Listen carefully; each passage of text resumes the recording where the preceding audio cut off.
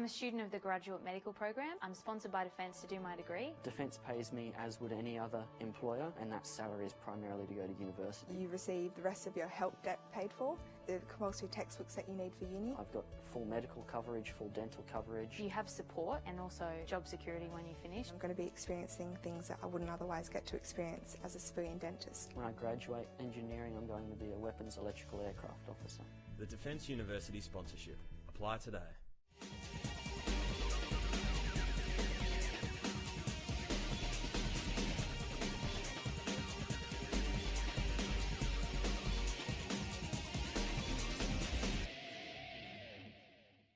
My name is Sub-Lieutenant Gazda and I'm an Assistant Weapons Electrical Engineer on board HMS Newcastle. My department basically takes care of external and internal communications, weapons that includes guns, anti-aircraft missiles, anti-ship missiles, torpedoes, combat systems like radars, fire control radar, long-range air search radar, navigation radar. There's a whole bunch of things and it's very exciting. I won't say challenging, it's very interesting and I'm very eager to learn few things, and every day on a ship you learn new things. I've been posted on a ship for almost 10 months and still every day I walk past a corridor or a passage and see a new switchboard or a new wiring going on. You know, it's always very exciting to see something new. And also in the Navy you travel overseas and I love traveling and meeting people. Well, Navy is all about teamwork. As you say, Navy doesn't work just by individual departments. We have supply departments, weapons, electrical, and mechanical departments.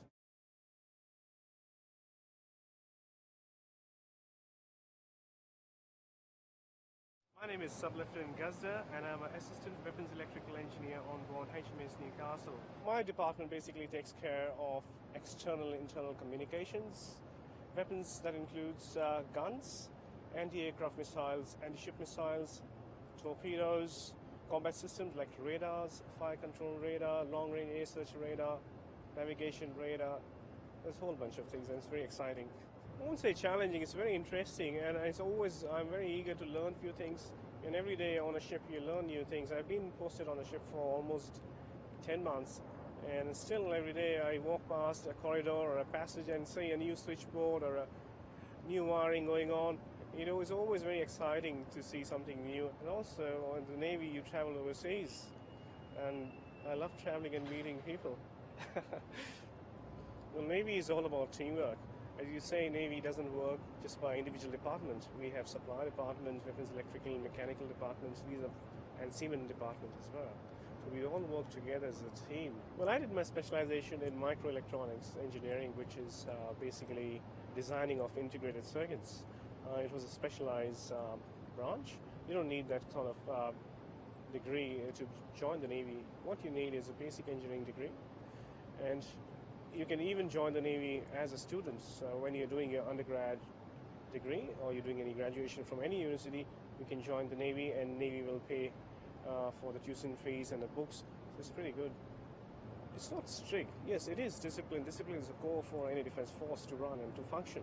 It doesn't mean that it is all bullying or just because you're a high rank officer. No, it's not like that. It is very nice, very easygoing and a very fair organization, and they treat everyone with respect and dignity. My goal is to stay in Navy for long. I'm planning to change over to become a submariner. Well, yes, absolutely. Certainly the private companies might pay you a bit more, but Navy doesn't pay you less either. You've got a lot of facilities that in addition to your pay, for instance, your medical expenses, your housing allowances. So cumulatively, I believe it is on par with civil companies that wants to pay you. I think the best part of Navy is also uncertainty. You don't know what's going to happen. Anything can pop up anytime. Every officer in the Royal Australian Navy is first an officer and then whatever his PQ is. For me, I'm first a naval officer and then weapons electrical engineer. I wear this uniform and I think of those people who sacrifice their life serving this nation, serving the Navy, and I have a big shoe to fill in.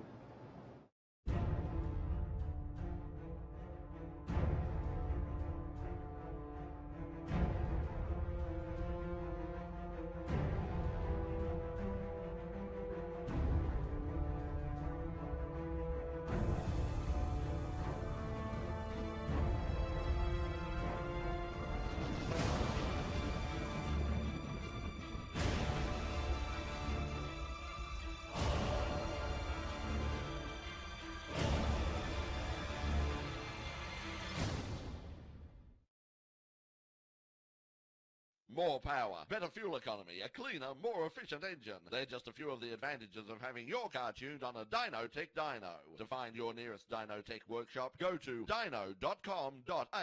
Dynotech by Dyno Dynamics. Right now, there's a lot to get excited about at your local Holden dealer. Like this, and this, and this. But what's even more exciting is that there's going to be another 24 new world-class cars coming to local Holden dealerships right across Australia. Now that's a future I want to see. Don't tiptoe through life. Don't live quietly, politely, invisibly.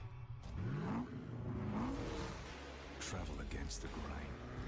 Take on today, and let tomorrow know you're coming. The new VF2, the most powerful Commodore ever, is here. Power ahead.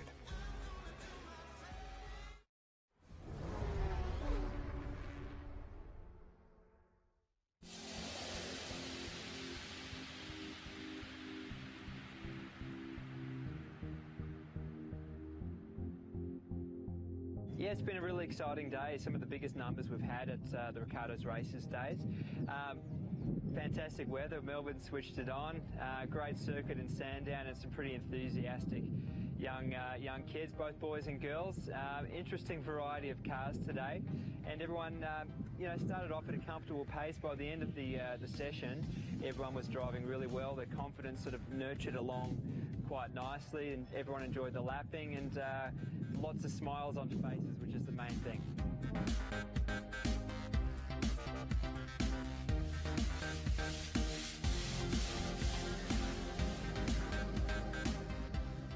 It's an awesome track, I know that, but it's going to be an awesome opportunity to get to enjoy some hot laps and little racecraft and stuff like that.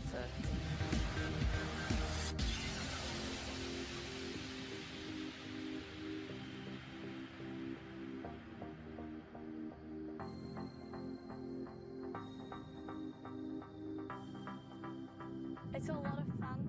I've also learnt a lot about kick the speed, and the braking one was really good. Yeah, it's definitely a good experience now that I have my learners, and so trying this stuff out was really good. More awareness for when I'm on the road.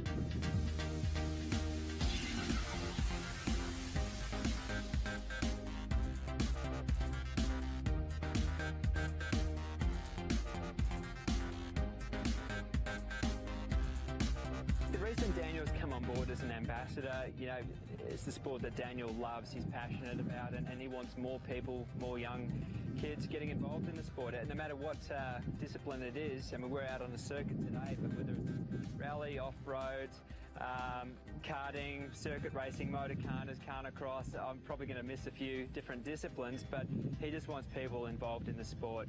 And when he found out about the program, he was really excited to get on board as an ambassador. It's not about setting lap records. Let's get that story straight very quickly. We're catering to all different levels. There's some kids that come that have never actually driven a car before, so we cater for that as well. It's an exciting day, and we sort of, there's times we have to cater the coaching on a case-by-case basis, depending on the experience level that the kids bring. But by the end of the day, it's all about building their confidence in the car, enjoying themselves, and just loving what they're doing.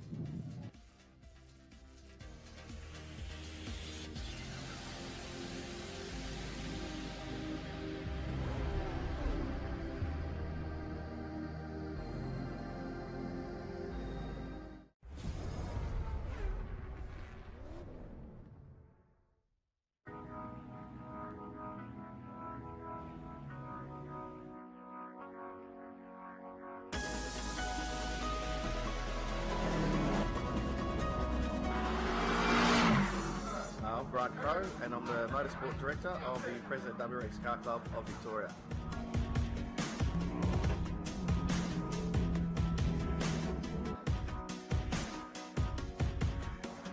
This year we're running nine rounds of the sprints. tracks all around Victoria, so Winton, Calder, Phillip Island, Sandown, and we've got a round in at Wakefield Park as well.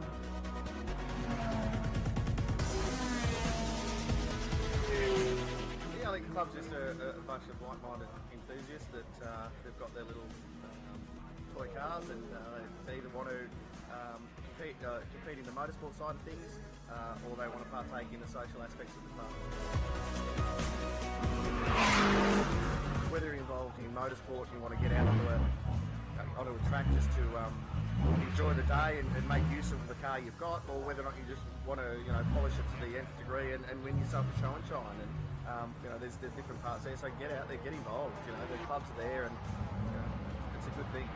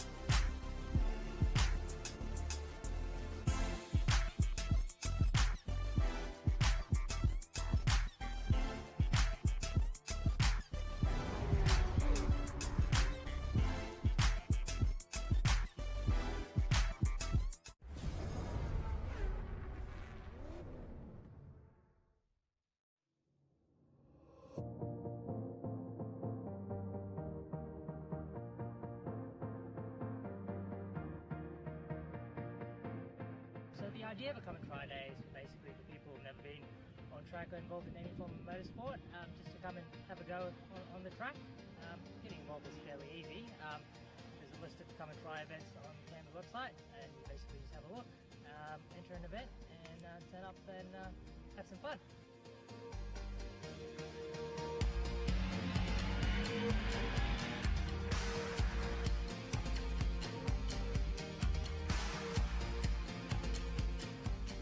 It's been really good. It's the first time we've ever been here. Centro Auto Body and Big. I'll see you at Phillip Island.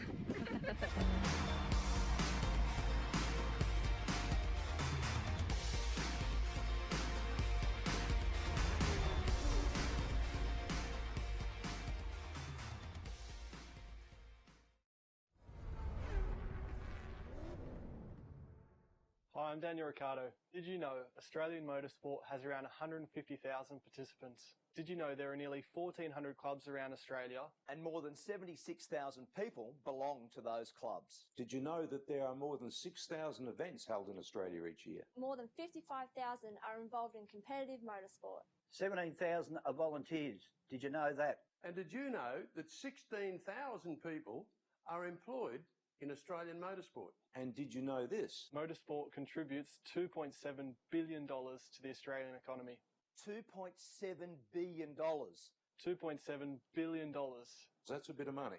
That's a huge chunk of money. That's a huge contribution to the Australian economy. That is quite a contribution, and Australian motorsport should be proud. And that proves there is a big industry behind Australian motorsport. That puts Australia among the leading players on the world stage. That makes motorsport a big deal. Australian motorsport. Now that's something to get revved up about.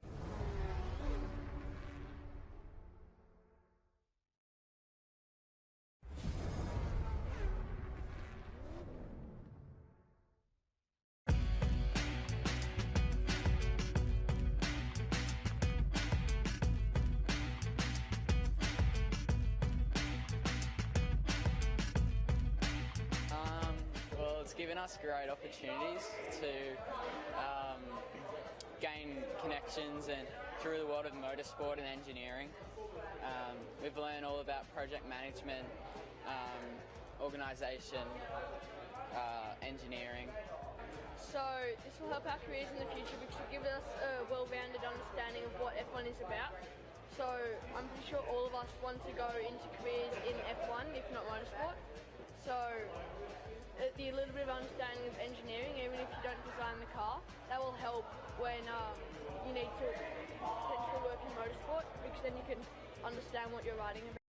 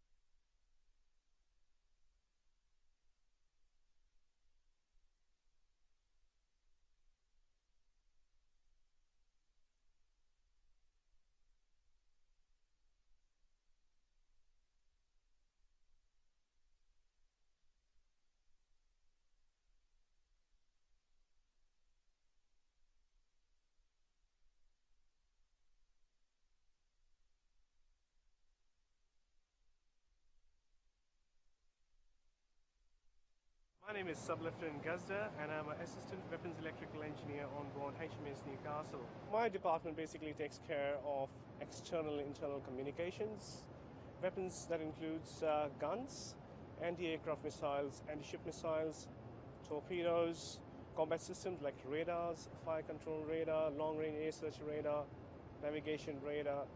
There's a whole bunch of things and it's very exciting. I won't say challenging, it's very interesting and I'm very eager to learn few things, and every day on a ship you learn new things. I've been posted on a ship for almost 10 months and still every day I walk past a corridor or a passage and see a new switchboard or a new wiring going on. You know, it's always very exciting to see something new. And also in the Navy you travel overseas and I love traveling and meeting people. Well, Navy is all about teamwork.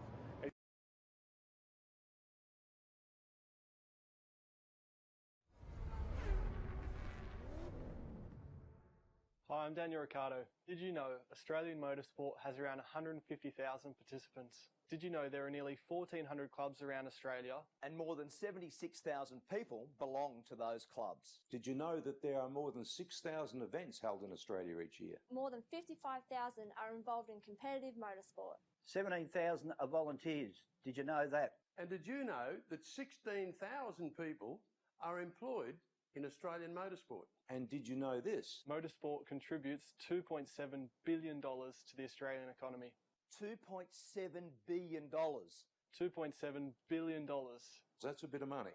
That's a huge chunk of money. That's a huge contribution to the Australian economy.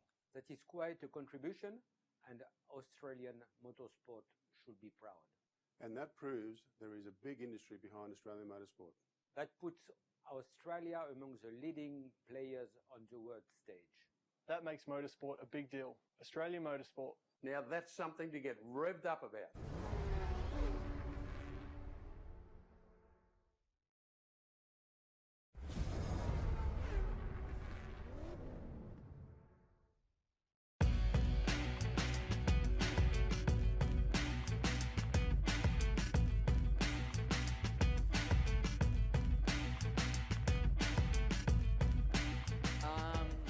Given us great opportunities to gain connections and through the world of motorsport and engineering. We've learned all about project management, organisation, engineering. So this will help our careers in the future because it gives us a well-rounded understanding of what F1 is about. So I'm pretty sure all of us want to go into careers in F1, if not motorsport. So the little bit of understanding of engineering, even if you don't design the car, that will help when you need to potentially work in motorsport, because then you can understand what you're writing about. Well, we were all interested in motorsport in the beginning, and when we saw this program, we had our mentors competing at the 2012 World Finals. Then we all became interested and decided to join Formula 1 schools.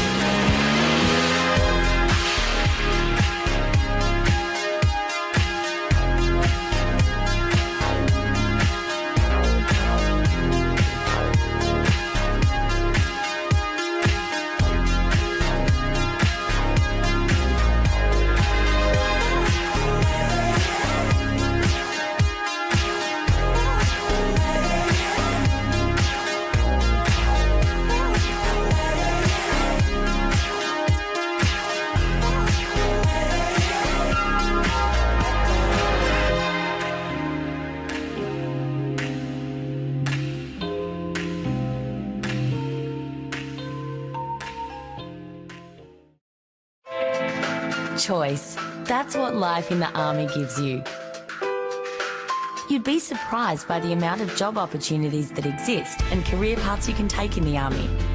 From aviation to administration, combat and security, and all the types of trade jobs you can imagine.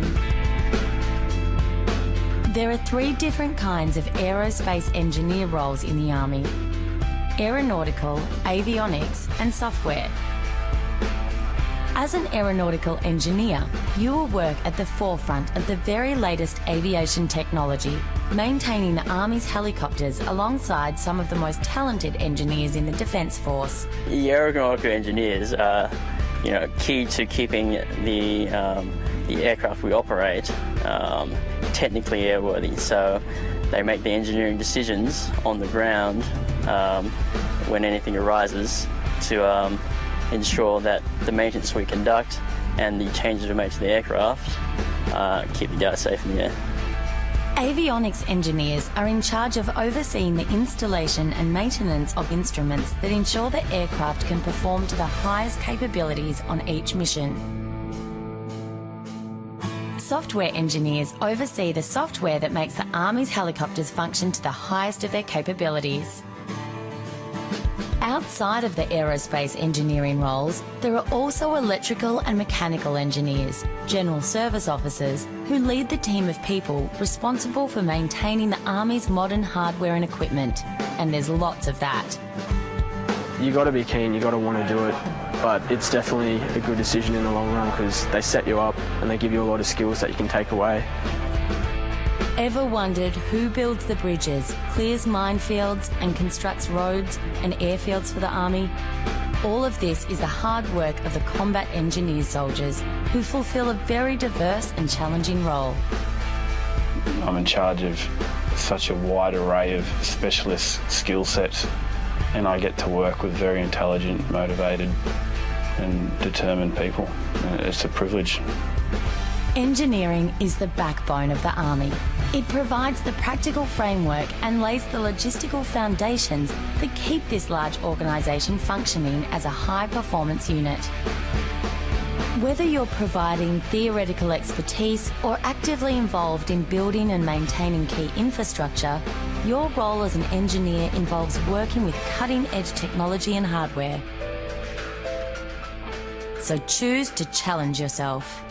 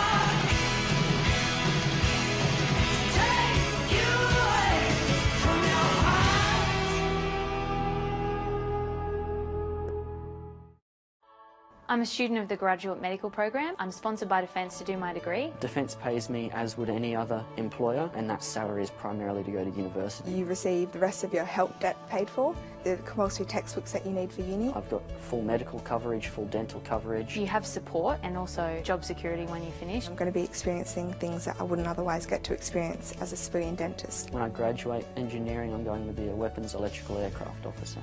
The Defence University Sponsorship. Apply today.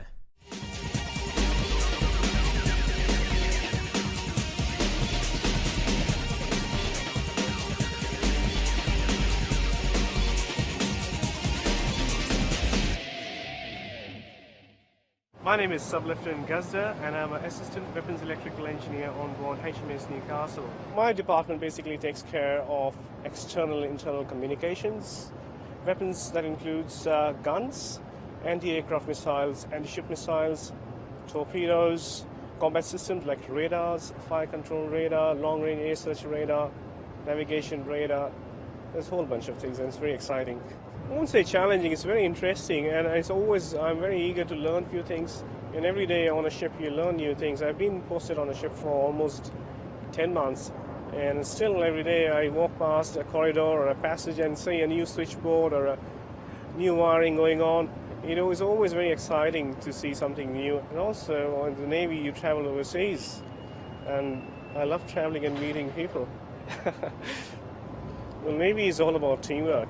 As you say, Navy doesn't work just by individual departments. We have supply departments, weapons, electrical, mechanical departments, and seaman departments as well.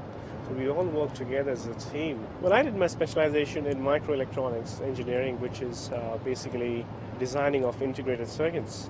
It was a specialized branch. You don't need that sort of degree to join the Navy. What you need is a basic engineering degree. And you can even join the Navy as a student. So when you're doing your undergrad degree or you're doing any graduation from any university, you can join the Navy and Navy will pay for the tuition fees and the books. So it's pretty good.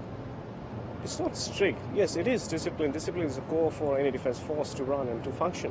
It doesn't mean that it is all bullying or just because you're a high rank officer. No, it's not like that. It is very nice, very easygoing and a very fair organization and they treat everyone with respect and dignity. My goal is to stay in Navy for long. I'm planning to change over to become a submariner. Well, yes, absolutely. Certainly the private companies might pay you a bit more, but Navy doesn't pay you less either. You've got a lot of facilities that in addition to your pay, for instance, your medical expenses, your housing allowances. So cumulatively, I believe it is on par with civil companies that wants to pay you. I think the best part of Navy is also uncertainty. You don't know what's going to happen. Anything can pop up anytime. Every officer in the Royal Australian Navy is first an officer and then whatever his PQ is. For me, I'm first a naval officer and then weapons electrical engineer. I wear this uniform and I think of those people who sacrifice their life serving this nation, serving the Navy.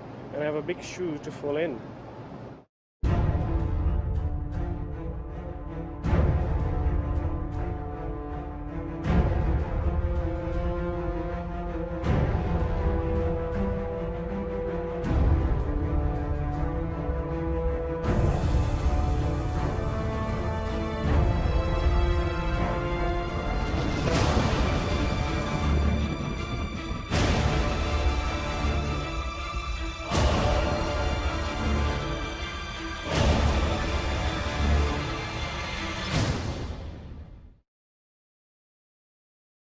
More power, better fuel economy, a cleaner, more efficient engine. They're just a few of the advantages of having your car tuned on a Dynotech dyno. To find your nearest Dynotech workshop, go to dyno.com.au. Dynotech by Dyno Dynamics.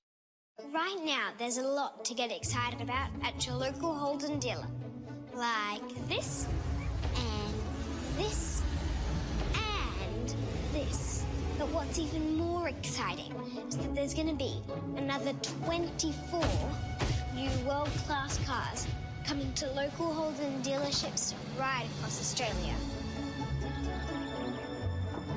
Now that's a future I want to see. Don't tiptoe through life. Don't live quietly, politely, invisibly.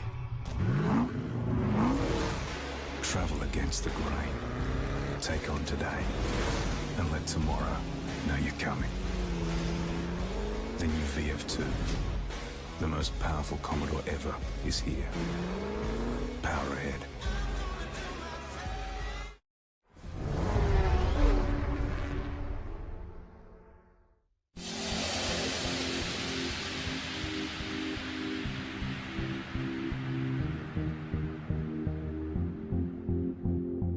Yeah, it's been a really exciting day. Some of the biggest numbers we've had at the Ricardo's Races days.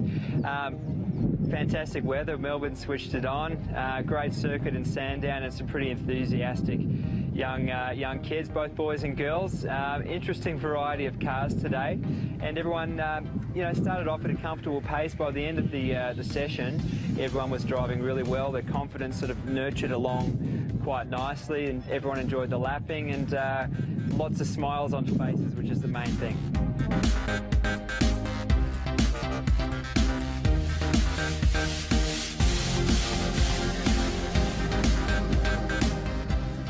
It's an awesome track, I know that, but it's going to be an awesome opportunity to get to enjoy some hot laps and little racecraft and stuff like that. So.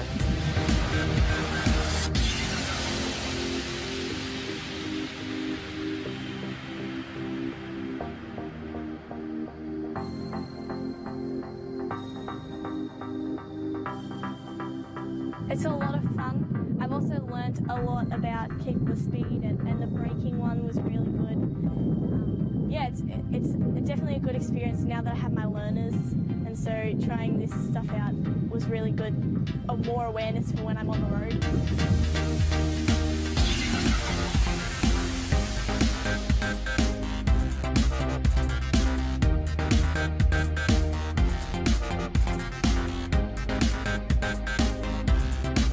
The reason Daniel's come on board as an ambassador, it's the sport that Daniel loves, he's passionate about, and he wants more people, more young kids getting involved in the sport. And no matter what discipline it is, I mean, we're out on the circuit today, but whether it's rally, off-road, karting, circuit racing, motor carters, carnacross, I'm probably going to miss a few different disciplines, but he just wants people involved in the sport. And when he found out about the program, he was really excited to get on board as an ambassador. It's not about setting lap records. Let's get that story straight very quickly. We're catering to all different levels. There's some kids that come that have never actually driven a car before, so we cater for that as well. It's an exciting day, and we sort of, there's times we have to cater the coaching on a case-by-case basis, depending on the experience level that the kids bring. But by the end of the day, it's all about building their confidence in the car, enjoying themselves, and just loving what they're doing.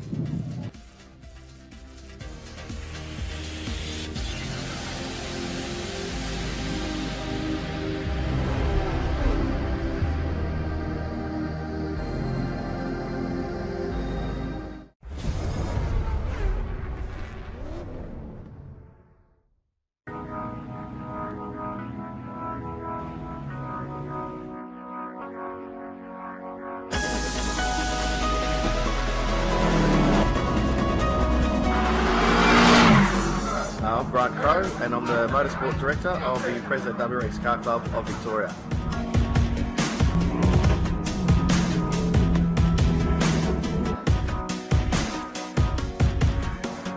This year we're running nine rounds of the sprints.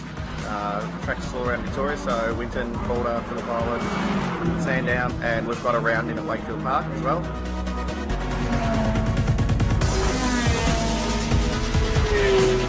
I think the club's just a bunch of like-minded enthusiasts that they've got their little toy cars, and they either want to compete in the motorsport side of things, or they want to partake in the social aspects of the club.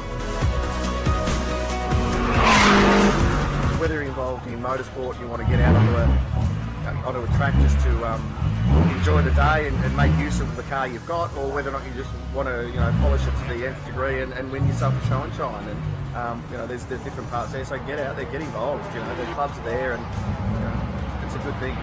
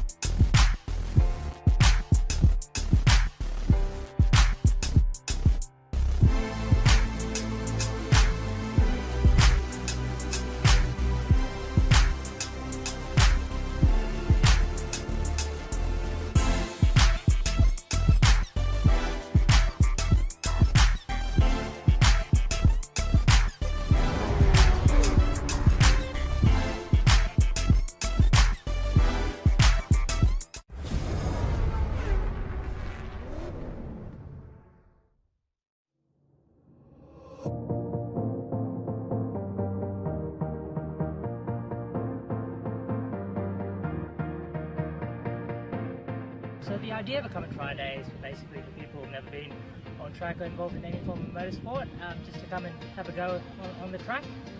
Getting involved is fairly easy. There's a list of Come and Try events on the Calder website, and you basically just have a look, enter an event, and turn up and have some fun.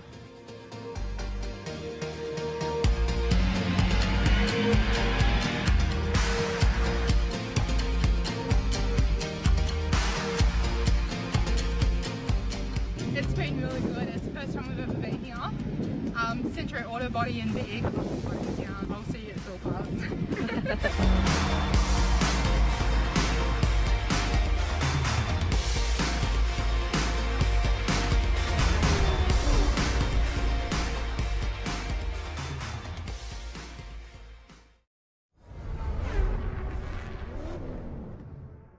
Hi, I'm Daniel Ricciardo. Did you know Australian motorsport has around 150,000 participants? Did you know there are nearly 1,400 clubs around Australia? And more than 76,000 people belong to those clubs. Did you know that there are more than 6,000 events held in Australia each year? More than 55,000 are involved in competitive motorsport. 17,000 are volunteers. Did you know that? And did you know that 16,000 people are employed in Australian motorsport? And did you know this? Motorsport contributes $2.7 billion to the Australian economy.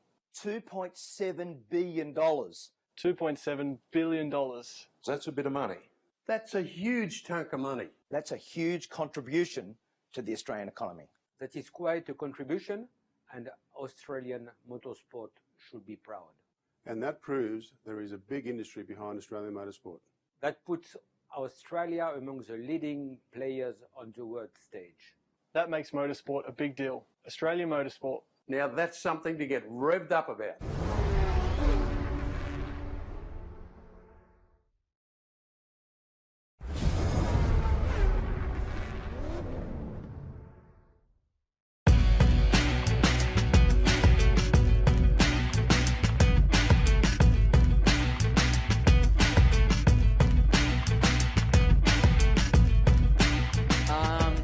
It's given us great opportunities to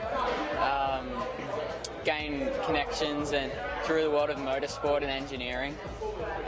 We've learned all about project management, organisation, engineering. So this will help our careers in the future because it gives us a well-rounded understanding of what F1 is about. So I'm pretty sure all of us want to go into careers in F1, if not motorsport. So the little bit of understanding of engineering, even if you don't design the car, that will help when you need to potentially work in motorsport, because then you can understand what you're writing about. Well, we were all interested in motorsport in the beginning, and when we saw this program, we had our mentors competing at the 2012 World Finals. Then we all became interested and decided to join Formula 1 schools.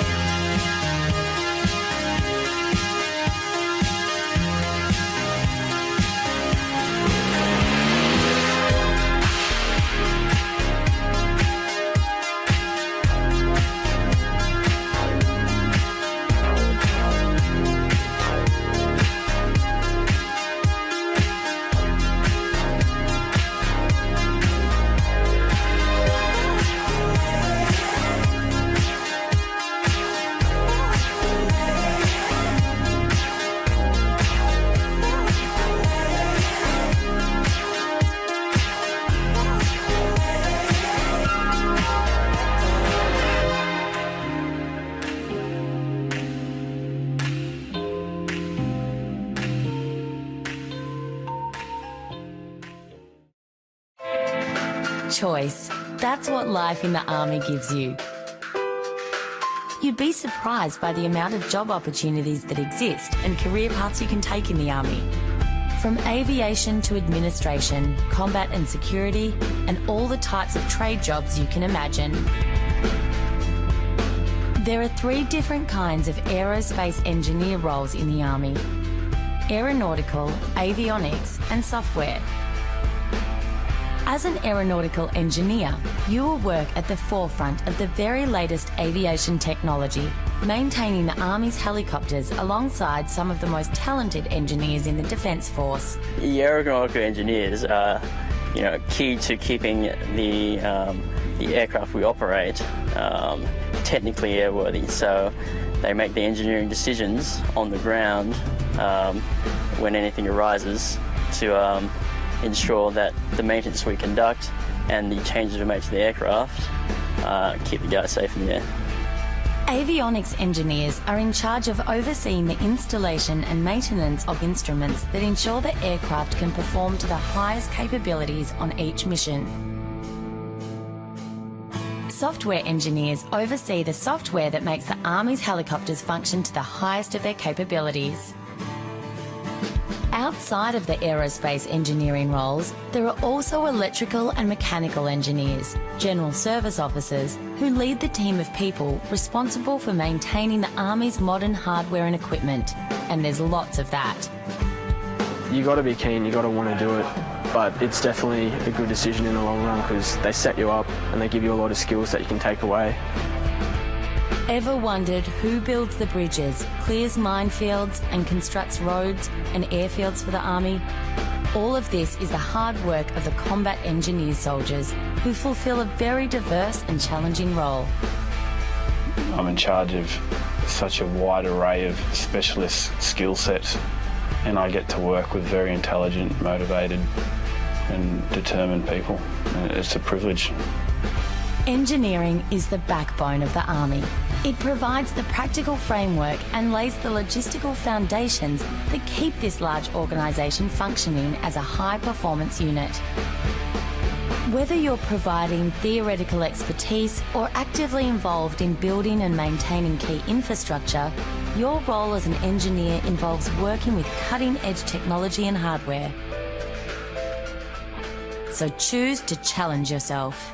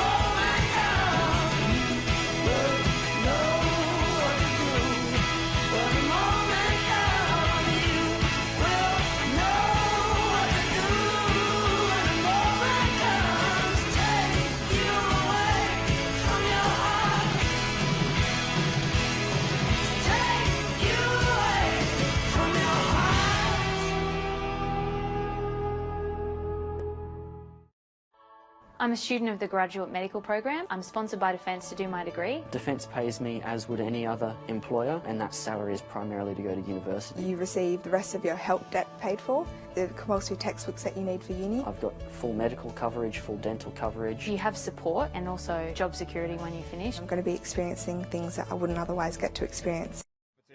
So tell us about the autocross. What's the format? What are we going to see? Well, we're going to see a lot of fast cars.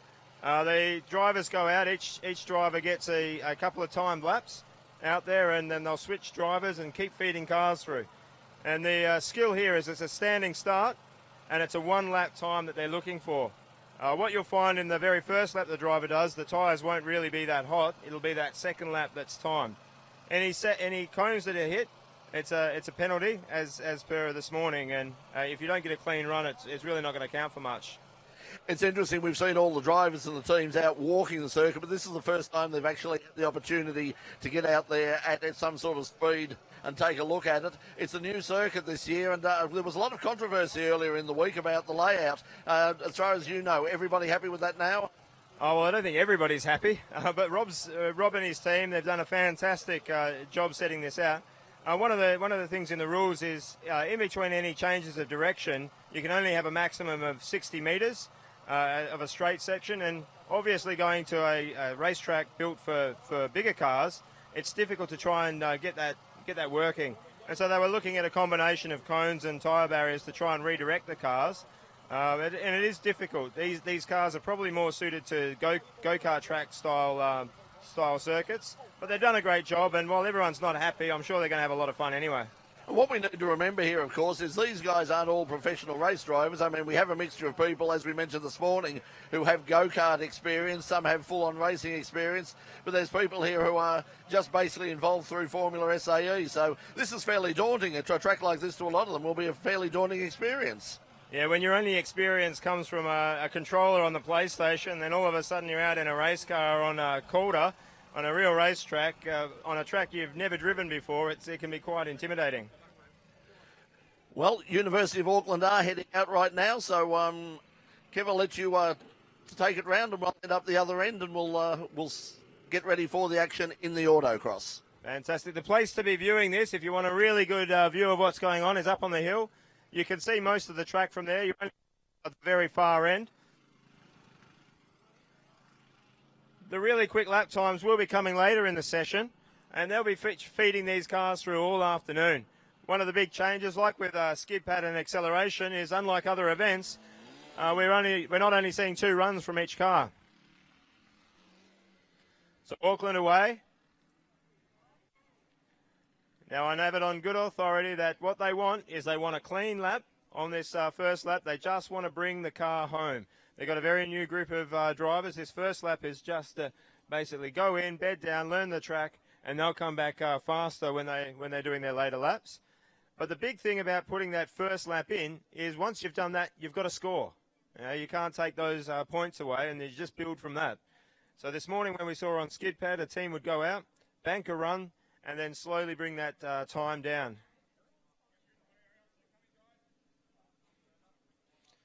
Okay, I'm going to have a bit of a rundown, see what we've got coming up, the order that the cars are going to be running. We have Auckland out at the moment. We have lined up... We've got the University of South Australia. Looks like they're having a little bit of trouble starting their car. Behind them we've got Curtin. Curtin University wasn't able to get out this morning, had a few problems, but they worked hard, and they're out for autocross. Following them we'll have the University of Sydney. Cars starting up now, warming up their engines. Auckland's going around a little bit slow at the moment, just banking in that lap.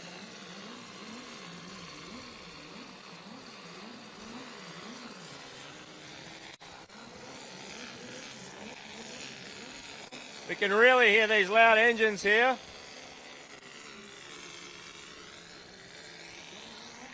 We've got University of Tasmania will be coming after Sydney. And then we have Griffith, University of Queensland, both their petrol car and then their electric car. And then we'll have University of Adelaide coming soon after. And then the American team, University of Missouri, and then Edith Cowan University. So we've got a lot of cars lined up here ready to go.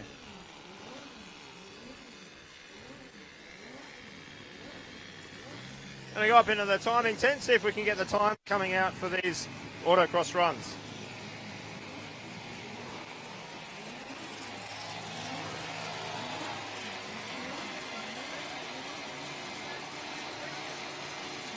Auckland coming through to complete their lap.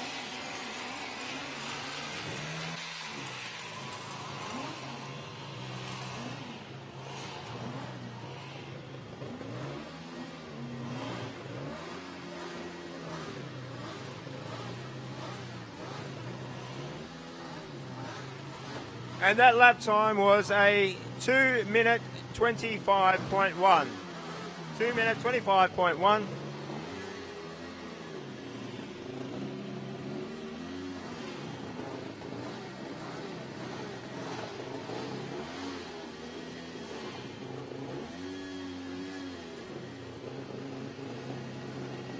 And straight back out for their second lap. There's a bit of heat in the tyres. The driver's seen the track. They had a slow run to start with, but you can already see that the Auckland car turning quite a bit quicker than the previous lap.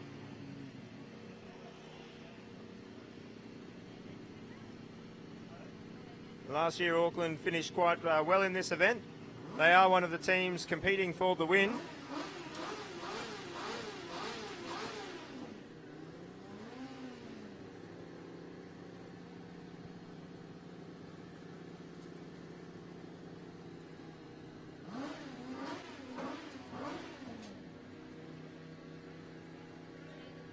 First thing you notice here, Kevin, is that this is a very, very long circuit this year with the addition of that hairpin up onto the entrance to the old Thunderdome there. So it's quite the challenge. It's quite a long circuit.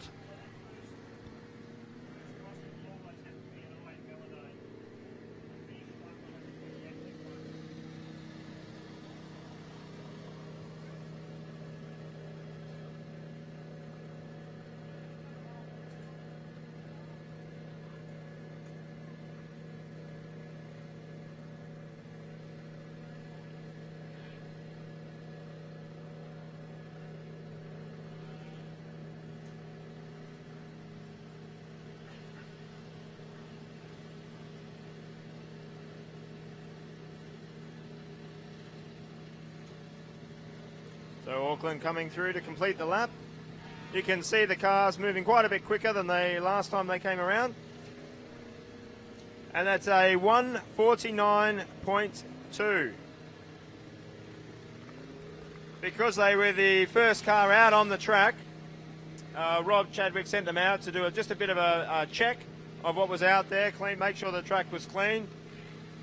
And they were informed to take it a bit easy on that first run. So this will be tyres quite warm. This should be a much better lap than the last one.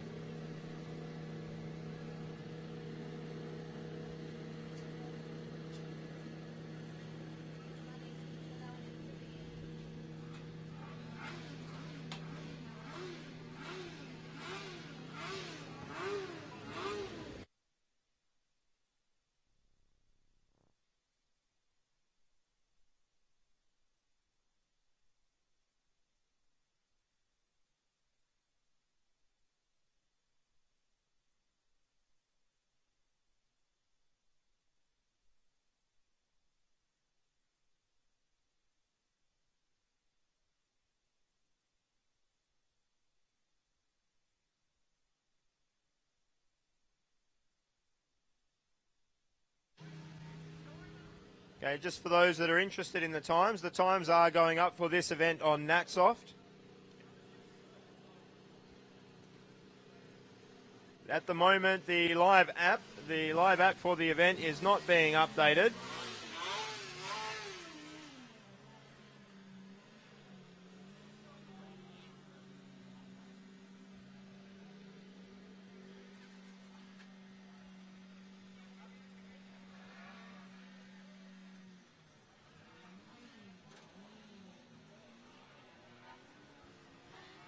Okay, Auckland coming through, looking very fast. Oh, taking a cone out there.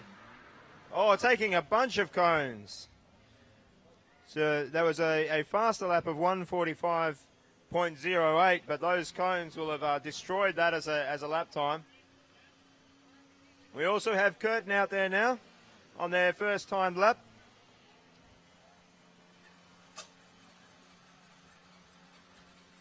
And Tasmania out. This is a team trying on their way up, working on their car. It's quite a bit better finished car than the previous years. The design judges had made very positive comments about some of the aerodynamic work that was being done there, and a particular student there that really should be looking at a PhD in aerodynamics. So far the time to beat from Auckland is a 1:45. Let's see what Curtin can do. First lap over, a 2 minute and 1.2.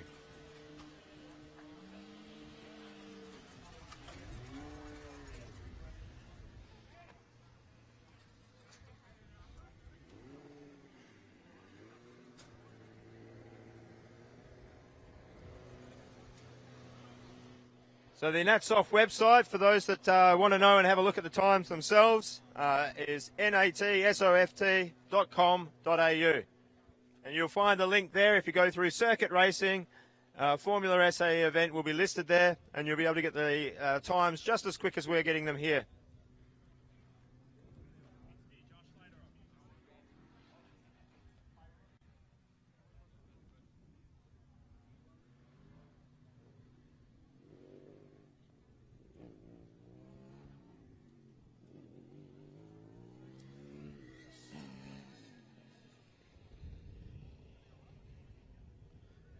So University of Sydney completing that lap.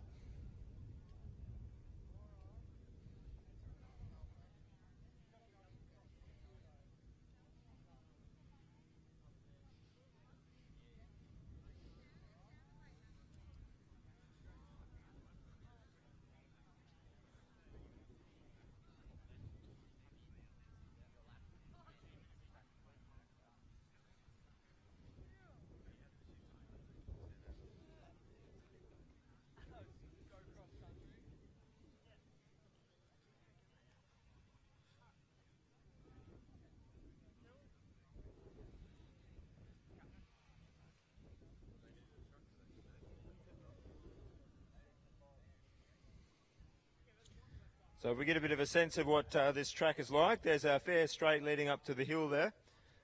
Some fairly rapid changes of direction at the top of the hill. That really tests how responsive the car is. As the car's coming down the hill, it tends to unload. It makes the cones at the bottom of the hill, especially the turn you see Tasmania going through there, very difficult to navigate. Generally, coming down off the hill, the car's not as easy to steer. It tends to be a little bit squirrely. In the back section, a little bit more of a sweeping bend. A couple of minor changes of direction. Last year, there was a hairpin around that location. That's been removed, so there are a few areas that are faster than what we saw last year. And this section, as we're seeing a direction change. Tasmania looks like they've slowed a little bit. And it looks like we have Tasmania coming to a halt. Okay, and Curtin has gone off track at the hairpin. The hairpin there is a little bit opened up from what we saw in previous years. If you pace it, there's a 12-metre outer diameter on the hairpin. By the rules, the minimum hairpin size is a 9-metre from outside to outside. And one of the worst things that can happen when you're out here is having your car stranded out on the track. There is 2 autocross sessions. There is a chance to come back, but usually if you're stranded in that first session, it really cuts down on how much time you've got to get the car back and running.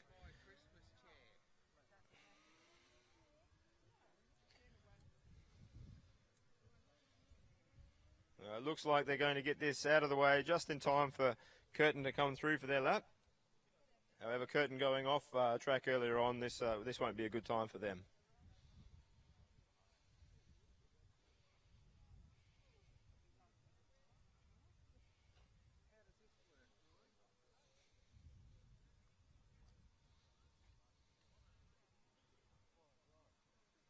Okay, Curtin have the yellow flag there.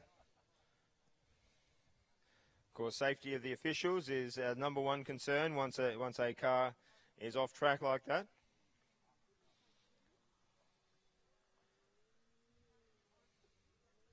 And officials take a dim view of students endangering their lives, so slowing them down is the appropriate response to that. There's quite a big direction change here, a 180.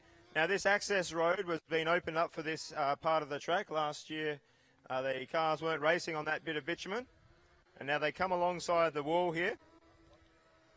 Well, some people are maybe concerned about that wall. If you have a look at how the cars go on the track, they're actually turning away from the wall anytime they're going to have loaded Gs. So while the cars are getting quite close there, they're not in a position that they're going to drift out into the wall. And Curtin there, that was a 2-minute 15 lap, but of course they had that off course and the yellow flag. Sydney out on track. Whatever reason, we didn't get a time for their last outing. If you are lining up for autocross and you haven't already, please check that you still have your transponder on.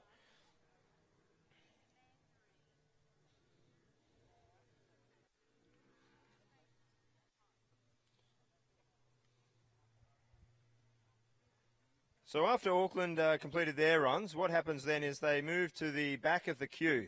So they'll move to the back of the queue, change their driver, and then they'll come back out in line a bit later on. And we have Curtin back out. This is another driver in the car.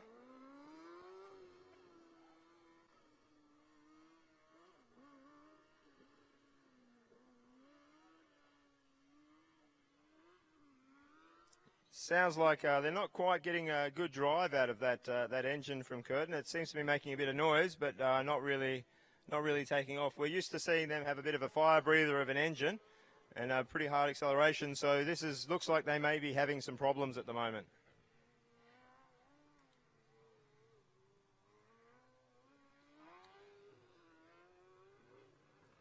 It looks like Sydney have caught a cone and they've released it. So there's a cone left out on track at the moment.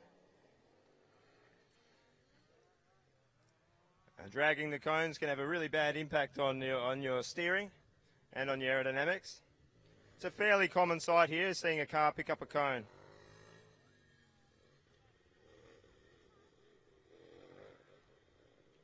And we have a 2-minute 2 lap, so 2:02.29. And we have the University of Queensland. Now this has got a lot of rear weight on this car. They have reported in testing that they've had a bit of problems keeping the back end in. We're not entirely sure whether that's a car issue or whether it's just mad Queensland driving.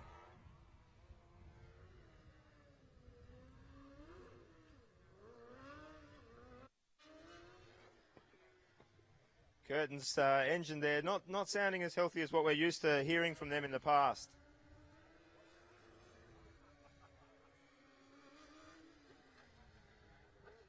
Through a nicer lap there. That was a 1:50.5. So a big improvement there. At the moment, they're sitting second fastest.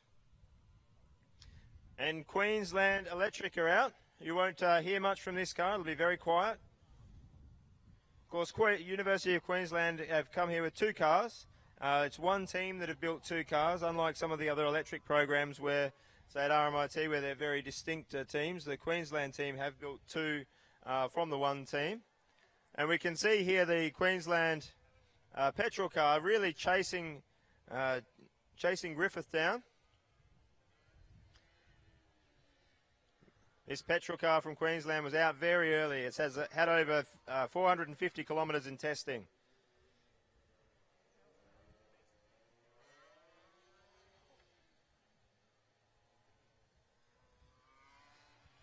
Griffith here coming to complete their first lap. That'll be great to have a score on the board for all of this. And Griffith with a 2:17.6 and Queensland with a 1:49.8. So that's a good opening time from Queensland there. I'm sure they'll improve that as they go on.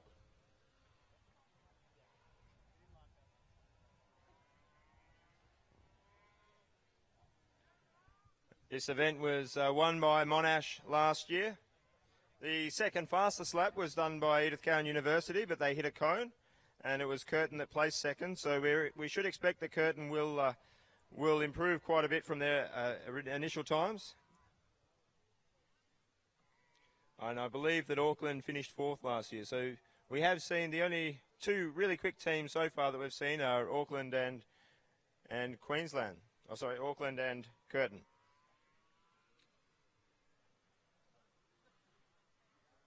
After this morning, I'm sure a lot of people are waiting to see what Canterbury's going to do on track.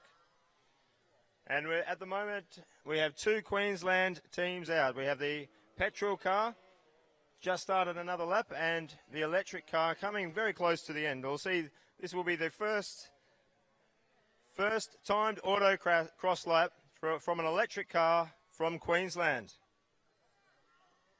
This is a pretty big deal. First electric car from Queensland, first lap completed. Fantastic effort, a 2-minute 18.5 seconds. It's a huge achievement to get a car running. And we see cones being taken out. South Australia there collecting cones. The most abused cone is usually handed out as an award to one of the drivers at the end of the competition. He might be in the lead for that. Griffith coming through to complete their second lap. Their last time through was a 2:17. And they've come through with a 1:58.36. That's an excellent job for Griffith there.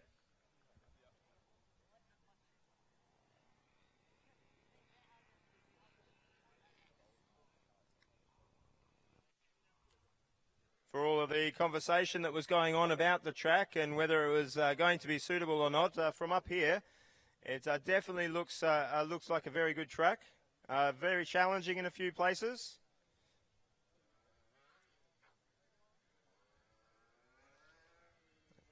It looks like an increased length on last year, so these are very long lap times. In the endurance last year, the top times were in about a 77-second lap. At the moment, we're quite a bit longer than that in time. Oh, Queensland throwing it around there. And that's a 1:51.68. So really, really giving it some curry there.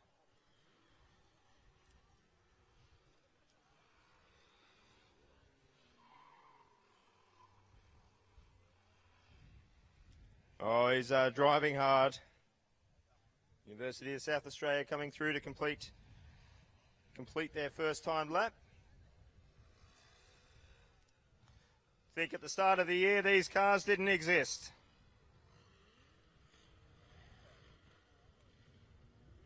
So I have a correction for that last time for Queensland. I'm having Nat Soft Timing is reading a 1:37.8 for the electric Queensland car. I'm not sure if that is accurate. I think something might have happened there. If that is accurate, it's incredible. That lap time from South Australia was a 2-minute 1.2.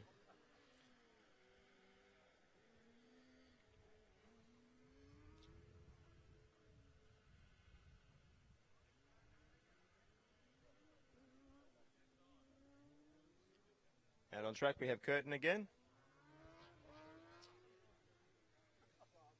Got a few interesting cars coming up. We have another South Australian team with the University of Adelaide. We also have our friends from the US with Missouri. If we don't hear some sort of USA chant coming up from this hill, I'm going to be very disappointed.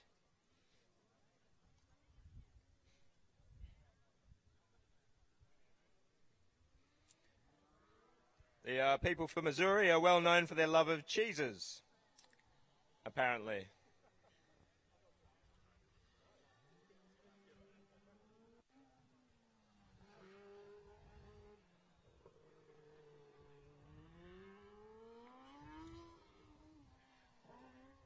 So University of Adelaide out. And this Queensland electric car, very quiet. And that is a 2-minute 6-second lap time.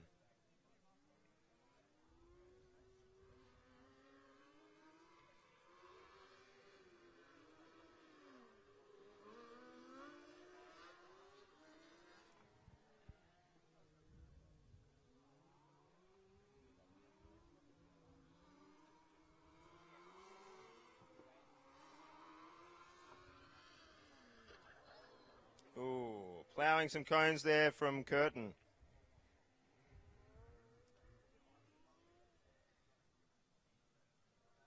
And that was a 1:49.4, but of course the penalties there will mean that that'll be quite a bit slower. We're starting to see close, but Auckland out as nobody's managed to get down to Auckland's time yet, and that was the first car out on track.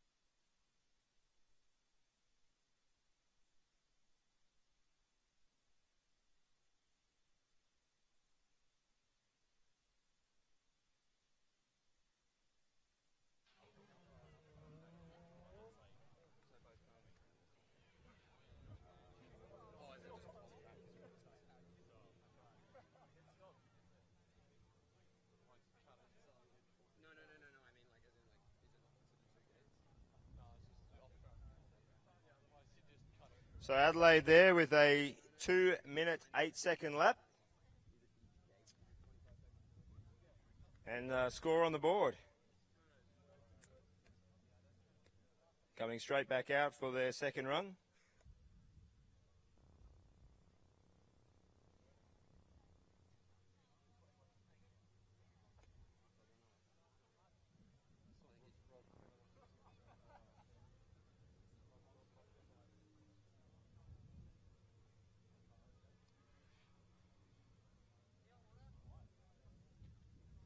Now, I can't see if Auckland are in the line.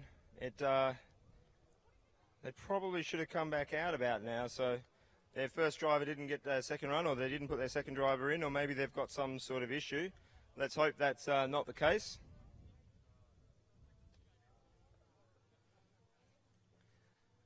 I've got up on the hill, I've got a fella called Charlie Ping up here.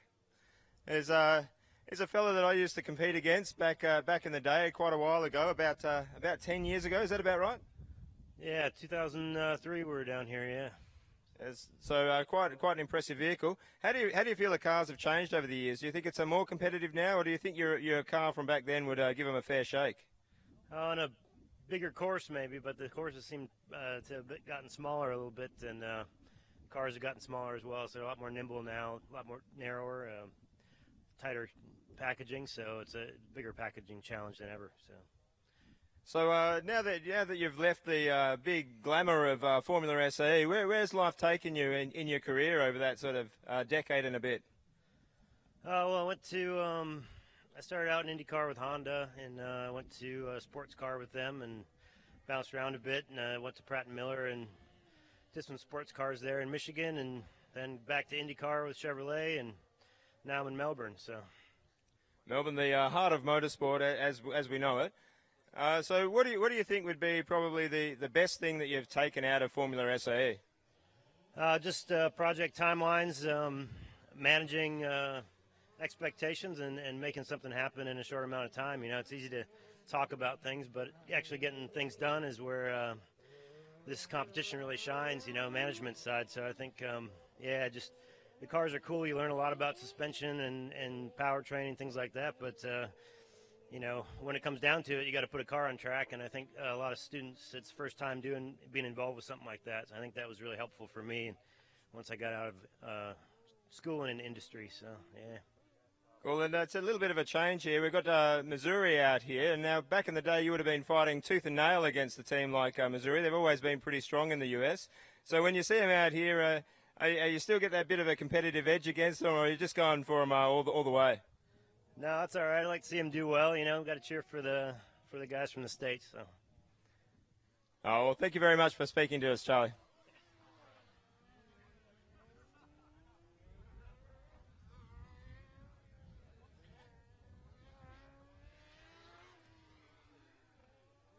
So it's great to see Missouri out here. They've come a long way to compete in this competition.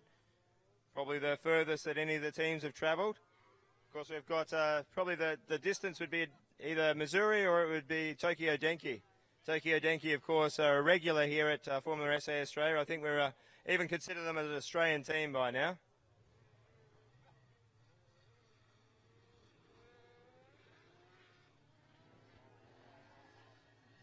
One of the great things about the long track here is that you can see a few cars out at the same time and using different parts of the circuit as they're going around. We could probably fit another one or two cars out here, and there would be no chance of them meeting inside their lap.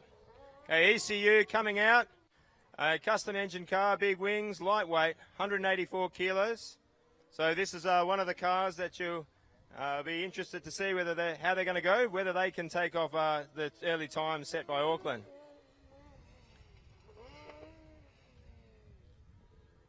Adelaide coming through there with a 2-minute 5.7.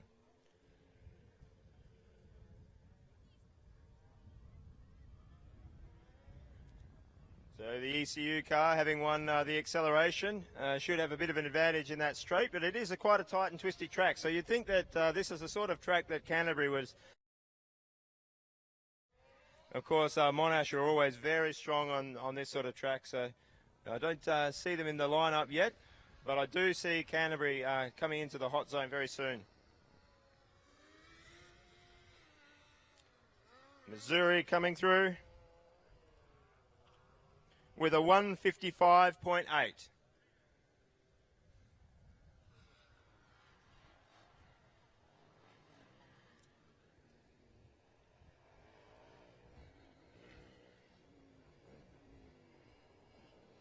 For whatever reason, we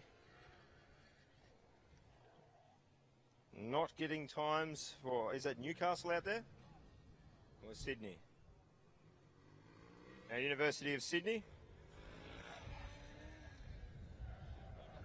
Oh, tyres screeching there for ECU as it just gets around that bend.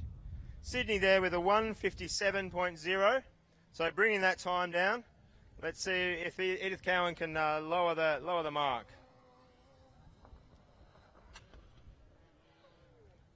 That was a very spectacular run from ECU. A 147.2. So not quite what Auckland had done, but I think it was faster than Auckland's first proper fast timed lap. So that car's got a bit. It looked like it left a bit of the front wing there on that bump, though. I think he was very lucky not to leave more of the car on this front wall here, this concrete wall, because he was very, very close coming off of that road onto the Thunderdome. So. Yeah, very spectacular and great skill shown once again by the driver from ECU. They're very impressive in the morning on the skid pan and very impressive once again. So keep an eye out for that. Just a reminder that we are streaming the event live around the world on associated websites, so wherever you're watching from, thanks for joining us. We've got a lot of people watching at the moment, so everybody in the stand, if you've got friends overseas or interstate and you want them to be able to catch up on all of this action, just send them a tweet or a message. Let them know that we are streaming live on inpitlane.com and on the In Pit Lane YouTube channel. Brett, it's a bit of a shame that we haven't got Jeff Pearson here. Jeff Pearson used to do the commentating for quite a while and is unfortunately not able to make it down a lot of the times due to a medical condition. But Tokyo Denki has always been one of his favourite teams. Oh, and they've missed the mark there, and I think they missed the timing beam. We haven't got a time recorded for that, but that was an off course, so it wouldn't have made much of a difference.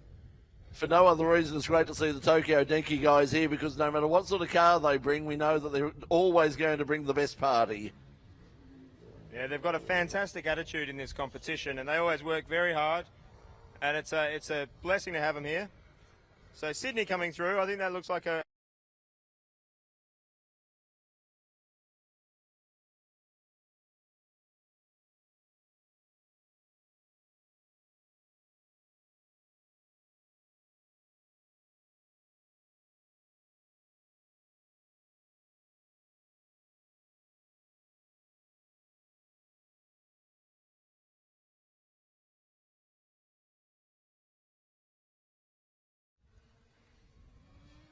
Whoa.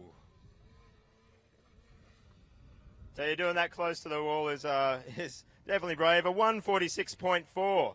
So at the moment, Auckland, the team to beat. I think that's showing that we saw a very good time straight out of the bat from Auckland, and it's going to take a while for the teams to get under that, if they manage to achieve it.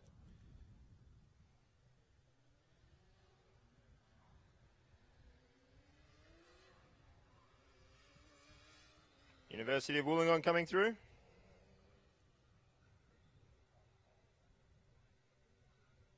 And that's a 147.9. So you'd imagine in their second run they'll probably lose about another 2 seconds off that time. So they're probably going to be down in contention as well. Coming straight back out.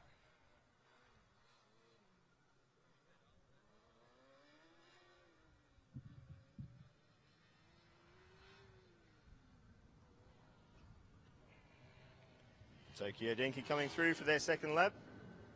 Quite a simple lightweight car. Generally do very well in cost. There's not a lot to the car.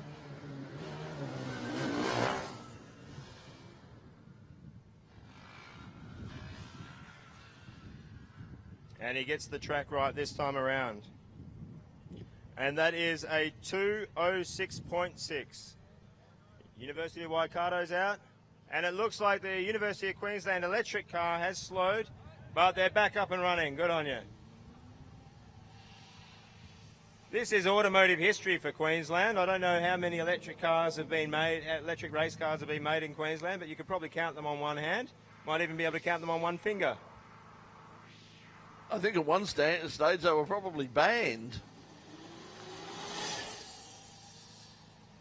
It's actually a little bit of a myth. The car doesn't run on electrons, it runs on 4X. It's about the only thing that's it's good for. Told it runs on coal, like all good electric cars. That was a 2:22.8 from Queensland there. Wollongong's looking quite good. Back end coming around. Very controlled. It looks like this Wollongong driver's had a fair bit of time in the car. And this is looking quite good. Oh, that's a good drive by Wollongong there. And that's a 144.29. So Wollongong are now leading autocross. It's very well driven. That was a much smoother drive by the guys from Wollongong there, and that's paid off with the time that they've set. So, as we were saying this morning, it's not the most spectacular run that is often the fastest. It's usually the smoothest, and that was proven then. We have Waikato out there. A beautiful looking red car. They've done a lot of work with the bodywork there, and we've got three fantastically presented New Zealand teams here. I think if we look at the three New Zealand teams and we look at the average quality of them, it's incredible.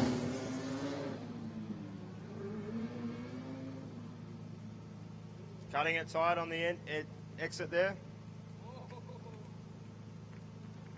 And that's a 156.9.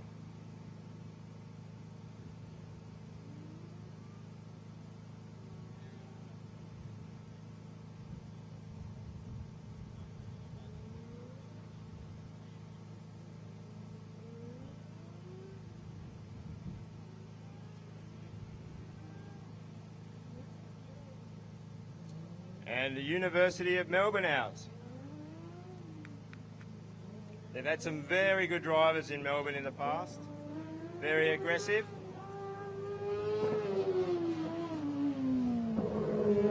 So University of Adelaide running in quite a low gear there. You can hear the engine revving pretty hard. It definitely looks like this is a tight circuit, what we're used to seeing. Whoa! And picking up a couple of cones right at the end, which is a shame. It was a 159.8. That was the best lap we've seen from them.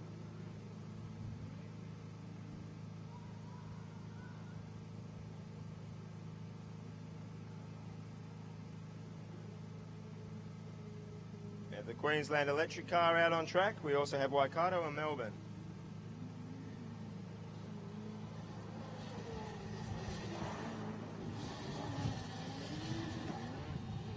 collector cone there from the electric car from Queensland.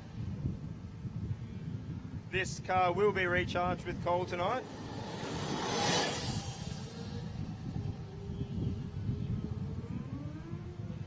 Oh, knocking cones on the exit there, which is a real shame. That's a 156.8.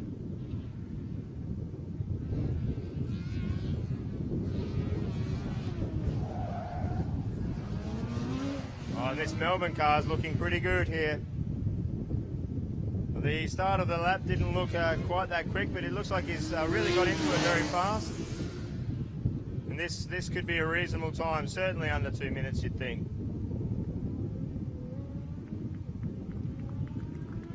And Melbourne through with a time on the board of 147.3. So if we extrapolate, we see what Wollongong and ECU and Auckland have done. They could on this second lap end up taking the fastest lap so far. That was a really good end to the lap. I think if they get the start going, it'll be a very good lap. Waikato coming through.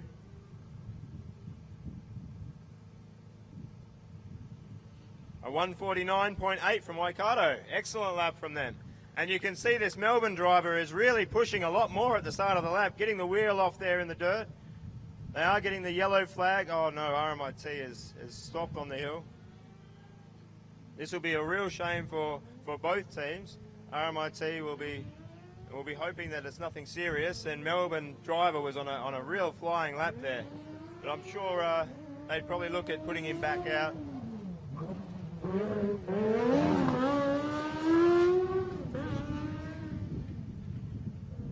University of Adelaide coming through. I think one of the things we've noticed this year in the competition is last year and a few years before, it was starting to look like cars were becoming clones of each other or trying to copy some of the teams conceptually.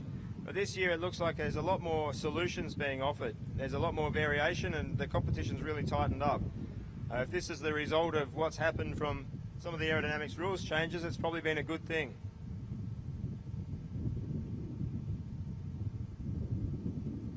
Kevin, just looking at the live stream right now, we see them recovering that RMIT car. They're at the back of the car, giving the rear end a bit of a shake. So I'm not sure whether he's actually perhaps given a clip to one of those tyre walls over there, or whether it's some sort of suspension or driveline failure. But that seems to be the problem over there. So we're watching them. We're watching them take the car off the track right now, but the driver, the RMIT driver, looking very forlorn. RMIT driver looking very forlorn at the moment. Well, I had a talk to some of the engineering students down there at RMIT, and they haven't had a lot of time with the car running. They've spent the year really working on their design and trying to develop a package that they would then refine in following years. So it's maybe not unexpected. That Melbourne time was a 158.13, but it was slowed down quite a bit from that yellow flag, so it's a little bit unfortunate for them. But it does look like they're waving them through for another lap, which is, I think, good for everyone watching on the hill.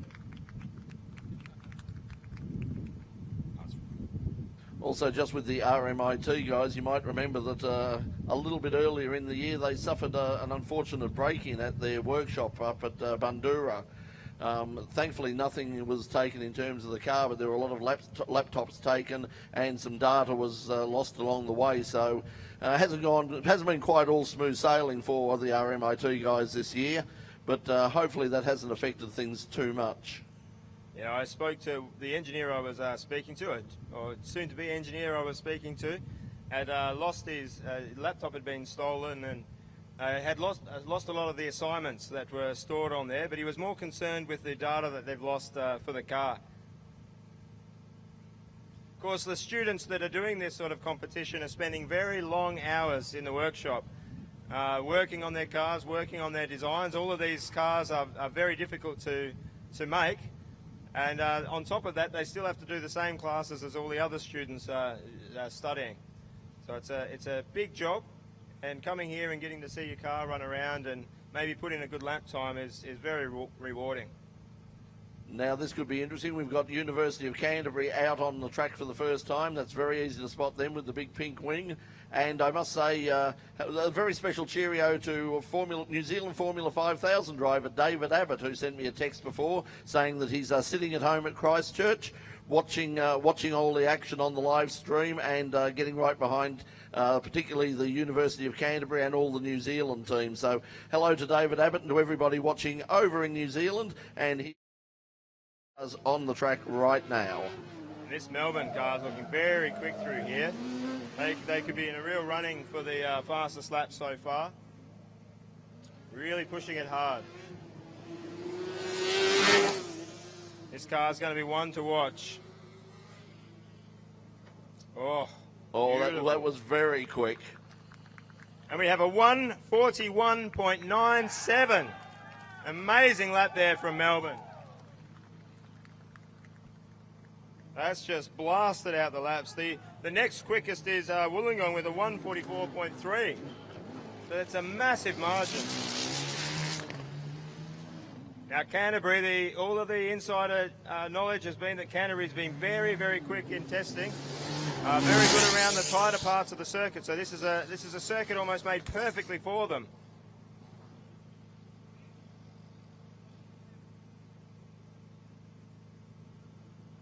And we see a 1:47.7. Now that's on par with what Melbourne had done in that first lap. So we could see some fireworks from them.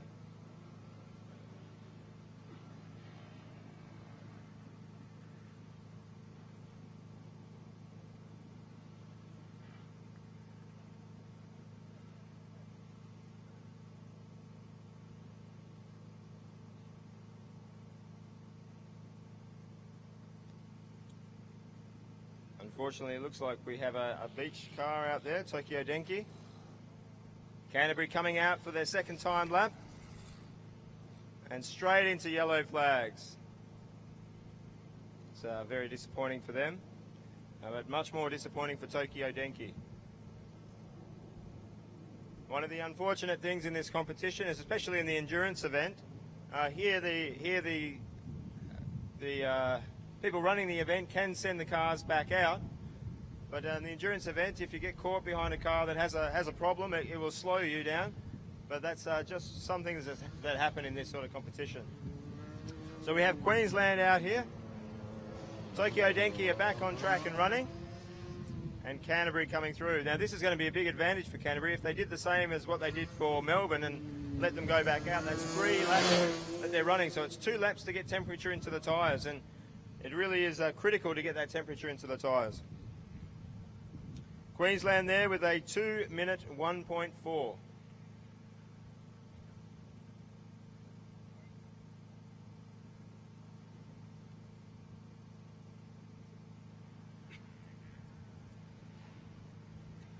Notice to all the teams, because we had a late start, we'll run this session through until 3:15, and then we'll have a short break, and then we'll be back on and we'll run extra at the end of the day.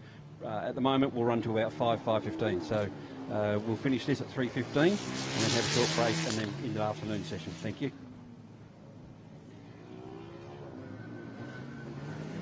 Okay, so that was our Clark course. Rob just letting us know that there will be some extension to the event because of the late start, so we're not going to miss out on too much action.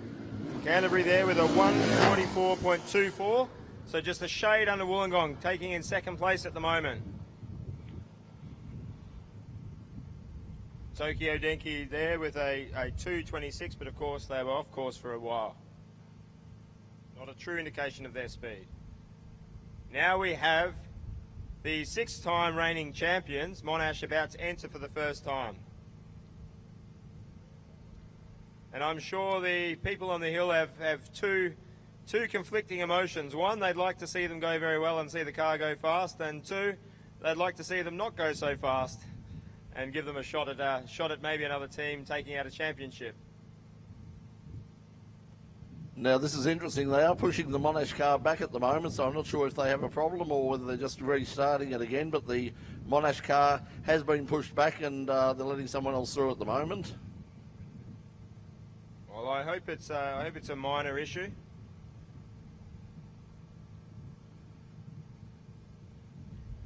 as much as everyone here is looking to take a win, to do well, no, everyone wants to see that done on the track. We'd prefer, I think every student would prefer to beat the other teams legitimately on track, and we certainly don't want to see this. We want to see as many cars running as possible. While it's an entertaining competition and people get very competitive about it, it is a learning experience and it's meant for the betterment of engineering in the Australasian region.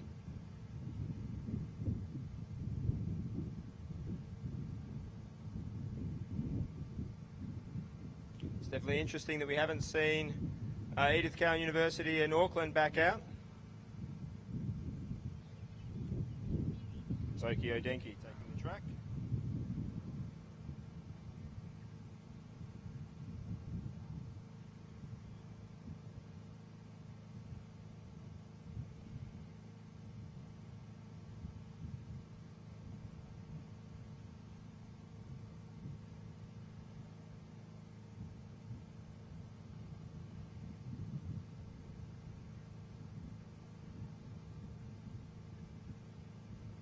We have Waikato entering the track.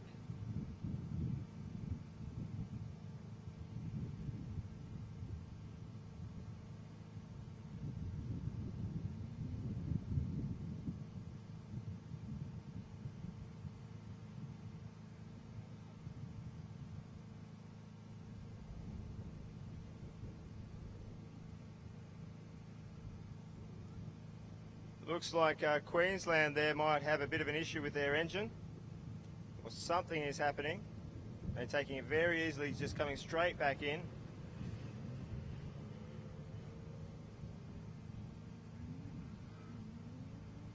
That's a real shame. Hopefully that's nothing serious. And Melbourne back out on the track. So will they be able to better their previous time? The only team, well, about 3 seconds in front of everyone else at the moment. That sort of margin is huge. Now we see ECU entering the line. And we have University of Newcastle.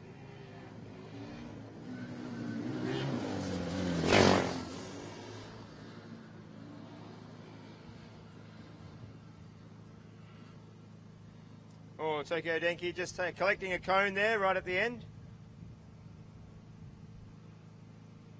Tokyo Denki with the 151.27. Melbourne's time looks a long way away. But it's a long way away from everyone at the moment.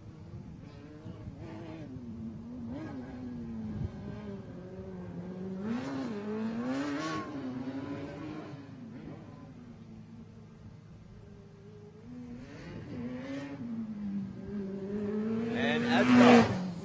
University of New South Wales ADFA out, the Defence Force Academy back again. Known for quite innovative solutions in their suspension.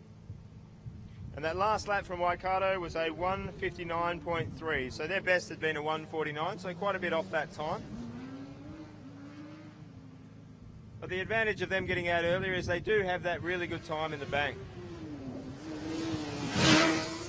So University of Melbourne here. Oh, very beautiful, well set up car. A 147.4. I think we saw this on the skid pad. It was very good on the skid pad, and it had, where it wasn't quite set up perfectly for the skid pad, it didn't quite get the time. You could see that it was a very responsive car, and you could have predicted that it was going to go this well on track.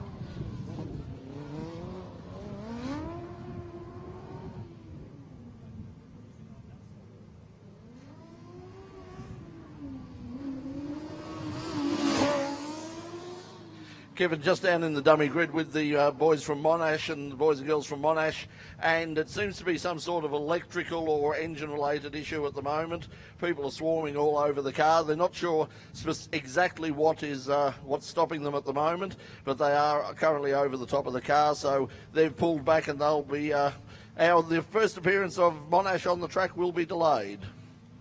Oh, that's a shame. Hopefully it'll be something that they can fix. But in the meantime, we've got Melbourne out there giving a real display of what is a beautifully set up car for this track.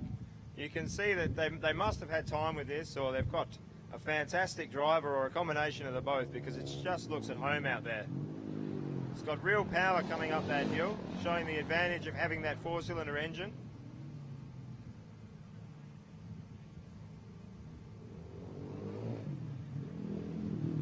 Adfa coming around for their first time lap.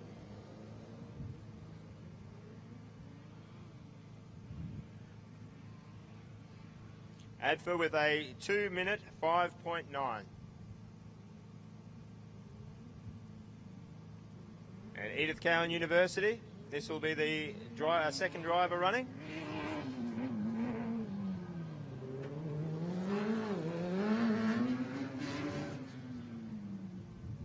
Not looking anywhere near as quick on that first section as Melbourne is.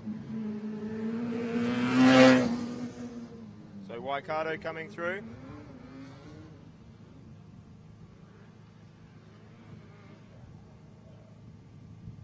Waikato with a 152.9.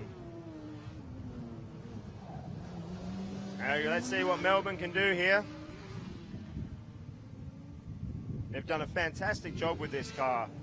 Looking very quick.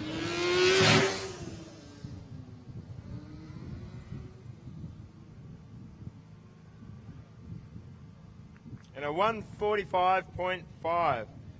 So they really had a freak lap with that 141. It was a really impressive lap, and even they're struggling to beat themselves.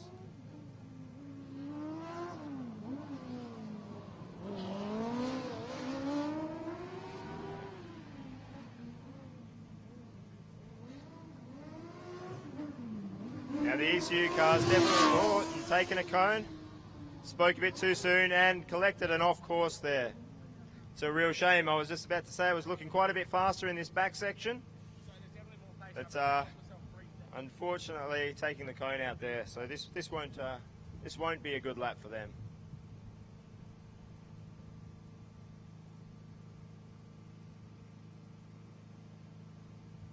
And it hasn't come past. It looks like we have a problem with the ECU car.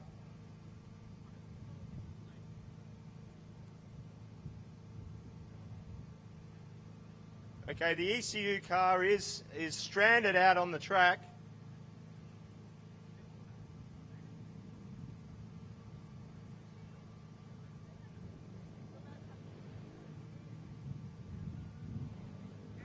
Okay, he's followed the wrong path on the track, got completely messed around on the track. It doesn't look like there's a problem with the car. It's just taken a completely wrong direction around the track. It's unfortunately, this is quite a difficult thing to be doing. And that'll be it for there. They won't be able to do that second lap this session. So hopefully they'll be back in the second session. We can see whether they can hold that up. In the meantime,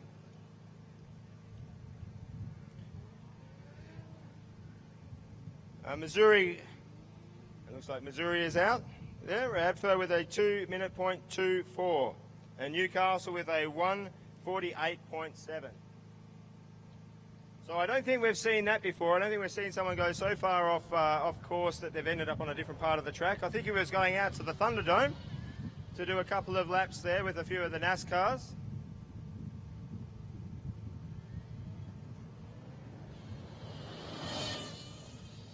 RMIT Electric, very quiet coming through here. It's also looking very, very quick as well, just watching it coming out through the chicane at the front here. Very smooth, very quick looking lap.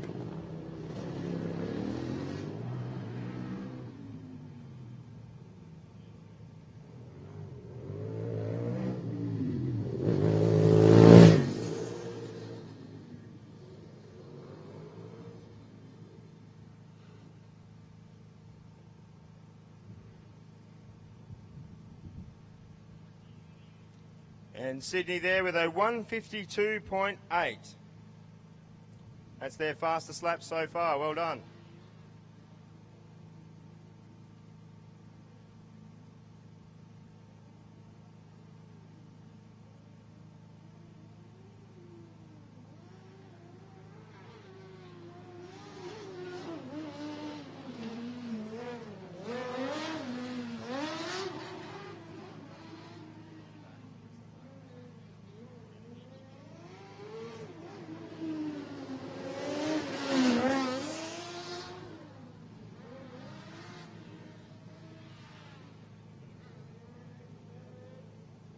Missouri crossing there with a 155.8. So just a shade off their best lap, about a 0.005 off their fastest lap.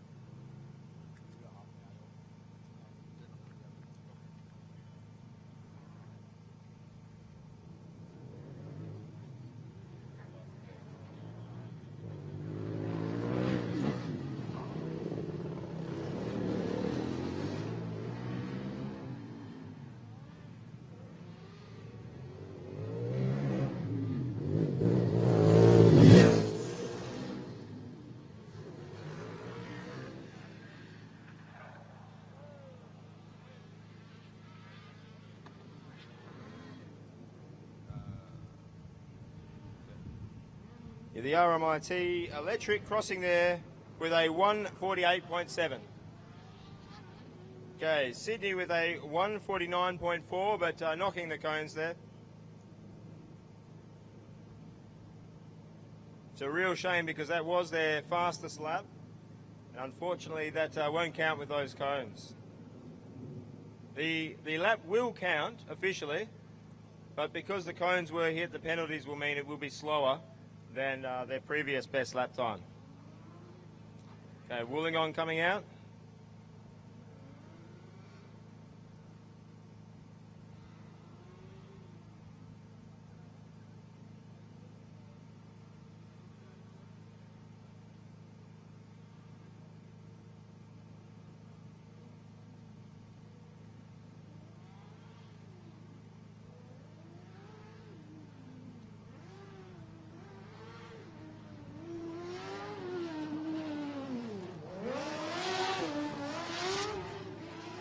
I've lost my timing for a little bit, so we'll try and get a timing back up and running. Missouri coming through here, looking really working hard here.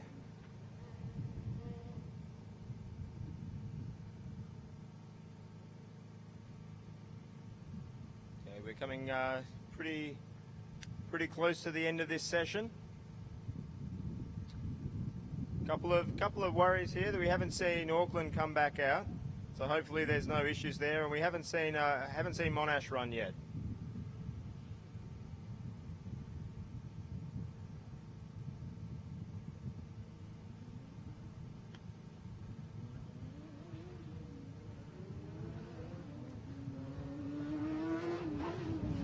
Oh, Wollongong's looking quite quick here. I might make my way to the timing tent. Oh no, that did not sound good. And Wollongong taking up a cone there at the end. We have a car stranded. A stranded car after a big bang. That's not something that we want to see.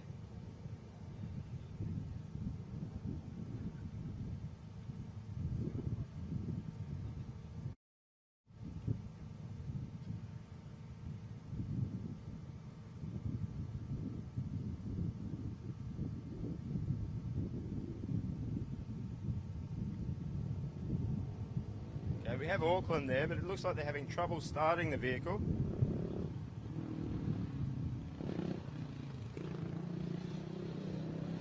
So this, we have the top three finishers from last year, all having difficulties. Edith Cowan University taking the wrong part of the track, but Auckland is the one that's sort of coming out a bit on top. They have a good lap time in the bank. And Monash, of course, haven't run so far. Kevin, just an update on Monash. They're still working on this car. They're not exactly sure what is. It seems to be something to do with the electrics at the moment that they're having a look at. But right now the car is still not running, and they're in quite a few pieces.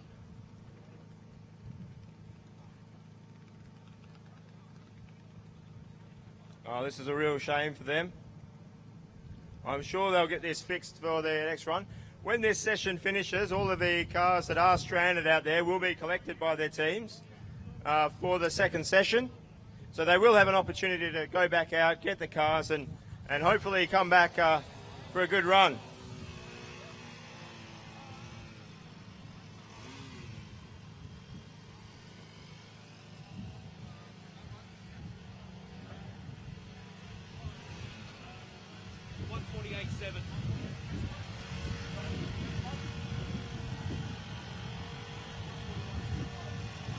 Now that Wollongong lap, that last lap from Wollongong, was a 1:41.7. It was unfortunate that they hit a cone there on that lap.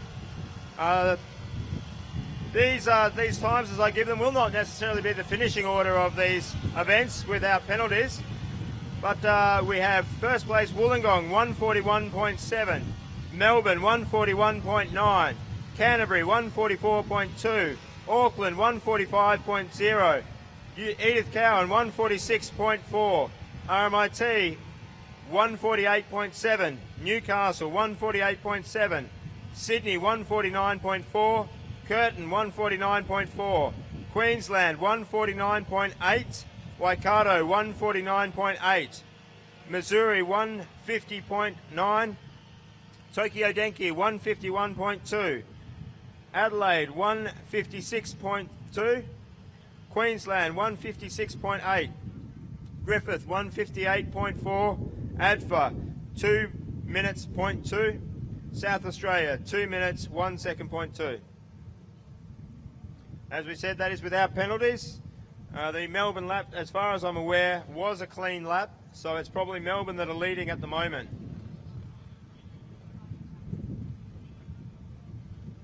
Gives you a bit of an idea of where these teams are standing at the moment.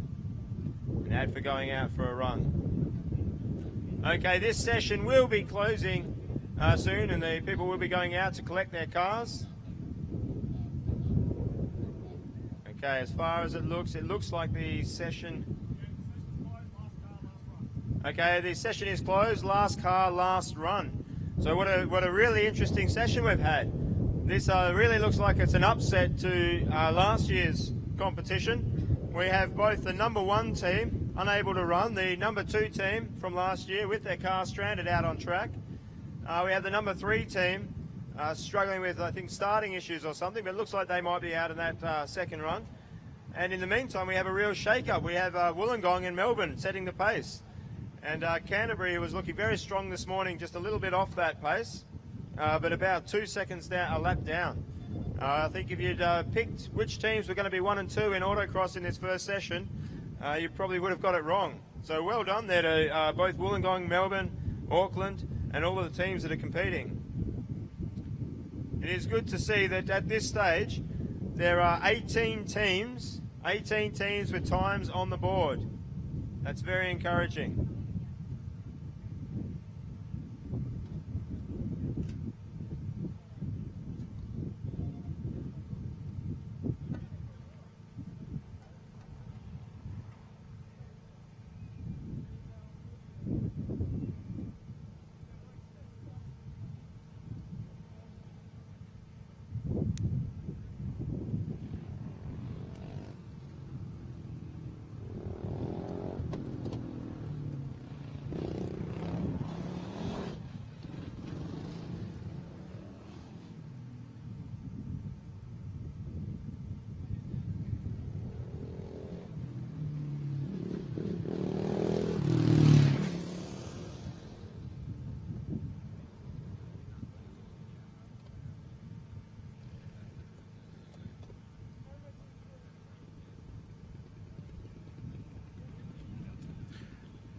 And for those of you watching on the live stream, we're going to take a break for a moment. We've got some information for you. We won't be long. We're going to take a short break here, just go out and collect a few of the cars that didn't quite make it.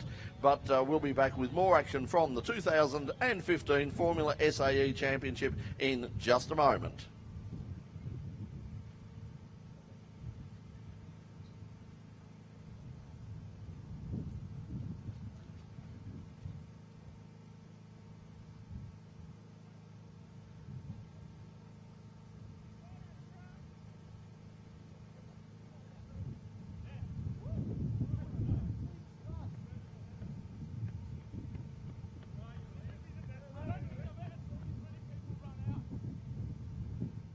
I'm a student of the graduate medical program. I'm sponsored by Defence to do my degree. Defence pays me as would any other employer, and that salary is primarily to go to university. You receive the rest of your help debt paid for, the compulsory textbooks that you need for uni. I've got full medical coverage, full dental coverage. You have support and also job security when you finish. I'm going to be experiencing things that I wouldn't otherwise get to experience as a civilian dentist. When I graduate engineering, I'm going to be a weapons electrical aircraft officer.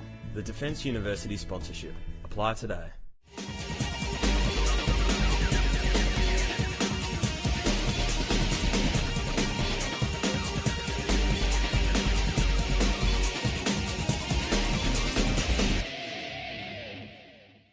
My name is Sub-Lieutenant Gazda and I'm an Assistant Weapons Electrical Engineer on board HMS Newcastle. My department basically takes care of external and internal communications, weapons that includes guns, anti-aircraft missiles, anti-ship missiles, torpedoes, combat systems like radars, fire control radar, long-range air search radar, navigation radar.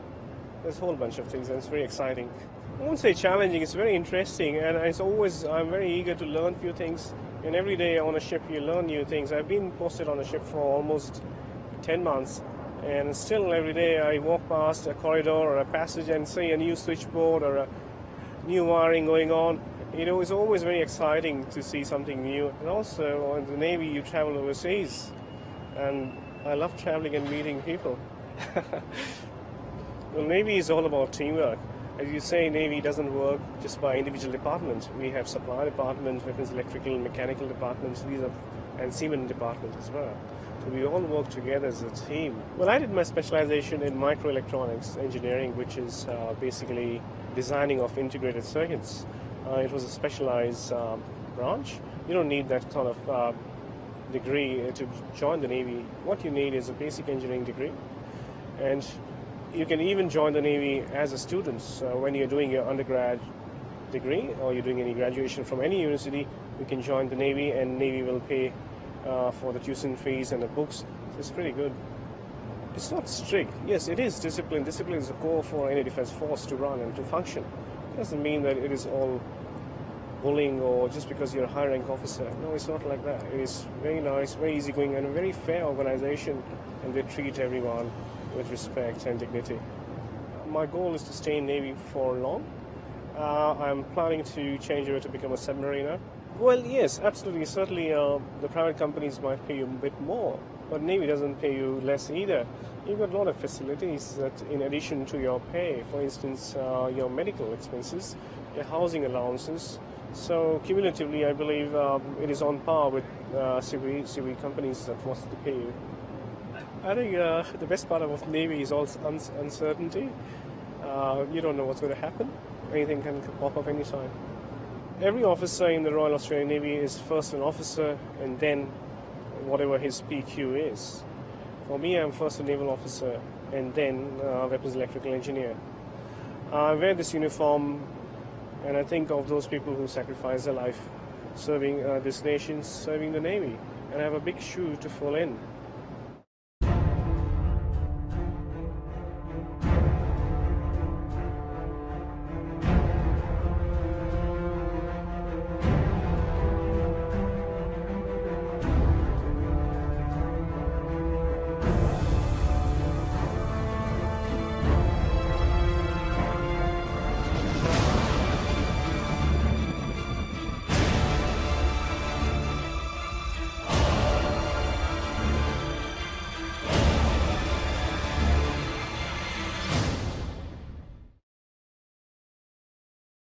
More power, better fuel economy, a cleaner, more efficient engine. They're just a few of the advantages of having your car tuned on a Dynotech dyno. To find your nearest Dynotech workshop, go to dyno.com.au.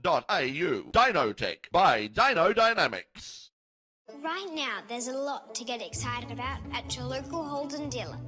Like this, and this, and this.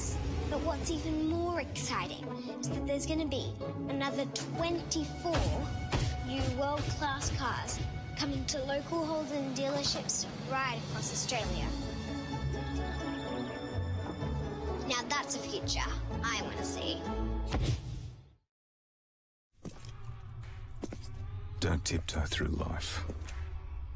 Don't live quietly, politely, invisibly. Travel against the grain.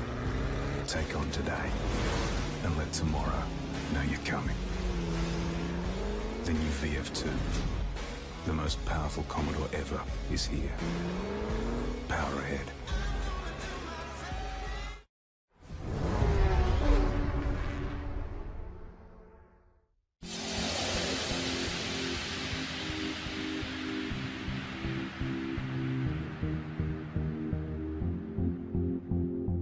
Yeah, it's been a really exciting day. Some of the biggest numbers we've had at the Ricardo's Races days. Fantastic weather. Melbourne switched it on. Great circuit in Sandown and some pretty enthusiastic young kids, both boys and girls. Interesting variety of cars today, and everyone started off at a comfortable pace. By the end of the session, everyone was driving really well. Their confidence sort of nurtured along quite nicely, and everyone enjoyed the lapping, and lots of smiles on faces, which is the main thing.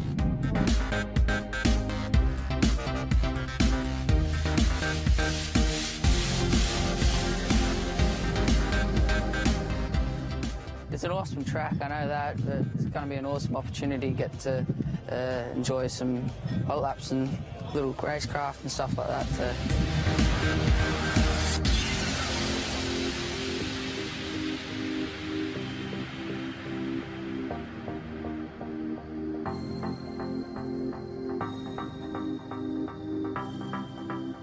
It's a lot of fun. I've also learnt a lot about keeping the speed, and the braking one was really good.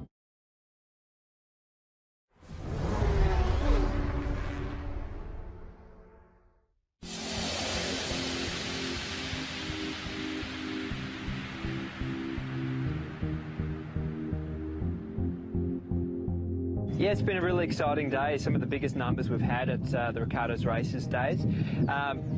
Fantastic weather. Melbourne switched it on.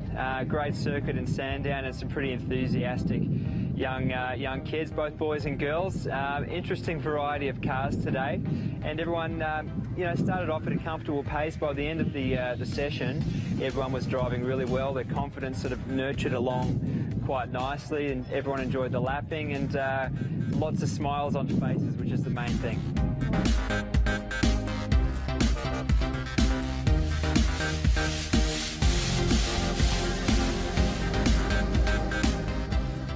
It's an awesome track, I know that, but it's going to be an awesome opportunity to get to enjoy some hot laps and little racecraft and stuff like that.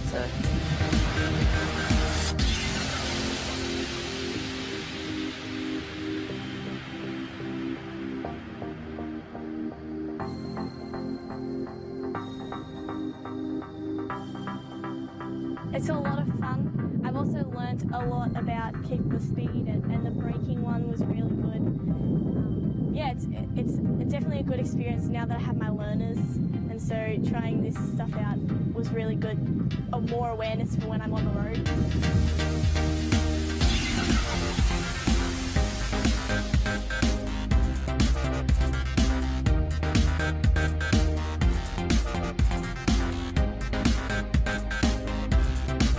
The reason Daniel's come on board as an ambassador, it's the sport that Daniel loves, he's passionate about, and he wants more people, more young kids getting involved in the sport, no matter what discipline it is. I mean, we're out on the circuit today, but whether it's rally, off-road, karting, circuit racing, motor carners, carnacross, I'm probably going to miss a few different disciplines, but he just wants people involved in the sport. And you know, when he found out about the program, he was really excited to get on board as an ambassador. It's not about setting lap records. Let's get that story straight very quickly. We're catering to all different levels. There's some kids that come that have never actually driven a car before, so we cater for that as well. It's an exciting day, and we sort of, there's times we have to cater the coaching on a case-by-case basis, depending on the experience level that the kids bring. But by the end of the day, it's all about building their confidence in the car, enjoying themselves, and just loving what they're doing.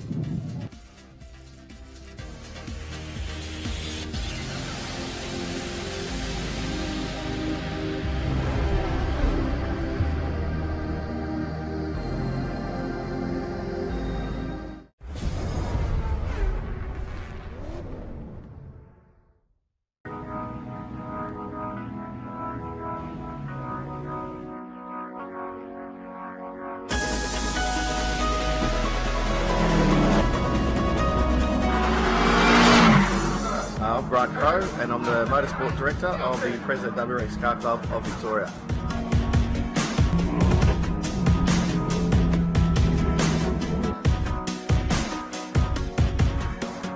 This year we're running nine rounds of the sprints. Tracks all around Victoria, so Winton, Calder, Phillip Island, Sandown, and we've got a round in at Wakefield Park as well.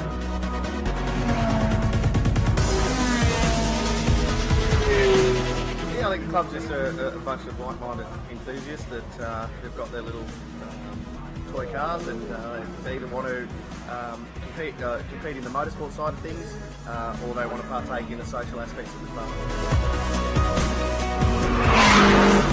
Whether you're involved in motorsport, you want to get out onto a track just to enjoy the day and make use of the car you've got, or whether or not you just want to polish it to the nth degree and win yourself a show and shine. And there's different parts there, so get out there, get involved. The clubs are there, and it's a good thing.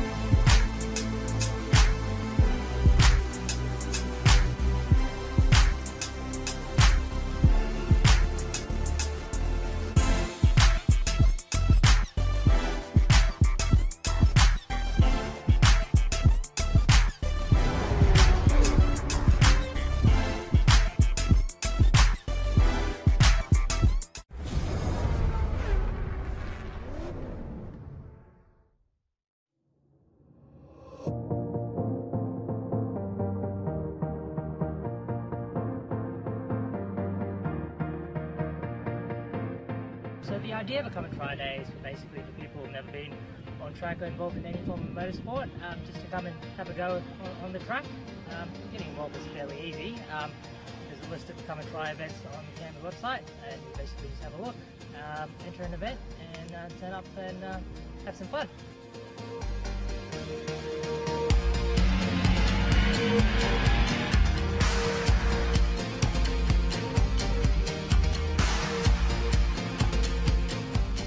It's been really good. It's the first time we've ever been here.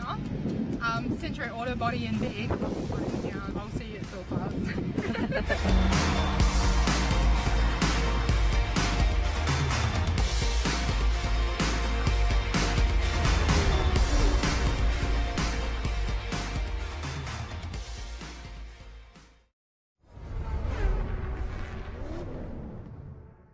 Hi, I'm Daniel Ricciardo. Did you know Australian motorsport has around 150,000 participants? Did you know there are nearly 1,400 clubs around Australia? And more than 76,000 people belong to those clubs. Did you know that there are more than 6,000 events held in Australia each year? More than 55,000 are involved in competitive motorsport. 17,000 are volunteers. Did you know that? And did you know that 16,000 people are employed in Australian motorsport? And did you know this?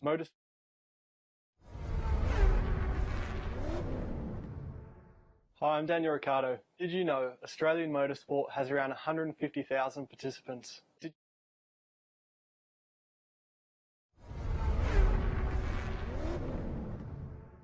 Hi, I'm Daniel Ricciardo. Did you know Australian motorsport has around 150,000 participants? Did you know there are nearly 1,400 clubs around Australia? And more than 76,000 people belong to those clubs. Did you know that there are more than 6,000 events held in Australia each year? More than 55,000 are involved in competitive motorsport. 17,000 are volunteers. Did you know that? And did you know that 16,000 people are employed in Australian motorsport? And did you know this? Motorsport contributes $2.7 billion to the Australian economy.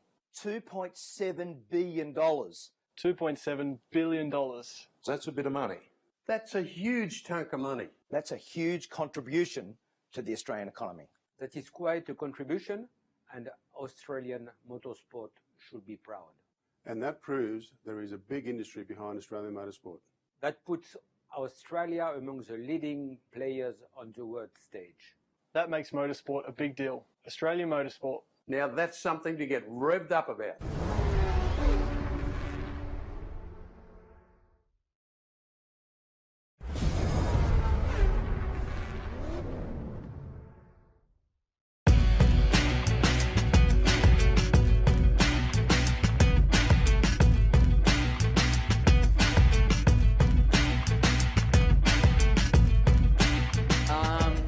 It's given us great opportunities to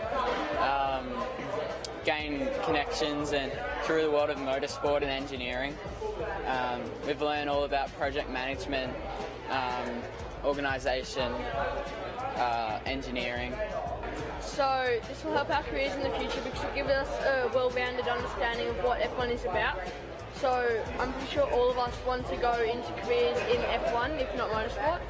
So it'd be a little bit of understanding of engineering, even if you don't design the car. That will help when you need to potentially work in motorsport, because then you can understand what you're writing about. Well, we were all interested in motorsport in the beginning, and when we saw this program, we had our mentors competing at the 2012 World Finals. Then we all became interested and decided to join Formula 1 schools.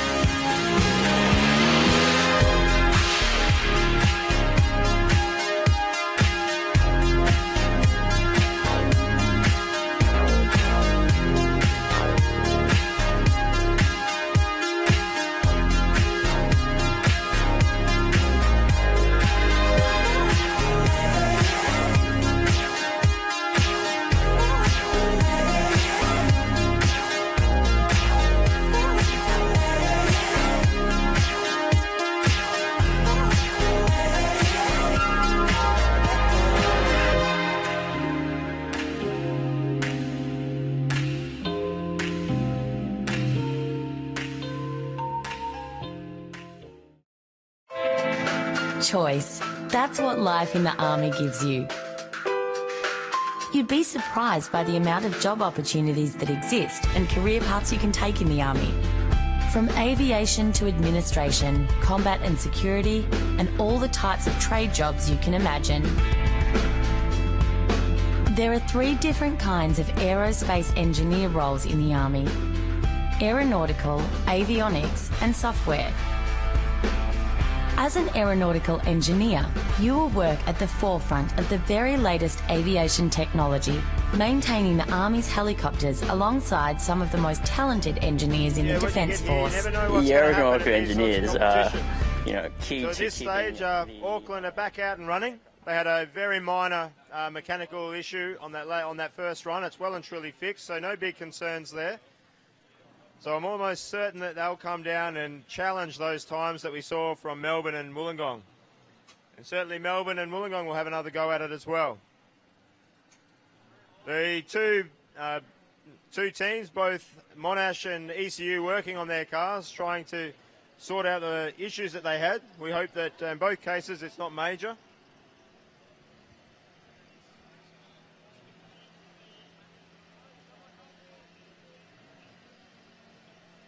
And we're back online with the live stream as well if you're watching at home. Thanks for joining us. Got a lot of people watching Auckland's right looking now. fast out of the box.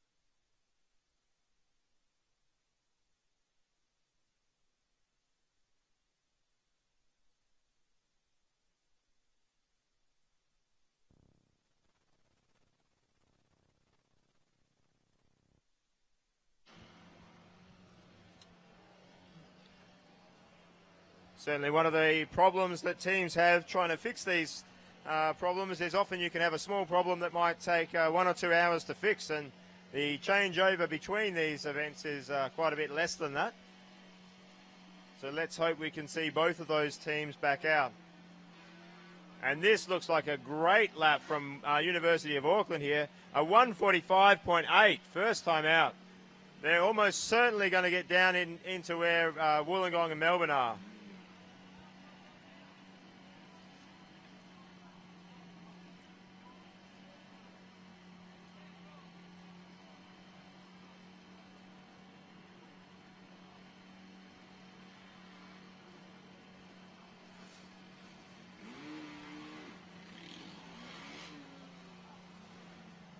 And Canterbury there with a 1:46.4, so it's all on between Auckland and Canterbury here. Auckland with the edge at the first lap, but I'm sure Canterbury are coming back.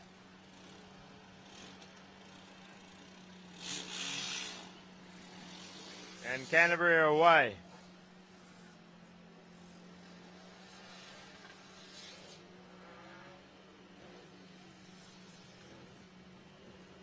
University of Sydney with a 1:52 flat. Good job and quite aggressive. Wants to cut back out on the track as soon as possible. The big question we got here is, will anybody drop under the 140 mark at this stage?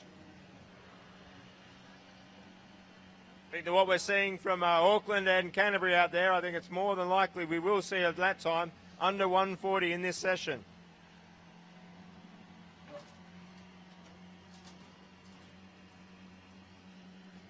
That's RMIT Electric with a 1:57.7.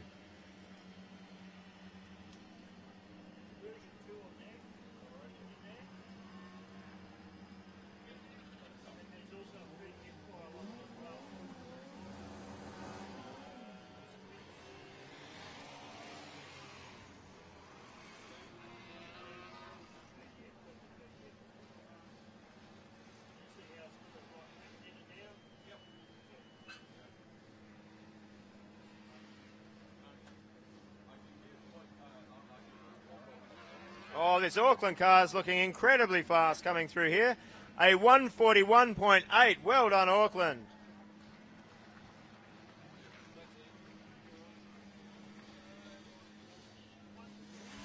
Queensland electric car entering the track.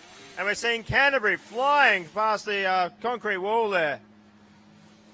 It's a beautiful machine. A 143.13. So at the moment, the best of the New Zealanders are the Auckland, who are the class of the field here at the moment.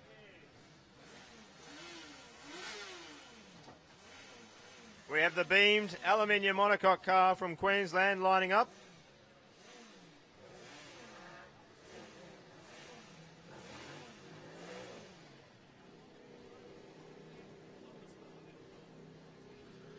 And we have Sydney there with a 146.8, so Sydney getting in amongst the times as well.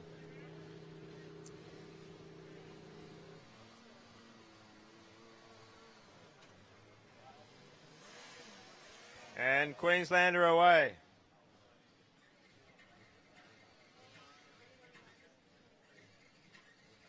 Auckland trying to start their car at the... It looks like it does have starting issues. They'll definitely want to sort that out before tomorrow. They're up and running.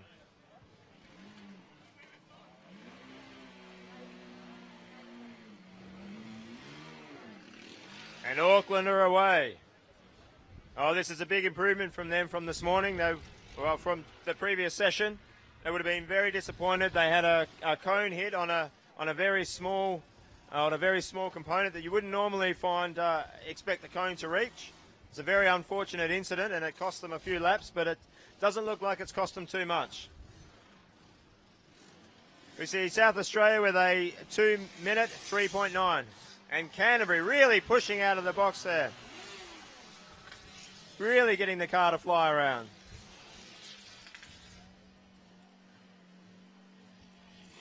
Queensland Electric coming through with a 158.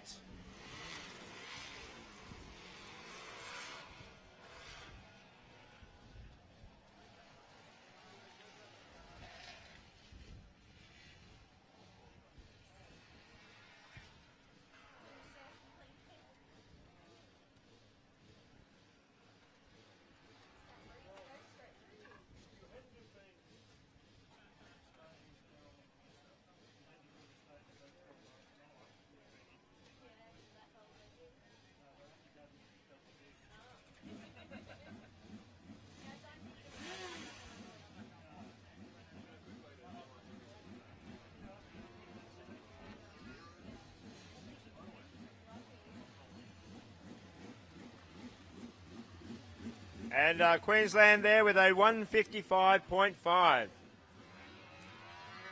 The Queensland electric car out, and Auckland is flying here. That's a 141.1. And that was the first lap of this stint. Those lap times are going to keep plummeting from Auckland. I'd predict that this next lap from Auckland will be under 140.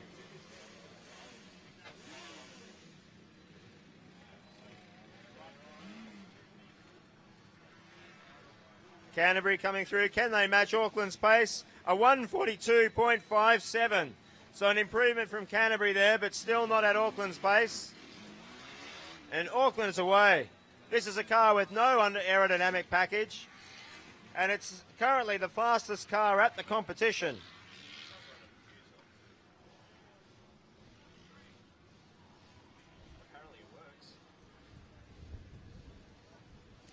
It's a very small car. The Auckland car gets around the cones very well. On a tight track like this, where the speeds are reduced, the aero effect is reduced. But a small car is always a small car. And South Australia through there with a 202.8. So Canterbury's, we're going to be seeing if they can reduce their time, get closer to Auckland.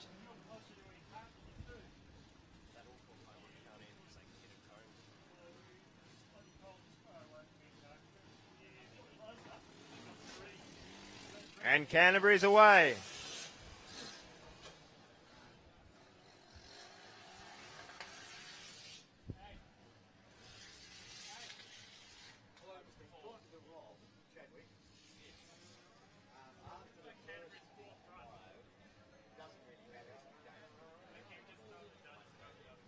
And we have the Queensland electric car coming through with a 2:01.6. So at the moment, petrol's winning in Queensland. And the petrol car with a 1:44.6. That's an excellent lap time from Queensland there. Well done. And we have Melbourne out. Melbourne with the what would have been the winning time of the part. But look at Auckland come into the exit here. They are flying. A 1:41.7. I have it on authority that 1:41.1 from Auckland. There was a cone hit there. But that 1:41.7, it looks clean from where I am.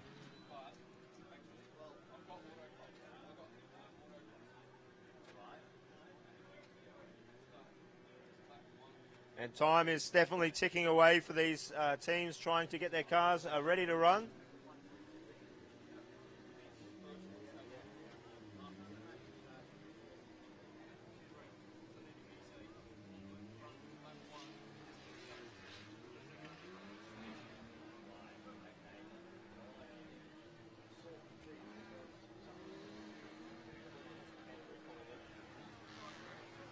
Canterbury coming in.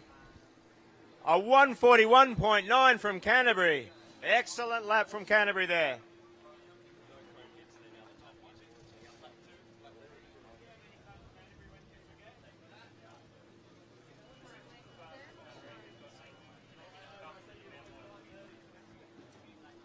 So it looks like the winning of this autocross event is going to come down to penalties in the end.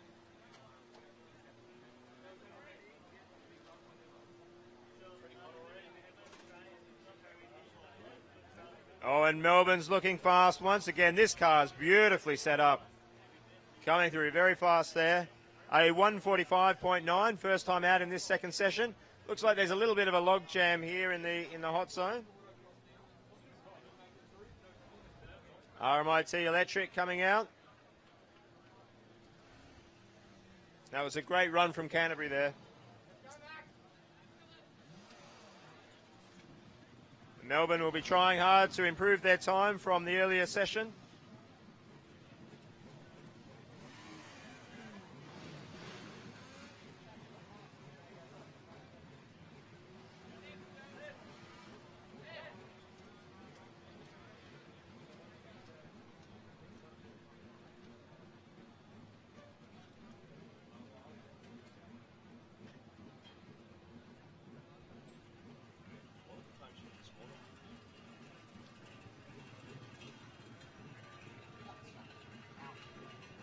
Okay, it looks like that Waikato has caught up.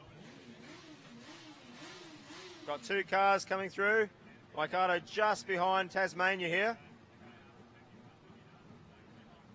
And Tasmania through with a 2:37.6 and Waikato with a 2:03.6. And we have Missouri out. Our friends from the US.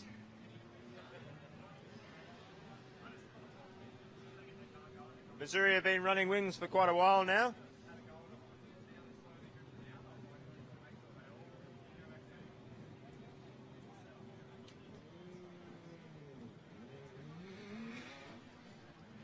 And we have Waikato starting their lap.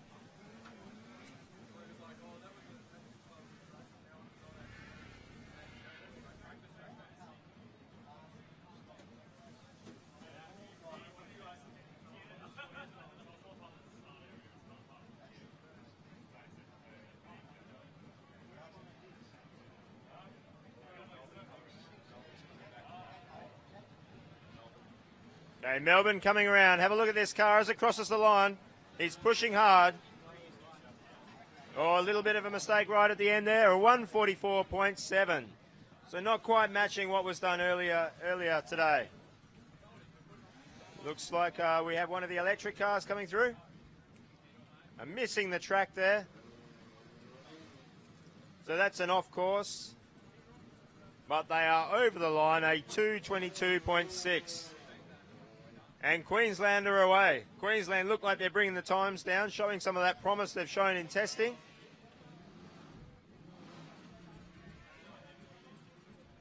The pace setters from the earlier session, Wollongong, are about to enter the track.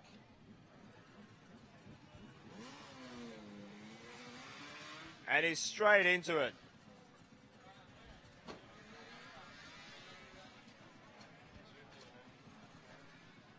And Missouri over with a 1:49.9, a very solid time.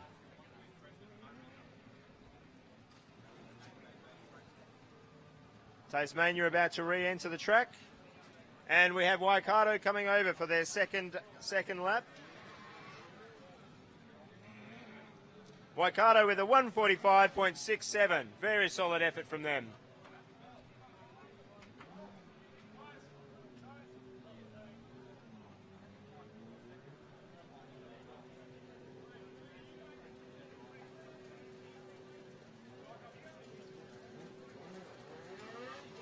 And Missouri are away.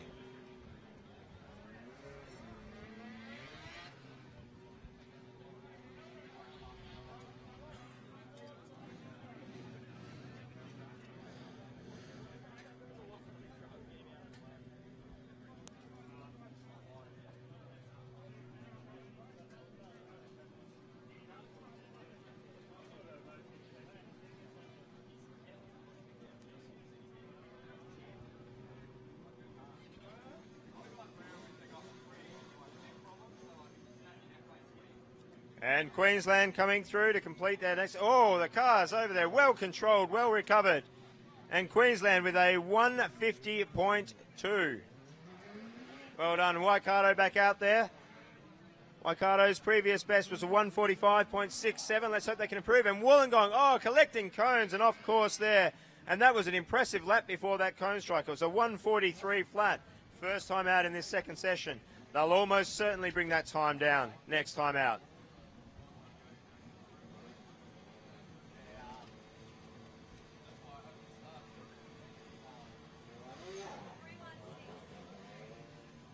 Okay, we have Queensland back out on track. The previous best from Queensland is a 144.7. They'll be looking to do a bit better than that this time around. Starting to eke into the lead that Auckland have made for themselves. Auckland and Canterbury. Tasmania coming through with a 2:03. It's a very respectable lap time for a team that's quite a new team. And Wollongong pushing. Straight out and fast. This car is simple and quick. We have Curtin in the lineup as well. They've done very well in this event in the past.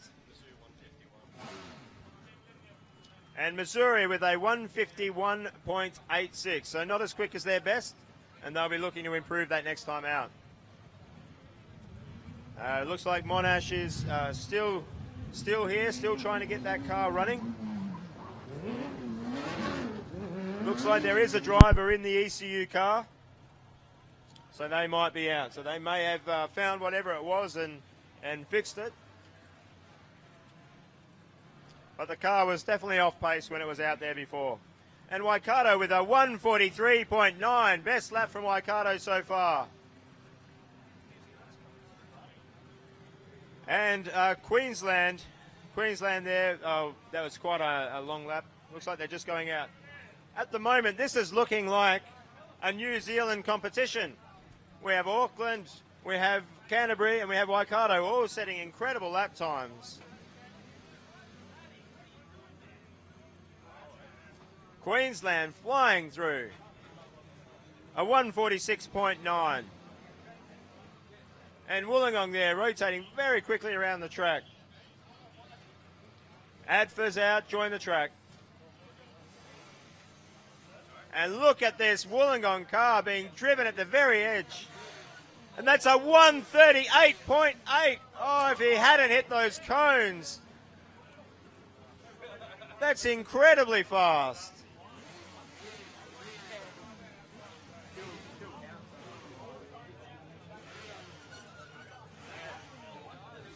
Yeah, unfortunately, cones hit after the line still count. In 2012, Edith Cowan University put the fastest time in and hit a cone after the line, and it cost them the win of autocross. But Wollongong, Their car is fast, and they will get a chance to get back out there. And Melbourne away again. Can Melbourne reel in Wollongong? Oh, Melbourne hitting a cone there right near the start, but he is looking like he's pushing it very hard.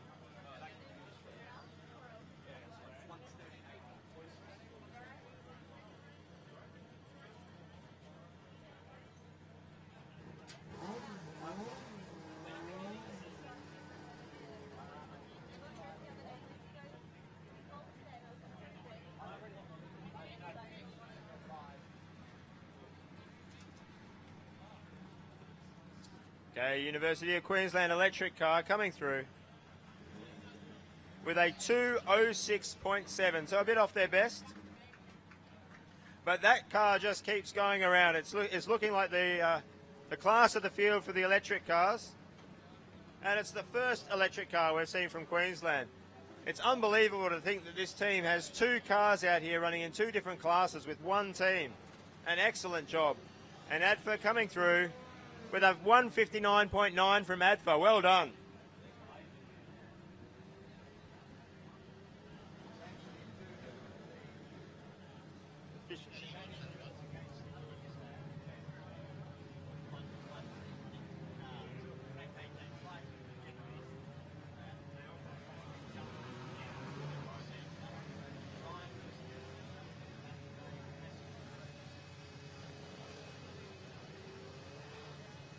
I should note with the Queensland team, even though they have two cars here, the drivers are different for each of the events and different presenters. And Melbourne coming through there with a 1:41.9.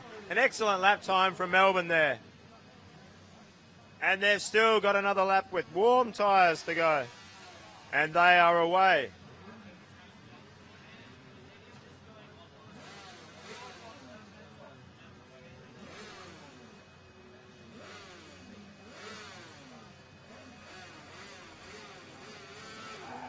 And Melbourne, a very quick launch there, off the line.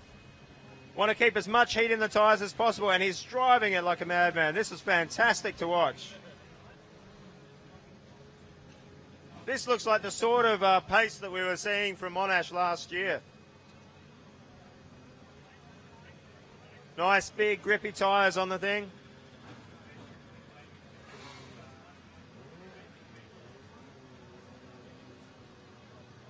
University of Waikato lined up.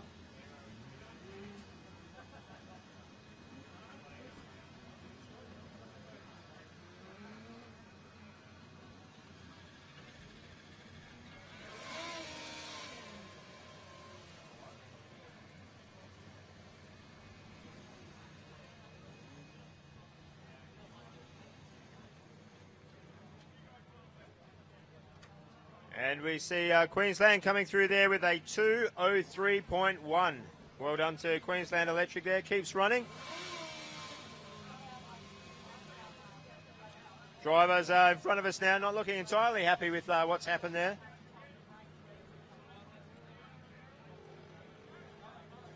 And ADFA coming through for another lap with a 2-minute flat.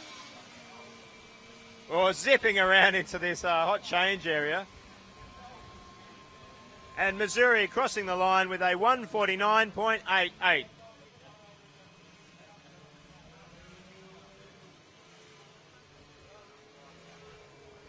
And look at this Melbourne car pushing to the limit, trying to trace down, and a 1:41 flat, 1:41.06. That's an improvement on what they'd previously done. That's looking very good. And if we take the penalties from Wollongong's run, that's probably the fastest time we've seen so far.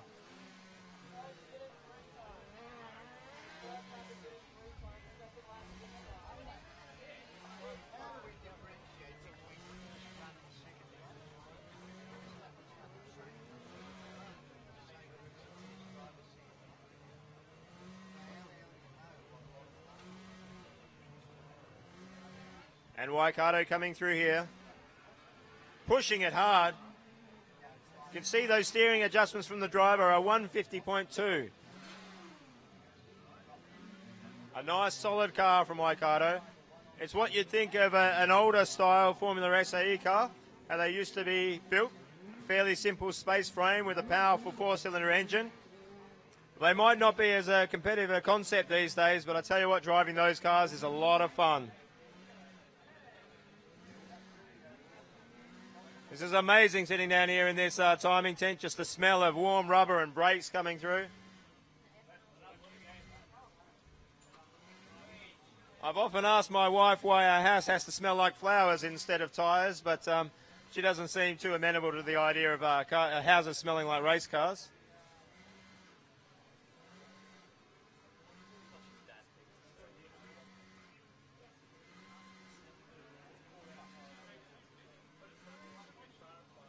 Oh, Tasmania's picking up pace here. They're just going from strength to strength. This car's coming through again. It's looking so stable and smooth.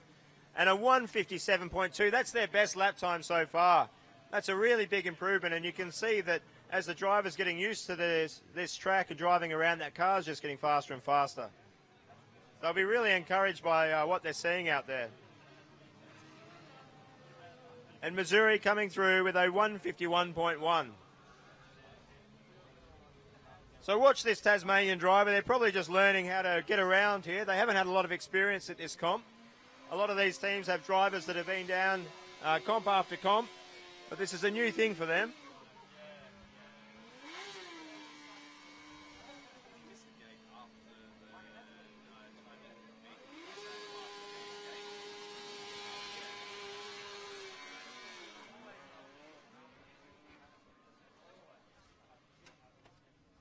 And looks like Sydney are out there, not looking too quick.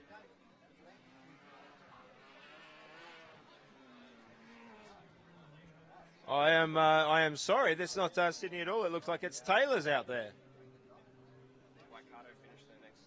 And Waikato with a 1:50.3, so not reaching their best there of a 1:43.9, which was a very incredible lap, probably about as good as what we're going to see from them.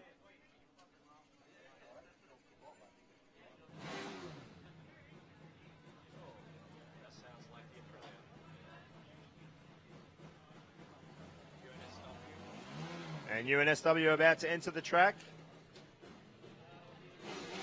A folded aluminium chassis on the UNSW car using Ayres composites. I think you'll find a fair few Ayres composite stickers around this track. They are not necessarily sponsors of the competition, but just about every team in Australia has benefited from Ayres composite panels at one point. Well, I'm being told they use Capral panels, so Ayres on the others, Capral on UNSW. And we see Tasmania coming through there. The 1:47.6 from Tasmania. What a lap time from them. Unfortunately, hitting a cone there on the end of the lap, but even with the cone, that is their best lap time so far. Strength to strength. One of the design judges dragged us over to Tasmania's tent and showed us an aerodynamics package that they had that he said was one of the best ideas that he had seen, and was surprised that they were not running it on the car. Had said that the thesis from the student involved with that is worthy of the sort of what they'd be looking for a PhD candidate. So incredible work happening in Tasmania.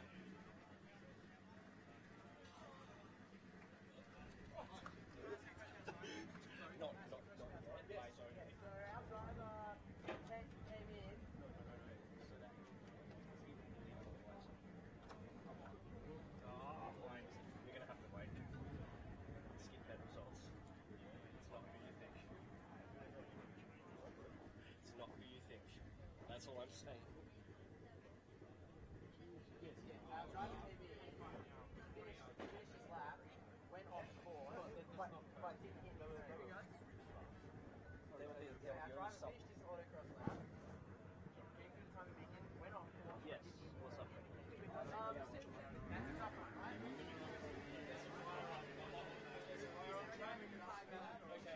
Okay, looks like we have an off on track here. Yellow flags waving.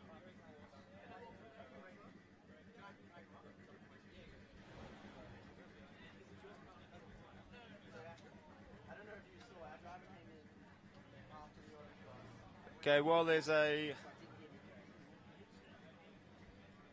Little bit of a lull here, but it looks like we've got the car going again.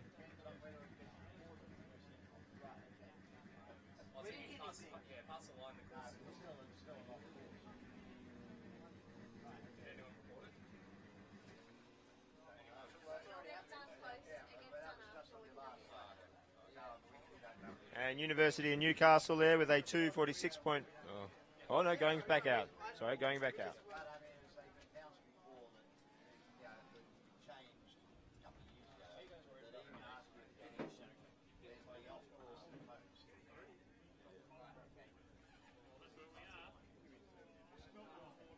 Okay, we have UNSW coming through here.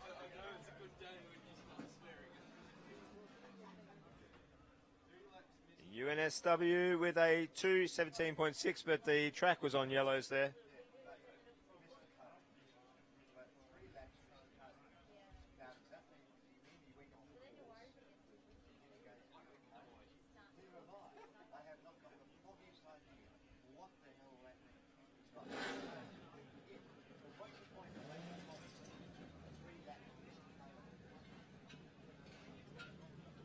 That's basically saying that for the next three competitors.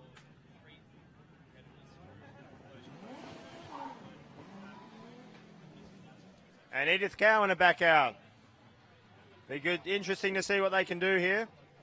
So whether they're nursing a problem or whether the car's going to be able to run the sort of pace that has been seen in testing. It was well off the normal pace that we've seen from them in testing and what we'd expected after this morning. Oh, a really rough sound there from UNSW.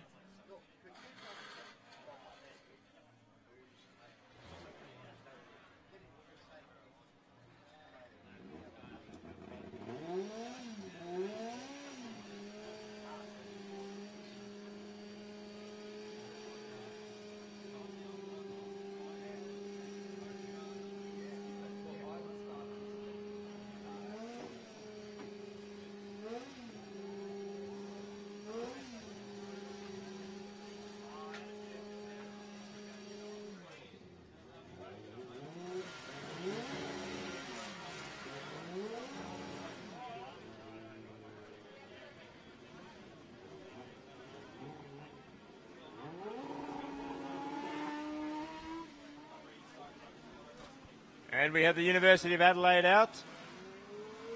Edith Cowan University on track. At this stage, it looks like whatever problem they had is solved. But we don't know whether they're down any performance as a result.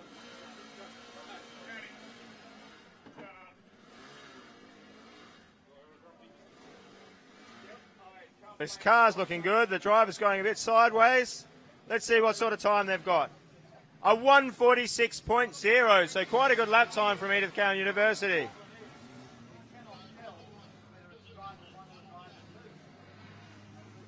Okay, he's keeping temperature in the tyres. Let's see whether they can get down to the sort of times we've been seeing from Wollongong and Melbourne.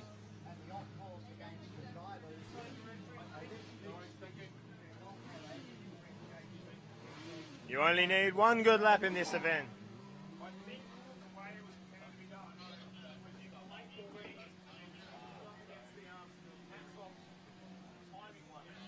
Okay, and UNSW coming through with a 1:59.6, their best lap.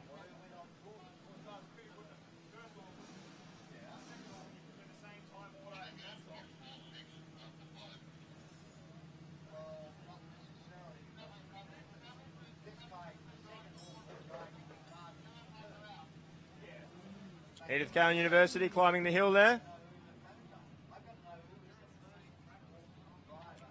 Keeping well away from the cones and down the hill. They are tracking very, very close to Tokyo Denki. It looks like they're going to be held up, and yes, yellow flags being shown.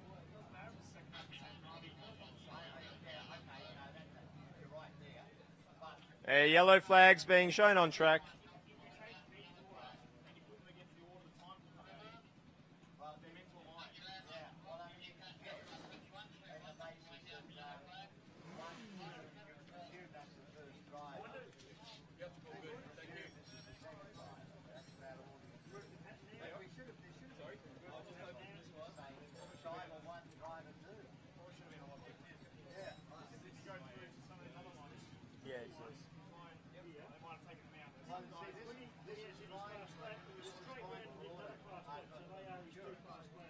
Edith Cowan coming back through. They did have yellows on the other side of the track, so we wouldn't expect their time to be quick.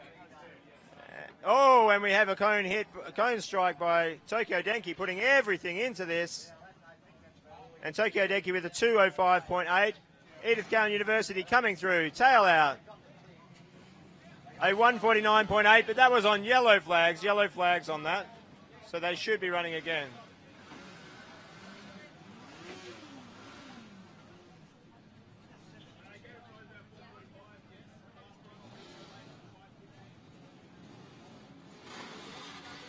Oh, that sounds horrible when that UNSW car goes off the line. Sounds like somebody's machining a bag of spanners.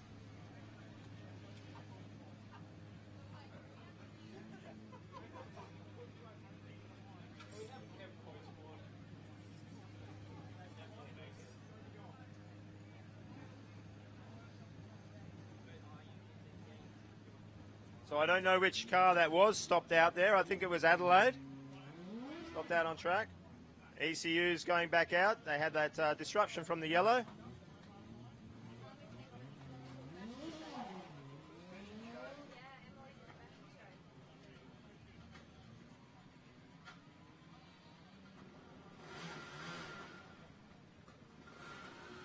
Let's see what the car can do without a yellow lap.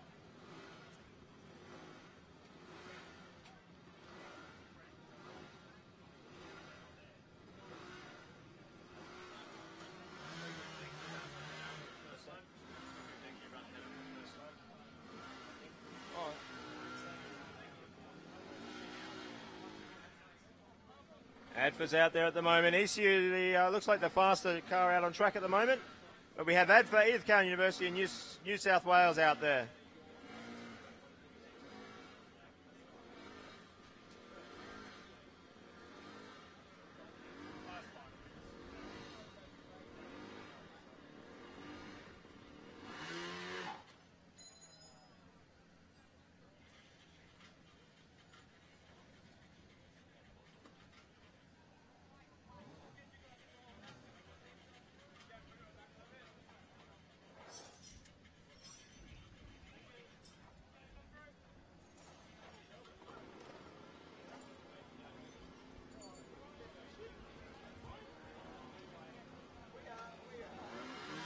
And we have UNSW through with a 1:59.8 and Tokyo Denki out on track.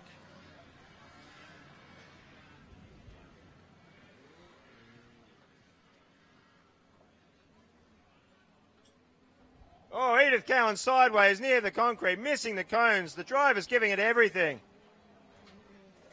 And a 1:43.26, a big improvement for Edith Cowan University, showing the sort of pace that we'd expected from them. And there's a treat for everyone. It looks like the Monash is on the ground. Hopefully that means they're going to start and get out there and in amongst the mix.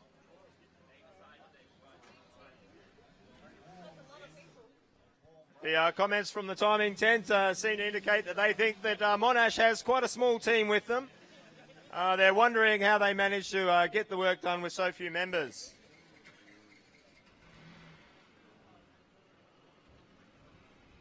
No, Monash are very serious about how they approach this competition. It's well integrated into their coursework, and they really approach this project with the spirit that it should be.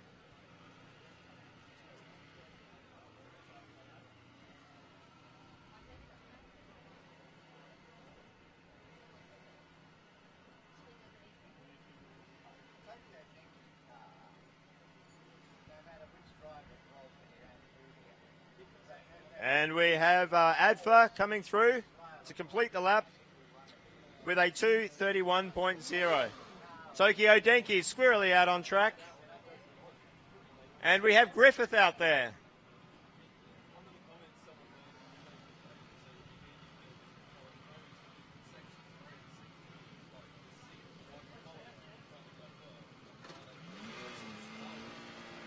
And Tokyo Denki giving it everything. The driver's pushing hard, and pushing too hard, which is a real shame. That was a 1:54.8. That was their fastest lap time, but collecting cones at the end.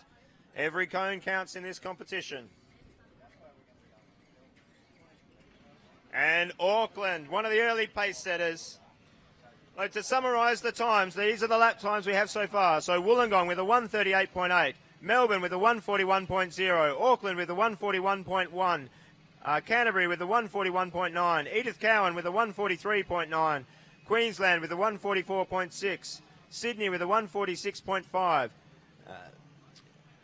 Newcastle was with a 1:46.5, Sydney with a 1:46.8, Tasmania with a 1:47.6, Missouri with a 1:49.8, Tokyo Denki with a 1:54.8, RMIT with a 1:57.7, Queensland with a 1:50.0, New South Wales with a 1:59.6, ADFA with a 1:59.9, and South Australia with a 2:02.8.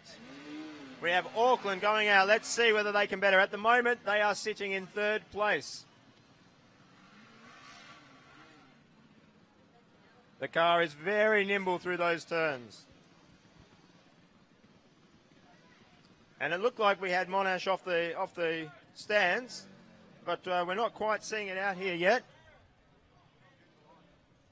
Okay, so Monash have joined the end of the line.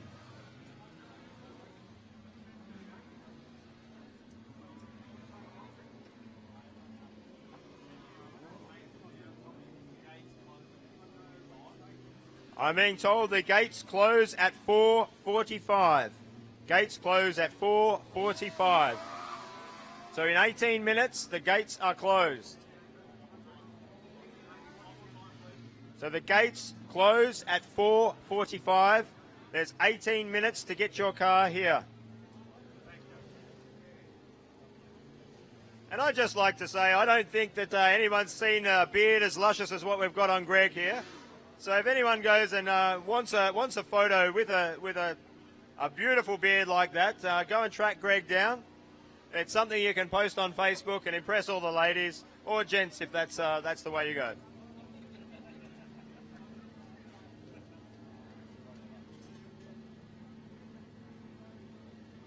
And Auckland looking very fast here. Their drivers are excellent. They do have new drivers this year. From what they told us, only one of their endurance drivers were here last year. Likewise, Edith Cowan are in the same situation. 3 new drivers in endurance. And Auckland with a 1:43.6. And ECU is away. Currently driving for Edith Cowan University is Liam Lewis. He's our secret weapon. He's actually from New Zealand.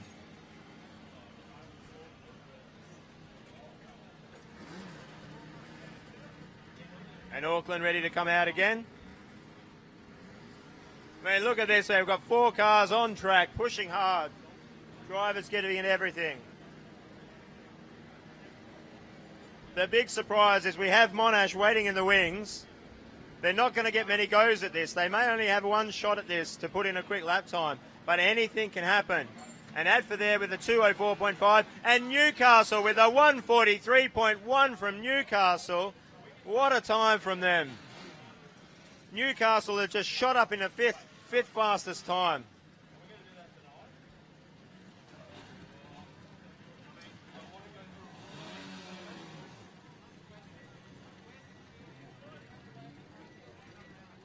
And look at these drivers pushing it hard.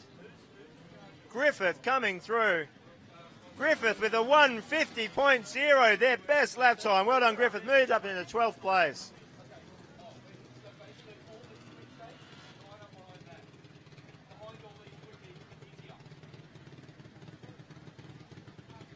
And ECU looking very fast out there.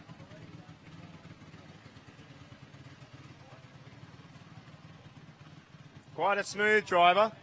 The previous driver for... Whoa! Sideways, coming around near the concrete barriers.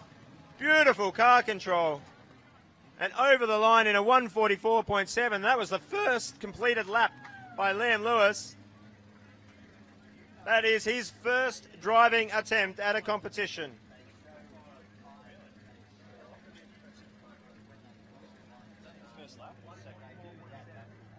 That's his first ever lap at a Formula SAE competition.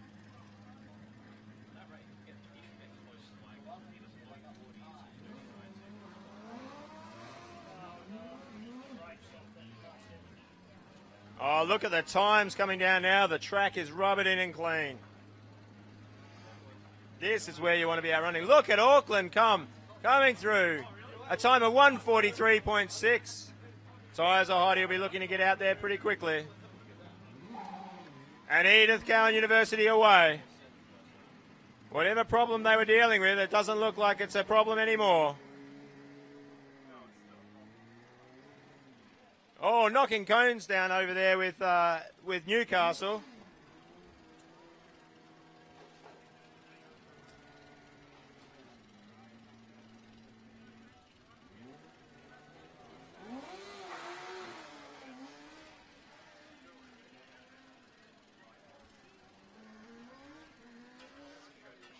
And Curtin is out.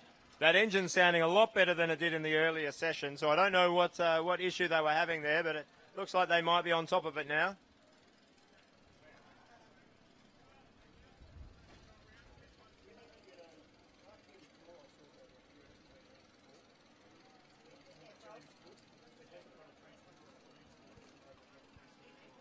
If James Cook, car 34, if they are looking to go into the autocross, they will need a transmitter. So make sure you come to the timing tent to get a transmitter. New South Wales there with a 2:23.4. So not a very quick lap. But Edith Cowan University is coming, and so are Newcastle. Edith Cowan University looks like they're catching up to Newcastle. They may be held up here. Big speed difference between the cars. It looks like oh no, they're going to be right on top of each other.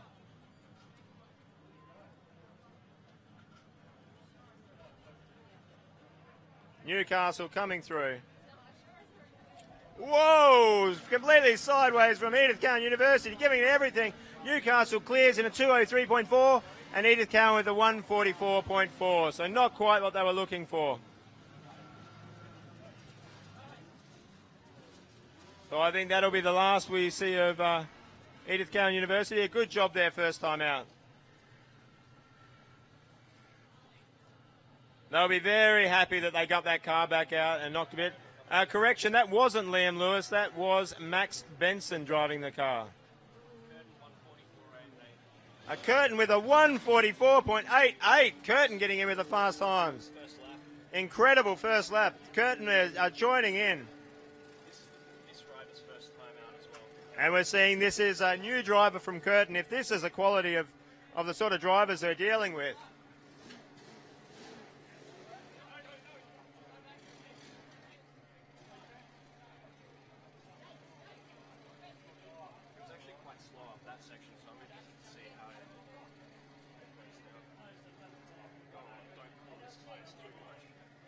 Oh, looks like there's a yellow flag out there. I can't see what's happened.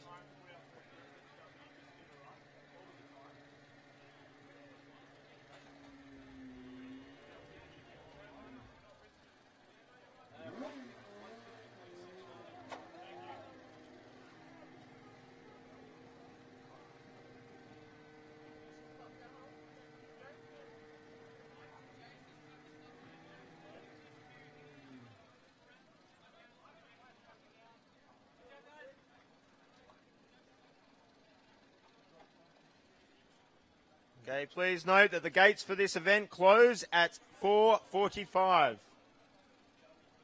Gates close at 4:45.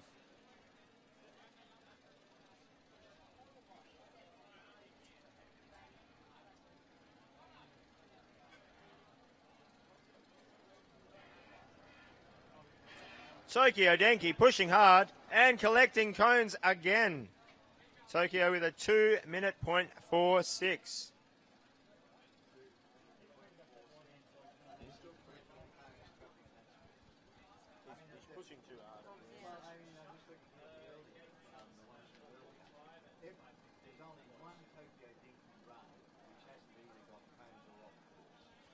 I've heard from people collecting the penalties here, there's only been one lap from Tokyo Denki that has been clean. So it looks like Tokyo Denki at the moment is trying to rearrange the course.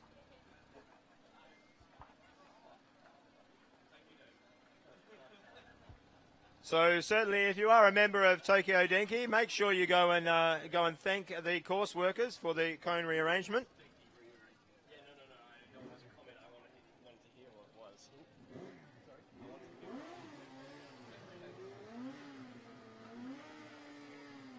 And the Curtin, another West Australian team. The Curtin team is ready to go back out again.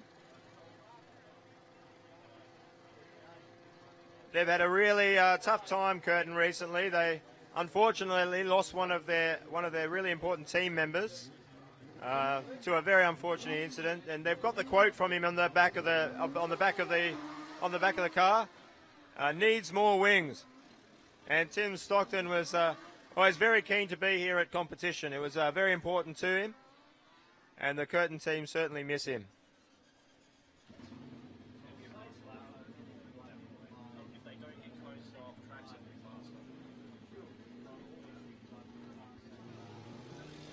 And Canterbury are back out. Can they improve on their really fast time? They had a 1:41.9 before. Can they improve on that?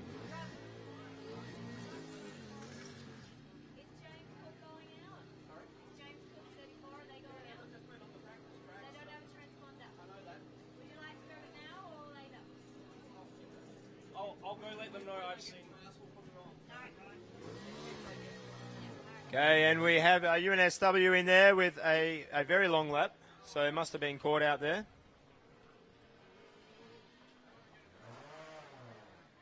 And Sydney out on track.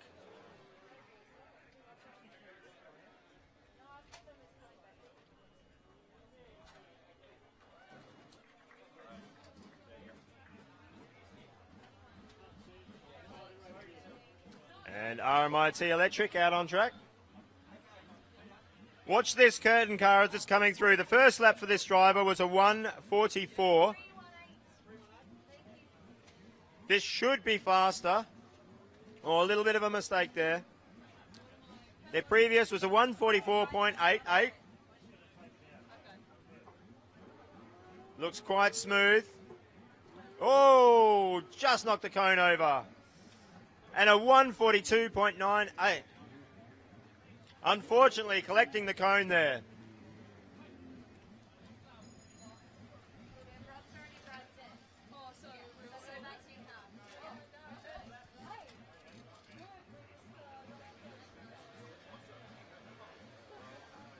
And we have Canterbury coming back in. Canterbury with a 1:43.7. Very good for that first lap. It looks like they've stalled or stopped out there.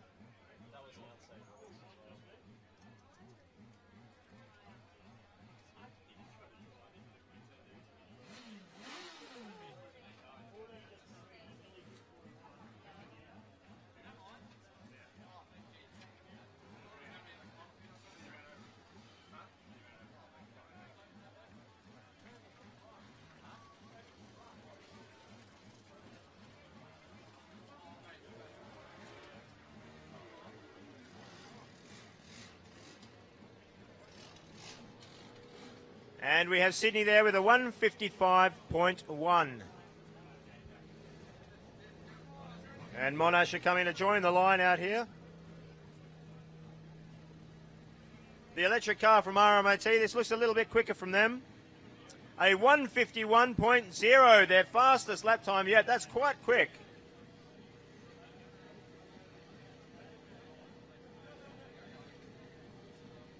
That's just made them the fastest electric car. Canterbury ready for another lap. Canterbury's going to be worth watching this lap. This might be the last we see of them on autocross. And they're away fast.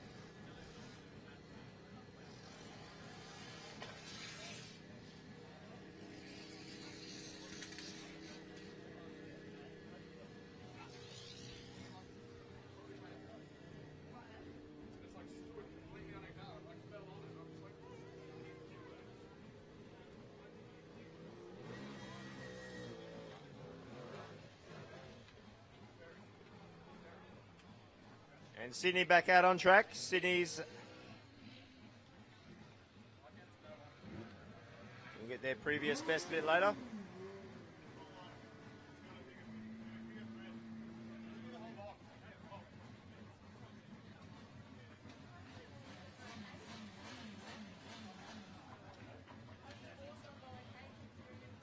And RMIT Electric back out. That was a much quicker lap from them last time. It looks like maybe they had some gremlins earlier on, but that car looks like it's quite fast. They'll be looking to push into the 140s. So a 149 maybe, or a 148. Curtin University coming out again. It's great to see this car out. We didn't see it in skid pad. We didn't see it in acceleration. They would have been very disappointed not to have their car out for those events. And so it's quite good for them to be going quick now. And there's that distinctive sound of a CBR revving up. There was a time that there was no other engine in a Formula SAE competition, and now these days it seems like it's an oddity to hear a CBR. Canterbury pushing to the limits, cars bouncing out, the front end bouncing. We've got a 140.5 from Canterbury.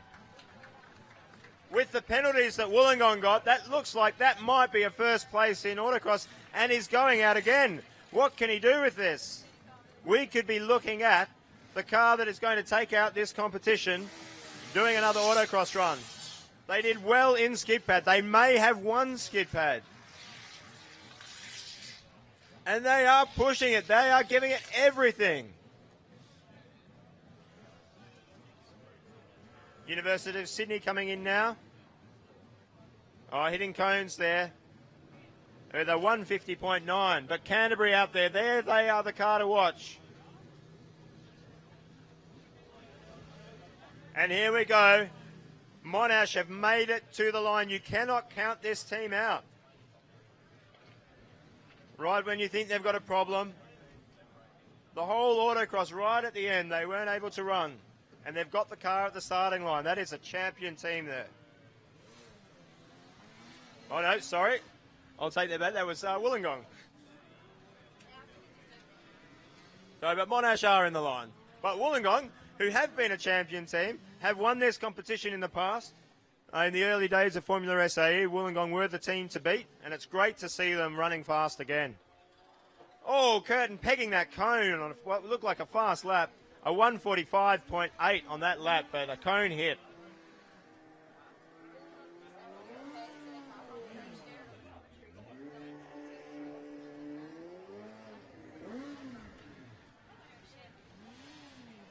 Look at Canterbury coming around. What can they do? The cars, the back end's around. Look at that single. It's got plenty of power. They're not short of power. They're not short of grip. This is a beautiful car. It would have done well in design. Oh, very tight on the slaloms there. And a 140.28. A new best lap time from... They're just getting better and better.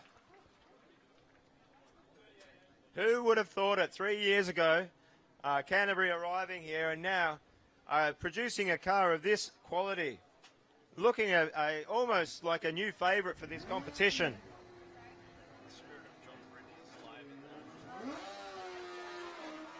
I think there's something very telling that they chose that John Britton colour scheme.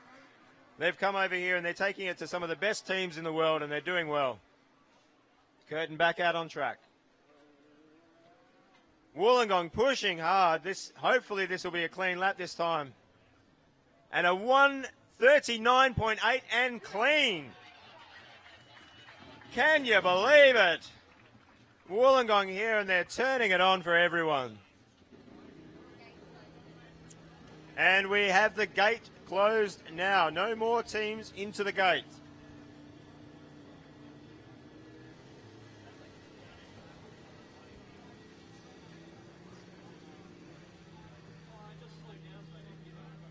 And that was the first lap of this run of two for Wollongong. They've really shown that they're out here early, getting the lap times in, getting the time out on track, and it's really showing with their lap times.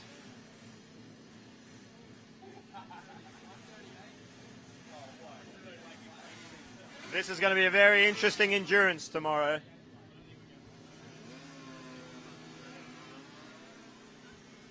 Bit of a lock-up on exit there. The car is looking very fast.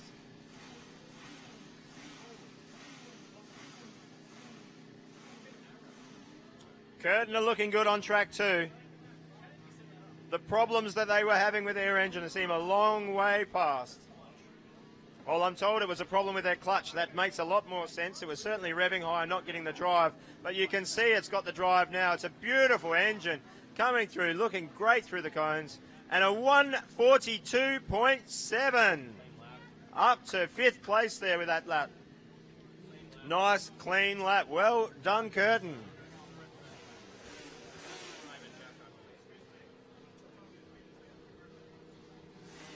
And, yeah, Griffith there with a 1:50.06. Back out on track.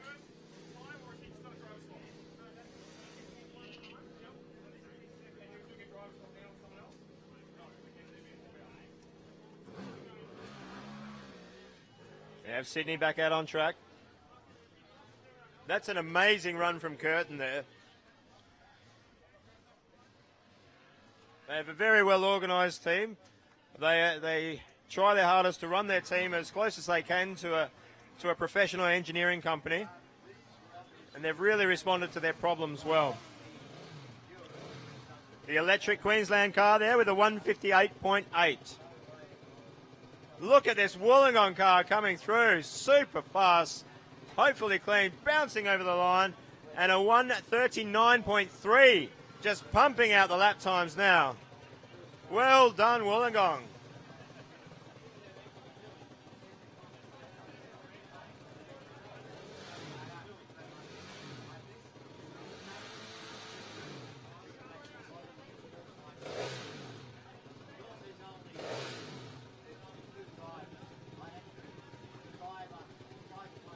RMIT Electric out. The best time so far from the RMIT Electric is a 1:51 flat. They'll be looking to get down into a number that's got a 4 in it.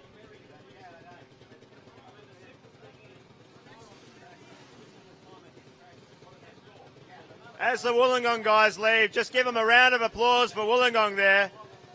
What a run, what a team. Beautifully driven.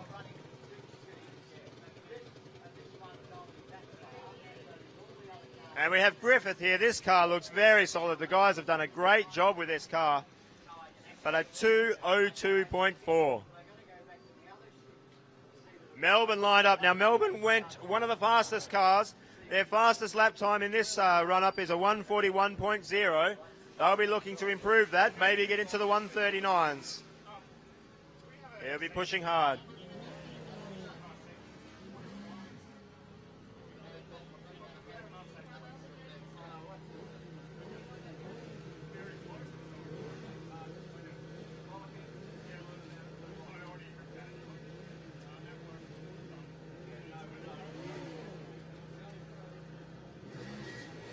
Looks like we have a car slowing out on track. Yellow flags waving for RMIT Electric.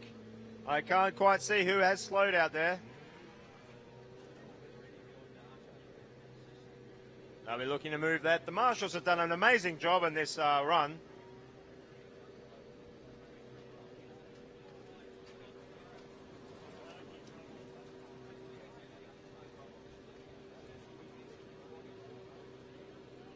The RMIT Electric car coming through here, held up by the yellow flags with a 1:51.38. So they were held up by the yellow flags, but it was still close to their fastest lap. So there's a lot of speed to come out of that car. Sydney out on track.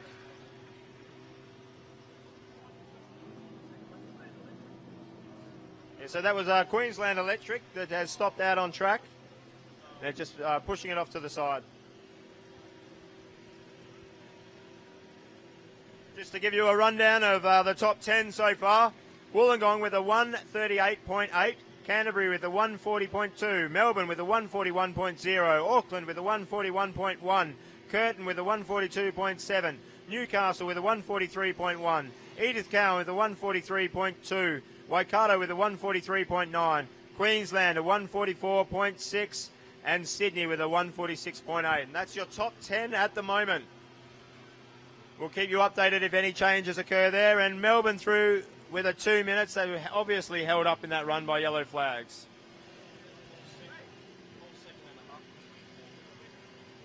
It looks like there is a second and a half between 4th and 5th.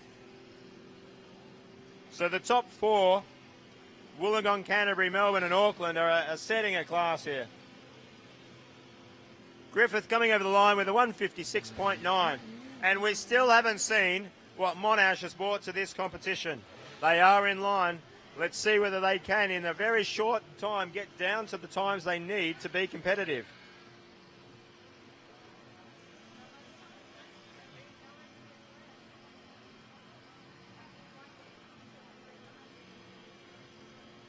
University of Sydney coming through here. Oh, looked like their wheel was... We have a 146.7.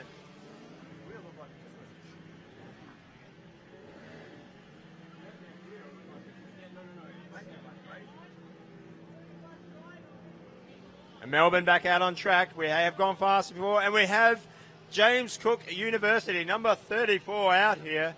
Hopefully going to get a run. Looks like a very solid car. Great to see them through tech. And Missouri, our friends from the US, come down to try and see if they can take on the Aussies at this stage. It looks like it's the Australians and the New Zealanders are giving them a few troubles.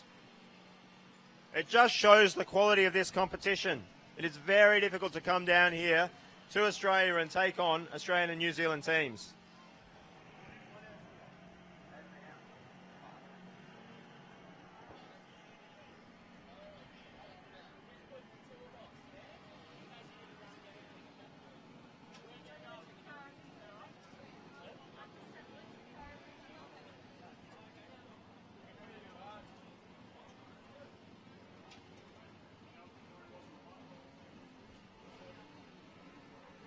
Waikato giving it everything. Cars a 150.52.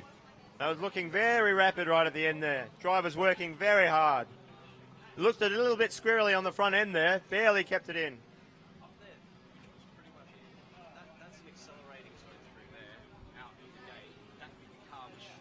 Melbourne coming through here. Oh, seeing sparks off the car there. A 141.4. Nearly their best lap time, and that was the first one of this set of two. It looks like if Melbourne keep this up, they'll drop down into the 139s, maybe the 138s.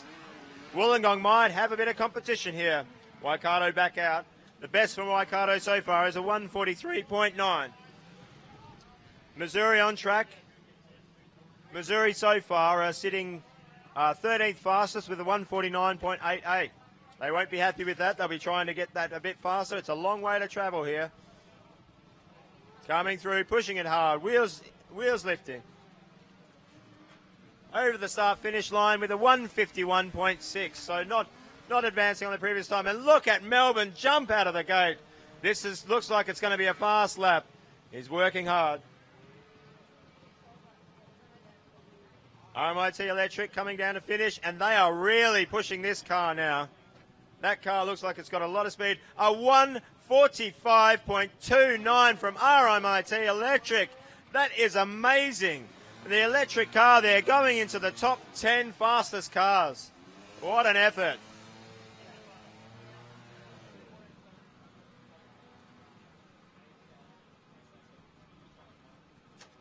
And Monash about to start.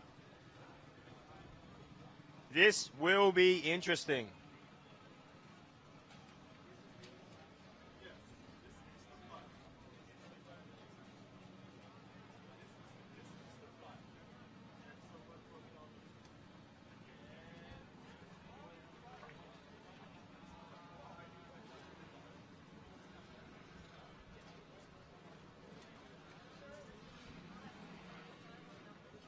Looks like South Australia there with a 2:07.2.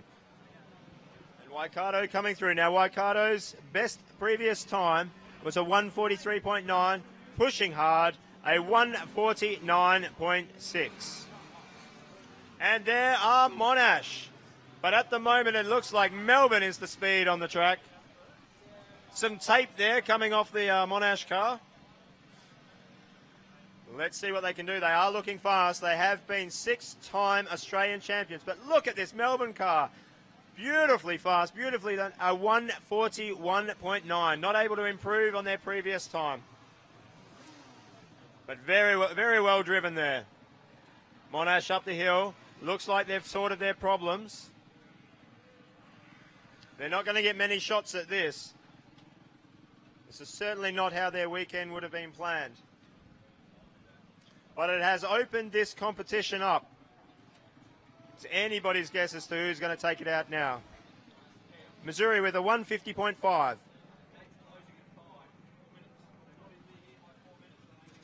Now I'm being told the gates are closing at 5.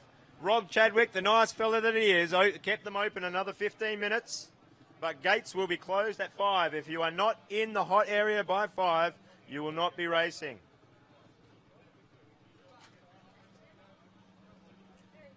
Monash are looking pretty strong out there. And this is why you can never count them out. They've been out. They had an electrical bug. It looks like they're on top of it now, and the car is flying. This will be a fast lap time.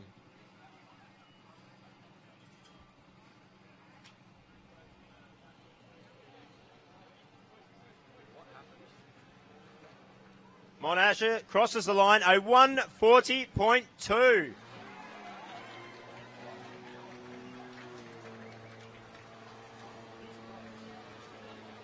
And they have another lap.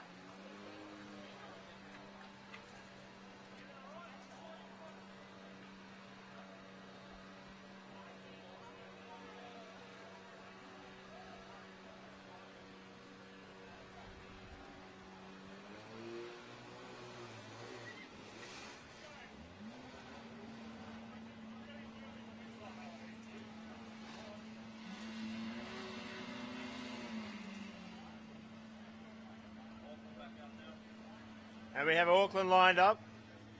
It's looking like with this lap from Monash, they may take the fastest time. South Australia with a 2:03.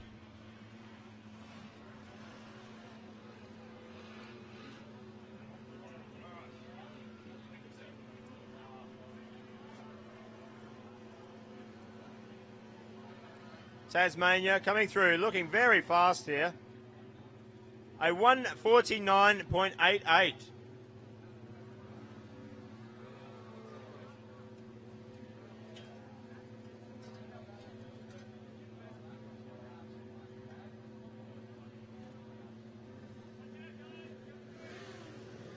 Please note that the gates are closing in 2 minutes. University of Tasmania back out. Oh, collecting a couple of cones there. Wheels on the grass.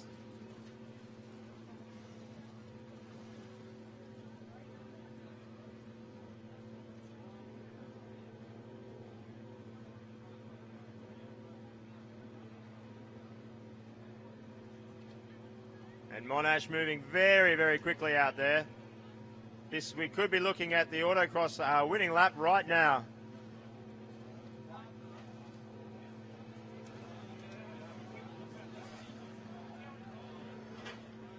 A 138.27, and they have it. They have done 2 autocross laps in this session, none in the previous session, and they have put the fastest time out there. That is why it is hard to come down to Australia and try and win.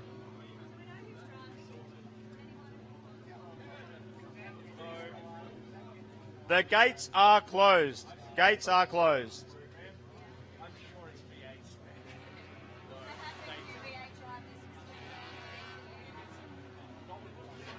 And Auckland there coming through with a 157.0.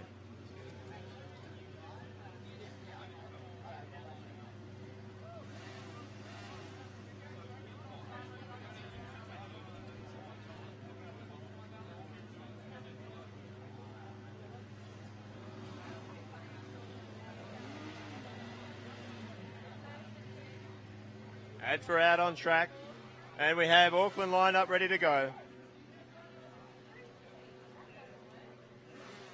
Tasmania crossing there with a 150.17, quite respectable time there.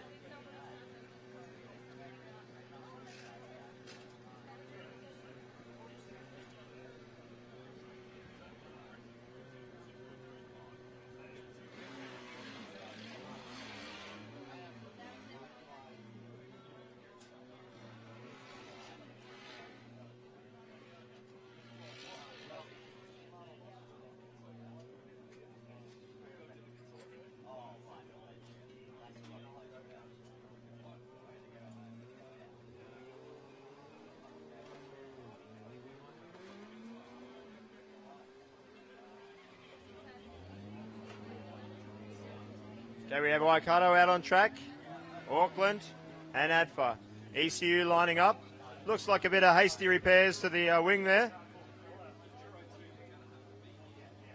Race tape is the Formula SAE student's friend.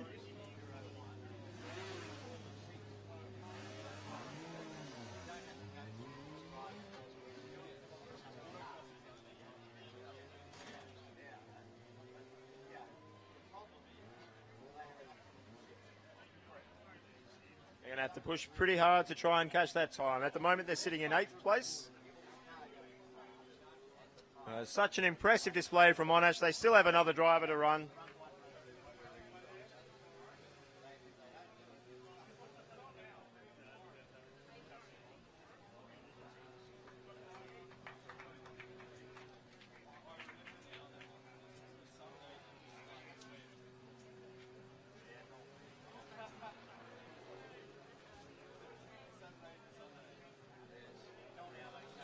Adfer crossing the line here with a 2:07, and Auckland flying through here. Auckland with a 1:41.6.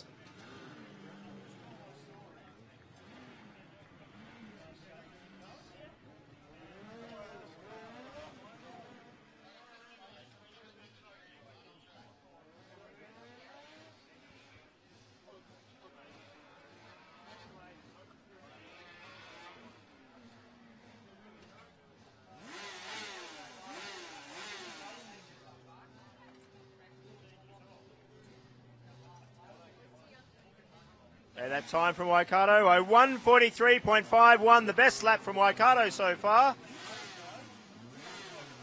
Let's see if they can bring that down. That moves Waikato into 9th place. Again, note these placings don't include penalties. ECU coming through to the finish. Have they been able to improve their fastest time up until this point? There's a 1:43.2, and they've done a 1:44.6. And they'll be going straight back out, trying to keep as much temperature in as possible.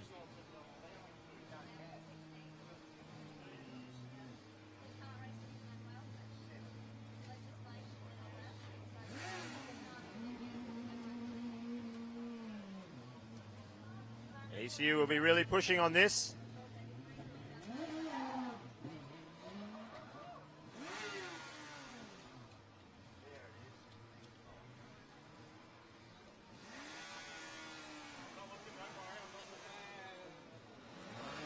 University of Melbourne lined up.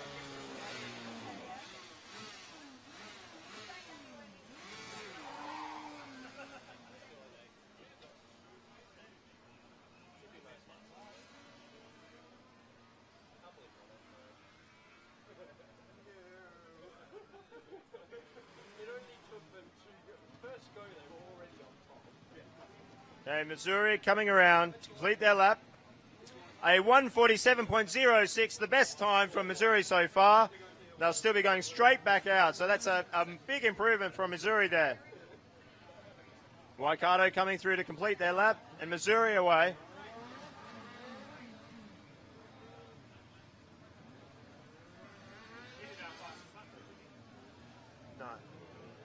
No, just a shade off it. 1:43.26.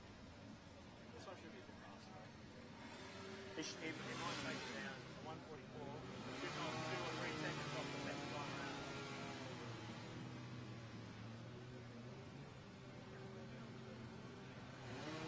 around. Monash are coming out. I don't know whether they can better their last one, a 1:38.7, but they're going to give it a shot.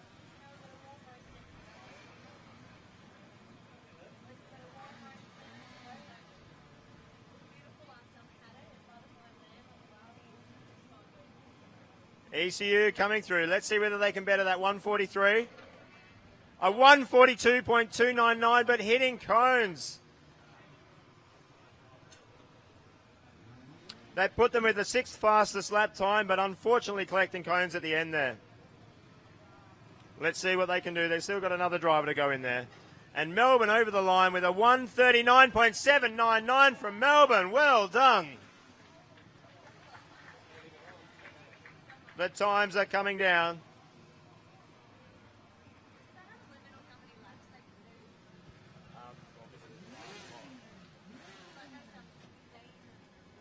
I've been told that so far Melbourne have managed to take 15 laps, 15-time laps.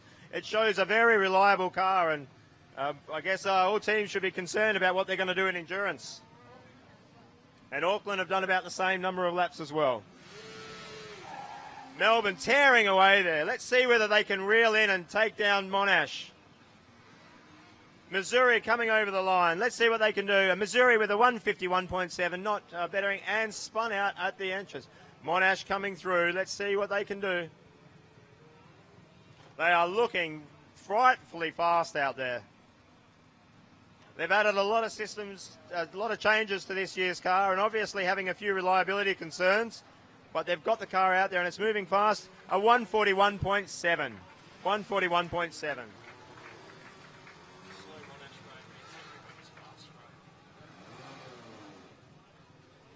Tasmania back out there. Monash about to go out and complete their second lap, and this will probably be the last lap we see of Monash. They didn't need much in order to try and take this win. But there is Canterbury in the lineup here. Canterbury is suddenly, at the moment, sitting fourth in their time. So both Melbourne and Canterbury will be chasing down Monash.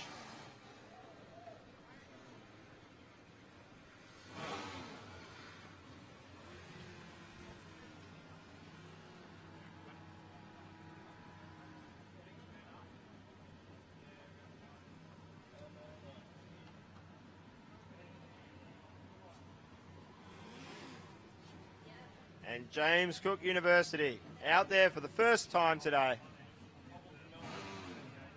Oh, a problem for Melbourne out on track, coming straight back in. Something seriously wrong there.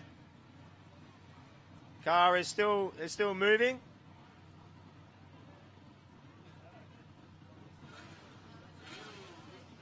But something's happening. It sounds like it's a transmission-related issue. Hopefully that's nothing serious. They've been incredibly fast out here.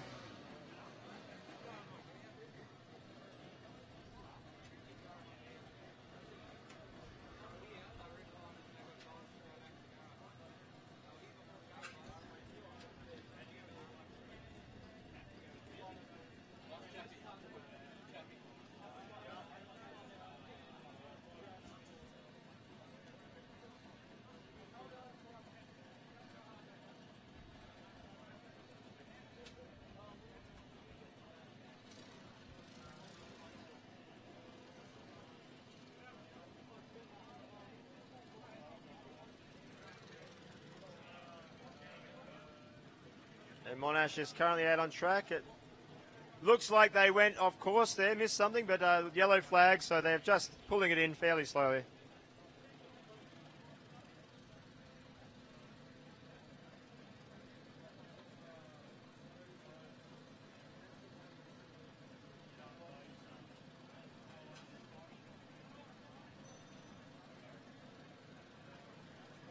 Not sure what's going on with Monash there, whether that was a problem or whether they were just driving in very slow to complete the lap. It does look okay.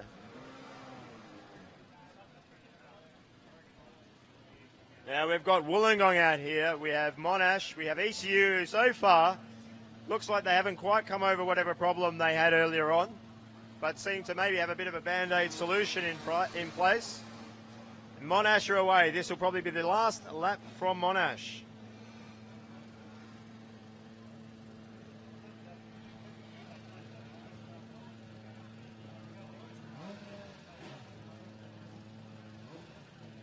There are very few cars left here to watch.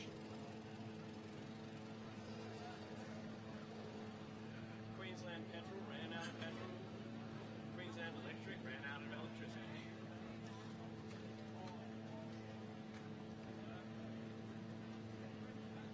They just pass on that message and say, don't be funny. You can make it with the same money. Yeah, coming to the end here. We've only got a few more cars to run.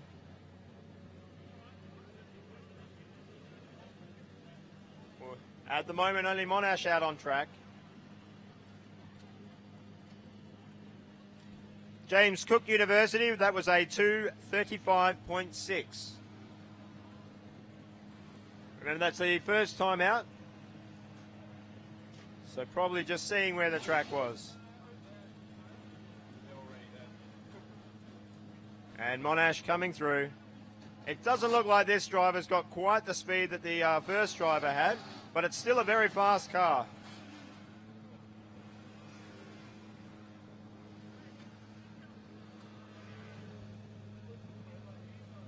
Coming through. This is the part of the track where Monash do really well, these slaloms. They design the car for that. And Monash through with a 139.16. So there you go, both drivers under 140. That is very scary.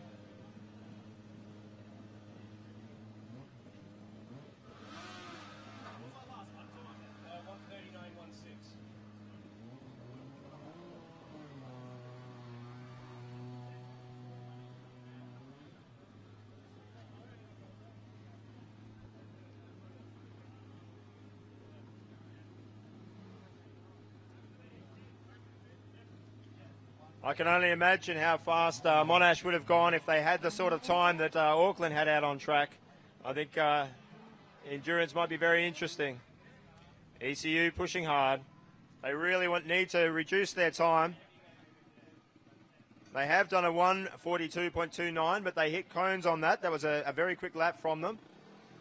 They'd be very disappointed with that, so I think their fastest they'll be depending on is a 1:43. Adfa coming through here.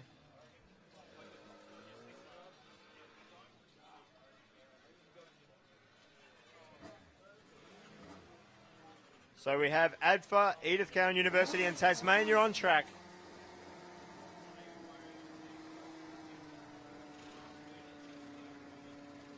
We have Canterbury, Curtin and Wollongong. We're still going to see a bit of action. I wouldn't leave yet. We've got three very fast cars in the hot area still to run.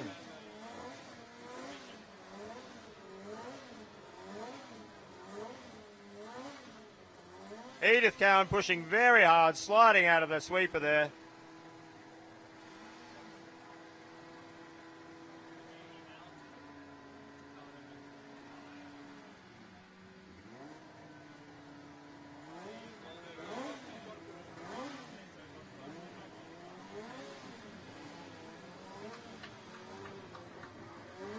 James Cook starting, Edith Cowan pushing hard. Tasmania with a 1:45.7 for Tasmania. Well done, putting them in 12th fastest car so far. ECU pushing hard. Over the line at 1:43.56, and this driver has one more lap remaining.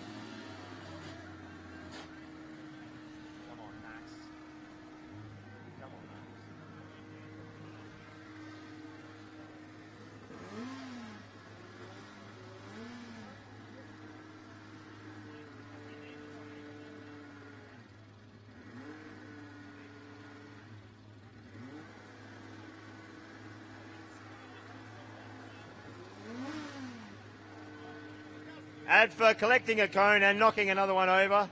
They'll be disappointed with that, a 1:55.42, and that was their fastest time, collecting cones. And ECU is out fast this time.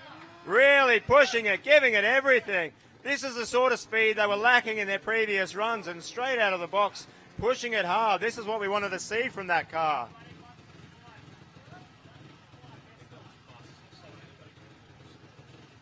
The car's got potential. Not quite living up to it so far. Canterbury's away, and again, out of the line, very fast. Not quite the pace in that early section as ECU shown. But it looks like so far much faster times from Canterbury than what we're seeing from the West Australian teams. But we also have Curtin coming up. Curtin at the moment with the 7th fastest time of 1:42.7. That's a very fast time.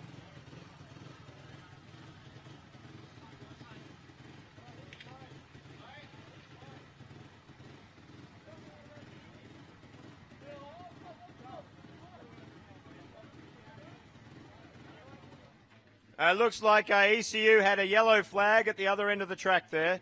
So that'll have slowed their run up. And there is a slow car that looks like they're going to catch pretty quickly. Looks like James Cook University. Real disappointment there. It was a very fast start to the lap.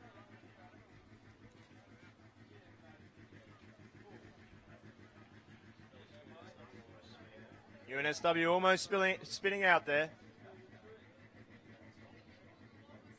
UNSW coming over the line. Bit darty on the front end. ECU have caught James Cook University. And New South Wales there with a 2:07.8. Edith Cowan University, I've never seen that before. For some reason, James Cook must have slowed and they've passed them, a 1:52.2, but they were held up, yellow flags, and the marshals are letting them through for another run. Just enough time to cool the tyres. I know we have a really good run. I think I counted 3 teams that have that season. Part of it is bad luck, but the other part is just... Oh, you got to be out there to run, don't you? You got to be there. Canterbury coming through very, very slowly here. I don't know whether it's a problem or whether they were held up or just taking it easy. But something seriously going on there. No, it looks like they were just held up and taking it easy on the way back.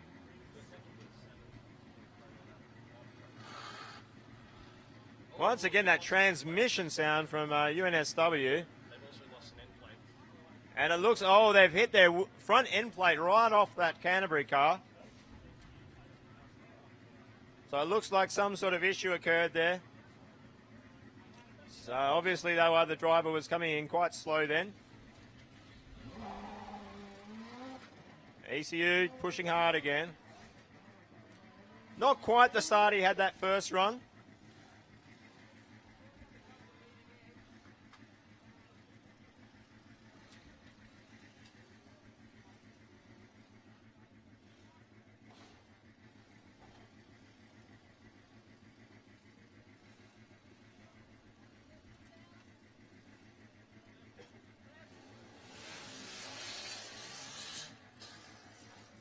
Okay, Canterbury back out on track, minus an end plate. A bit of popping there from Canterbury. We haven't heard that from them before, so hopefully they haven't got a problem there. Some of the cars have been known to backfire on throttle off, so it's not always an issue, but Canterbury's been very quiet up until now.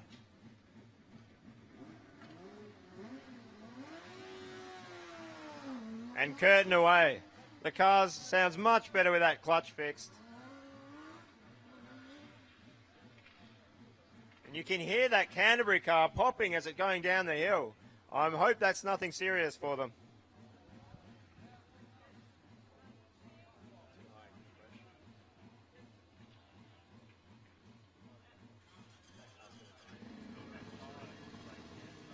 Okay, Edith Cowan University slowing here.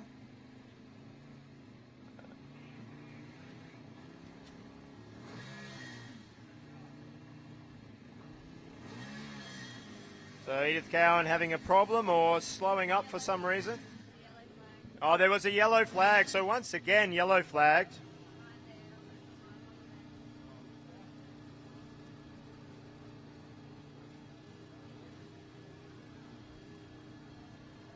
So another yellow flagged lap. So I don't know who broke down out there, who was in the road.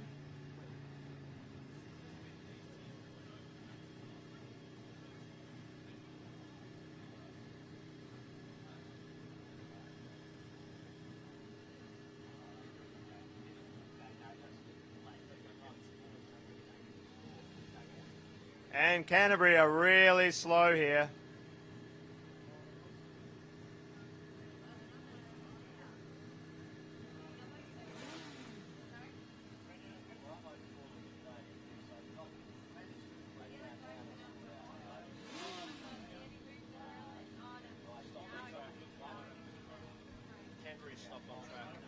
Canterbury has stopped on track. Oh, this is really sad.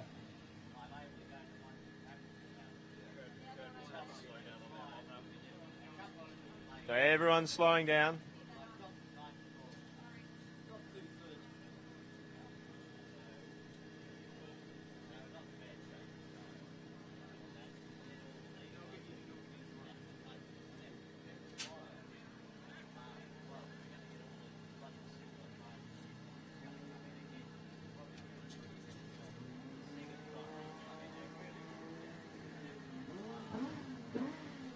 And Curtin coming over there with a 208, but held up by a yellow flag, so they're going back out.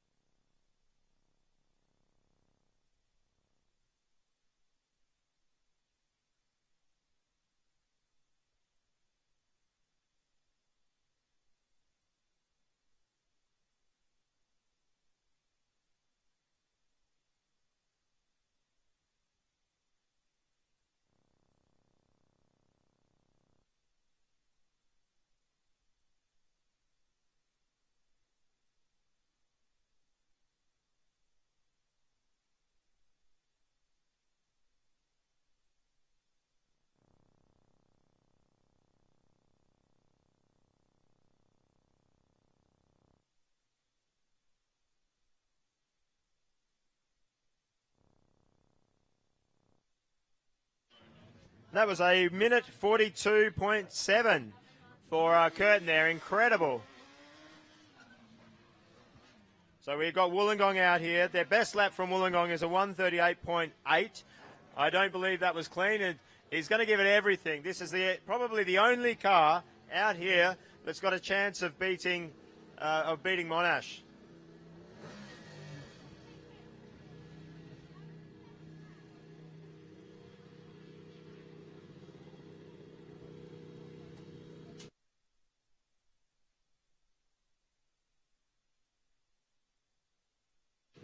RMIT Electric there, a 144.32 from RMIT Electric puts them in the 10th fastest car, and he's still got another run.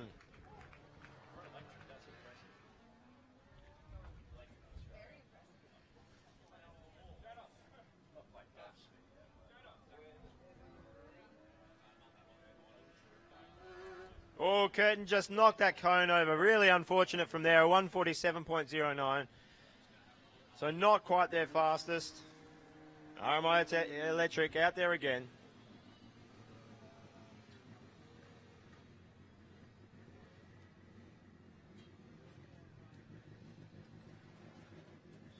Wollongong out on track. Let's see what they can do. Their fastest lap time was a 138.8. We thought they had it won. Monash came in and Wollongong have come back to try and take it off them.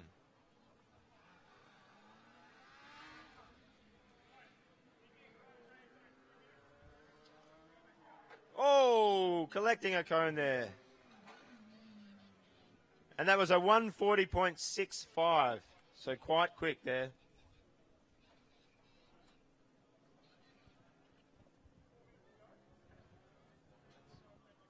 I think he gave absolutely everything then.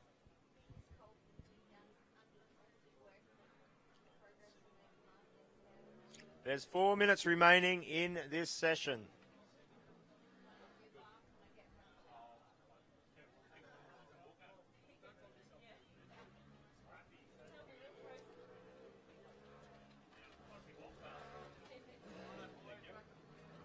University of Sydney crossing the line in a 1:46.32, their fastest lap time.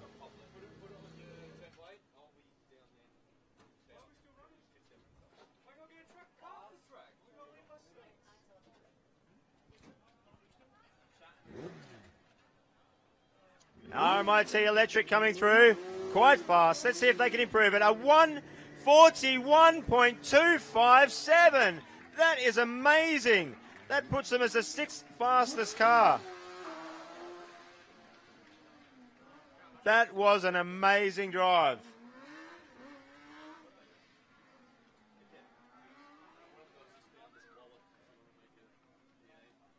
Okay, PA announcement. We have a wallet found here for a Mackay Lowndes, a William John Mackay Lowndes from Queensland, a Queenslander. So if you've lost your wallet, Mackay, come up to the timing tent and you'll find it there.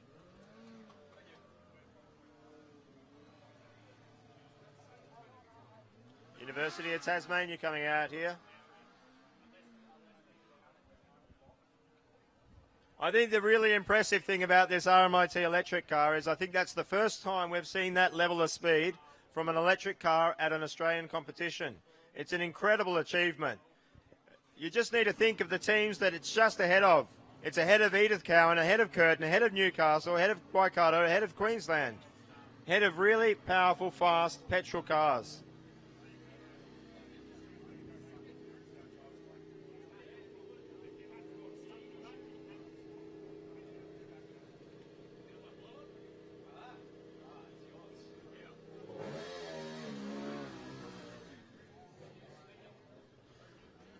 The wallet has come and been collected, and most of the money was left in there. But if you're wondering, the timing tent will be having a few drinks later tonight. Yeah. He's just got it. We're inundated with people claiming the wallet. In fact, they're not really interested with the wallet, just everyone around here wants a little bit more money. Go, Curtin hitting cone there, a 1:43.58. Unfortunately, Curtin's really fast times are being met with cones.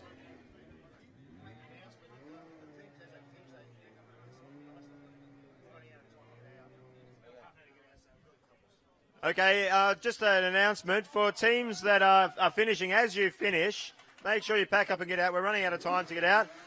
So a round of applause for that RMIT electric car. What an effort there. That's an amazing drive. And Curtin are out. This will probably be the last autocross run we see for 2015.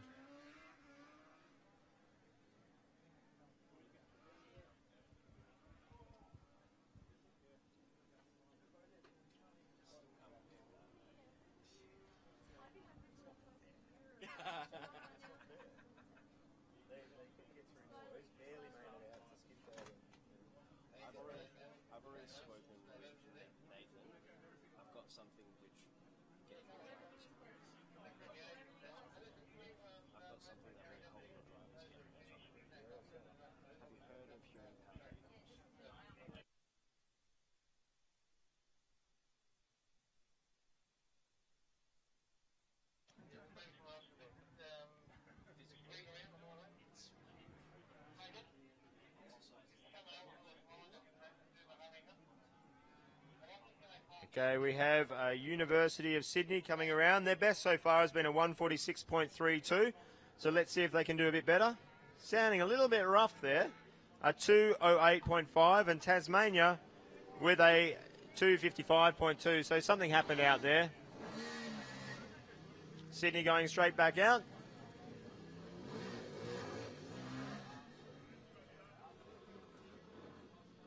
And Tasmania a finish. Well done to them. Oh, Curtin there. Putting on the show.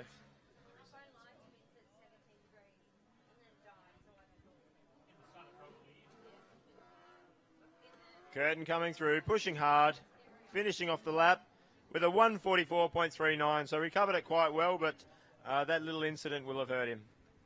So currently Sydney out there, which finishing the last lap of autocross. Sydney's current best time is a 1:46.3, so we'll see if they can do a little bit better. But as we're going through, I'll do a final readout of the times. Monash with a 1:38.2. Wollongong a 1:38.8. Melbourne 1:39.7. Canterbury 1:40.2. Auckland 1:41.1. RMIT Electric a 1:41.2. Edith Cowan with a 1:42.29. Curtin with a 1:42.7. Newcastle with a 1:43.1. Waikato with a 1:43.5. Queensland with a 1:44.6. Tasmania with a 1:45.7. Sydney a 1:46.3. Missouri a 1:47 flat. Griffith a 1:50 flat. Tokyo Denki a 1:54.8. And ADFA 1:55.4. Queensland 1:58.0.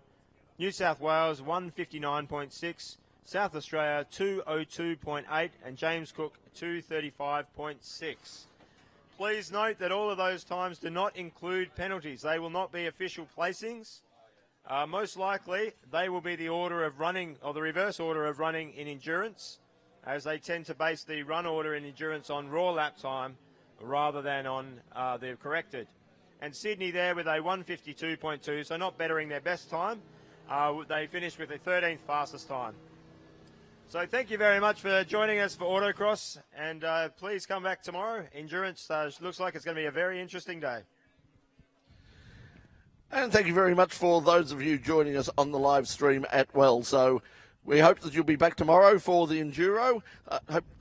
Thank you to everybody for joining us online. We've had lots of online chat, so all those people who are being involved in the chat, we really appreciate that and hope we'll see you back here tomorrow. We start off at 9 a.m. for the first heat of the Enduro. So from all of us here at the Formula SAE Championships for 2015, on behalf of all of us in pit lane, bye for now.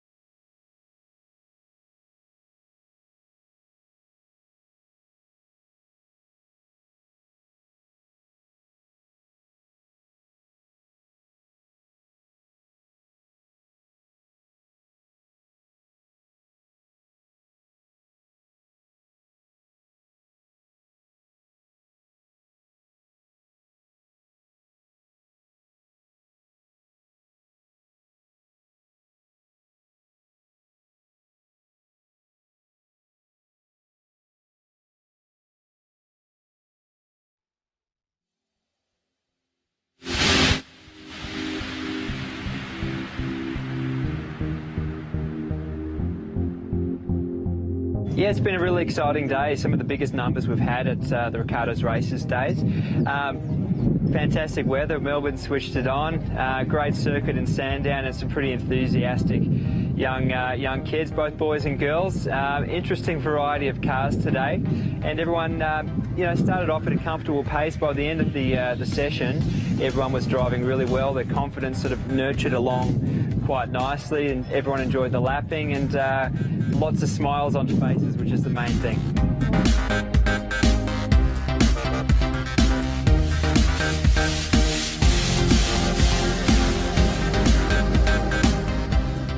It's an awesome track, I know that, but it's going to be an awesome opportunity to get to enjoy some hot laps and little racecraft and stuff like that.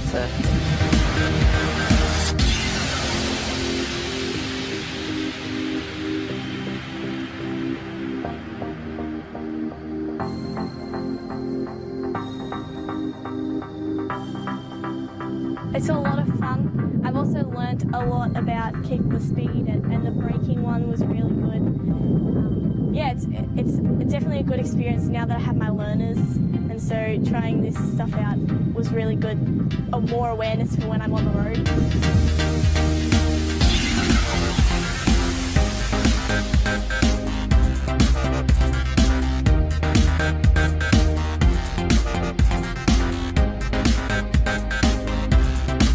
The reason Daniel's come on board as an ambassador, you know, it's the sport that Daniel loves, he's passionate about, and he wants more people, more young kids getting involved in the sport. And no matter what discipline it is, I mean, we're out on a circuit today, but whether it's rally, off-road, karting, circuit racing, motor carners, carnacross, I'm probably going to miss a few different disciplines, but he just wants people involved in the sport.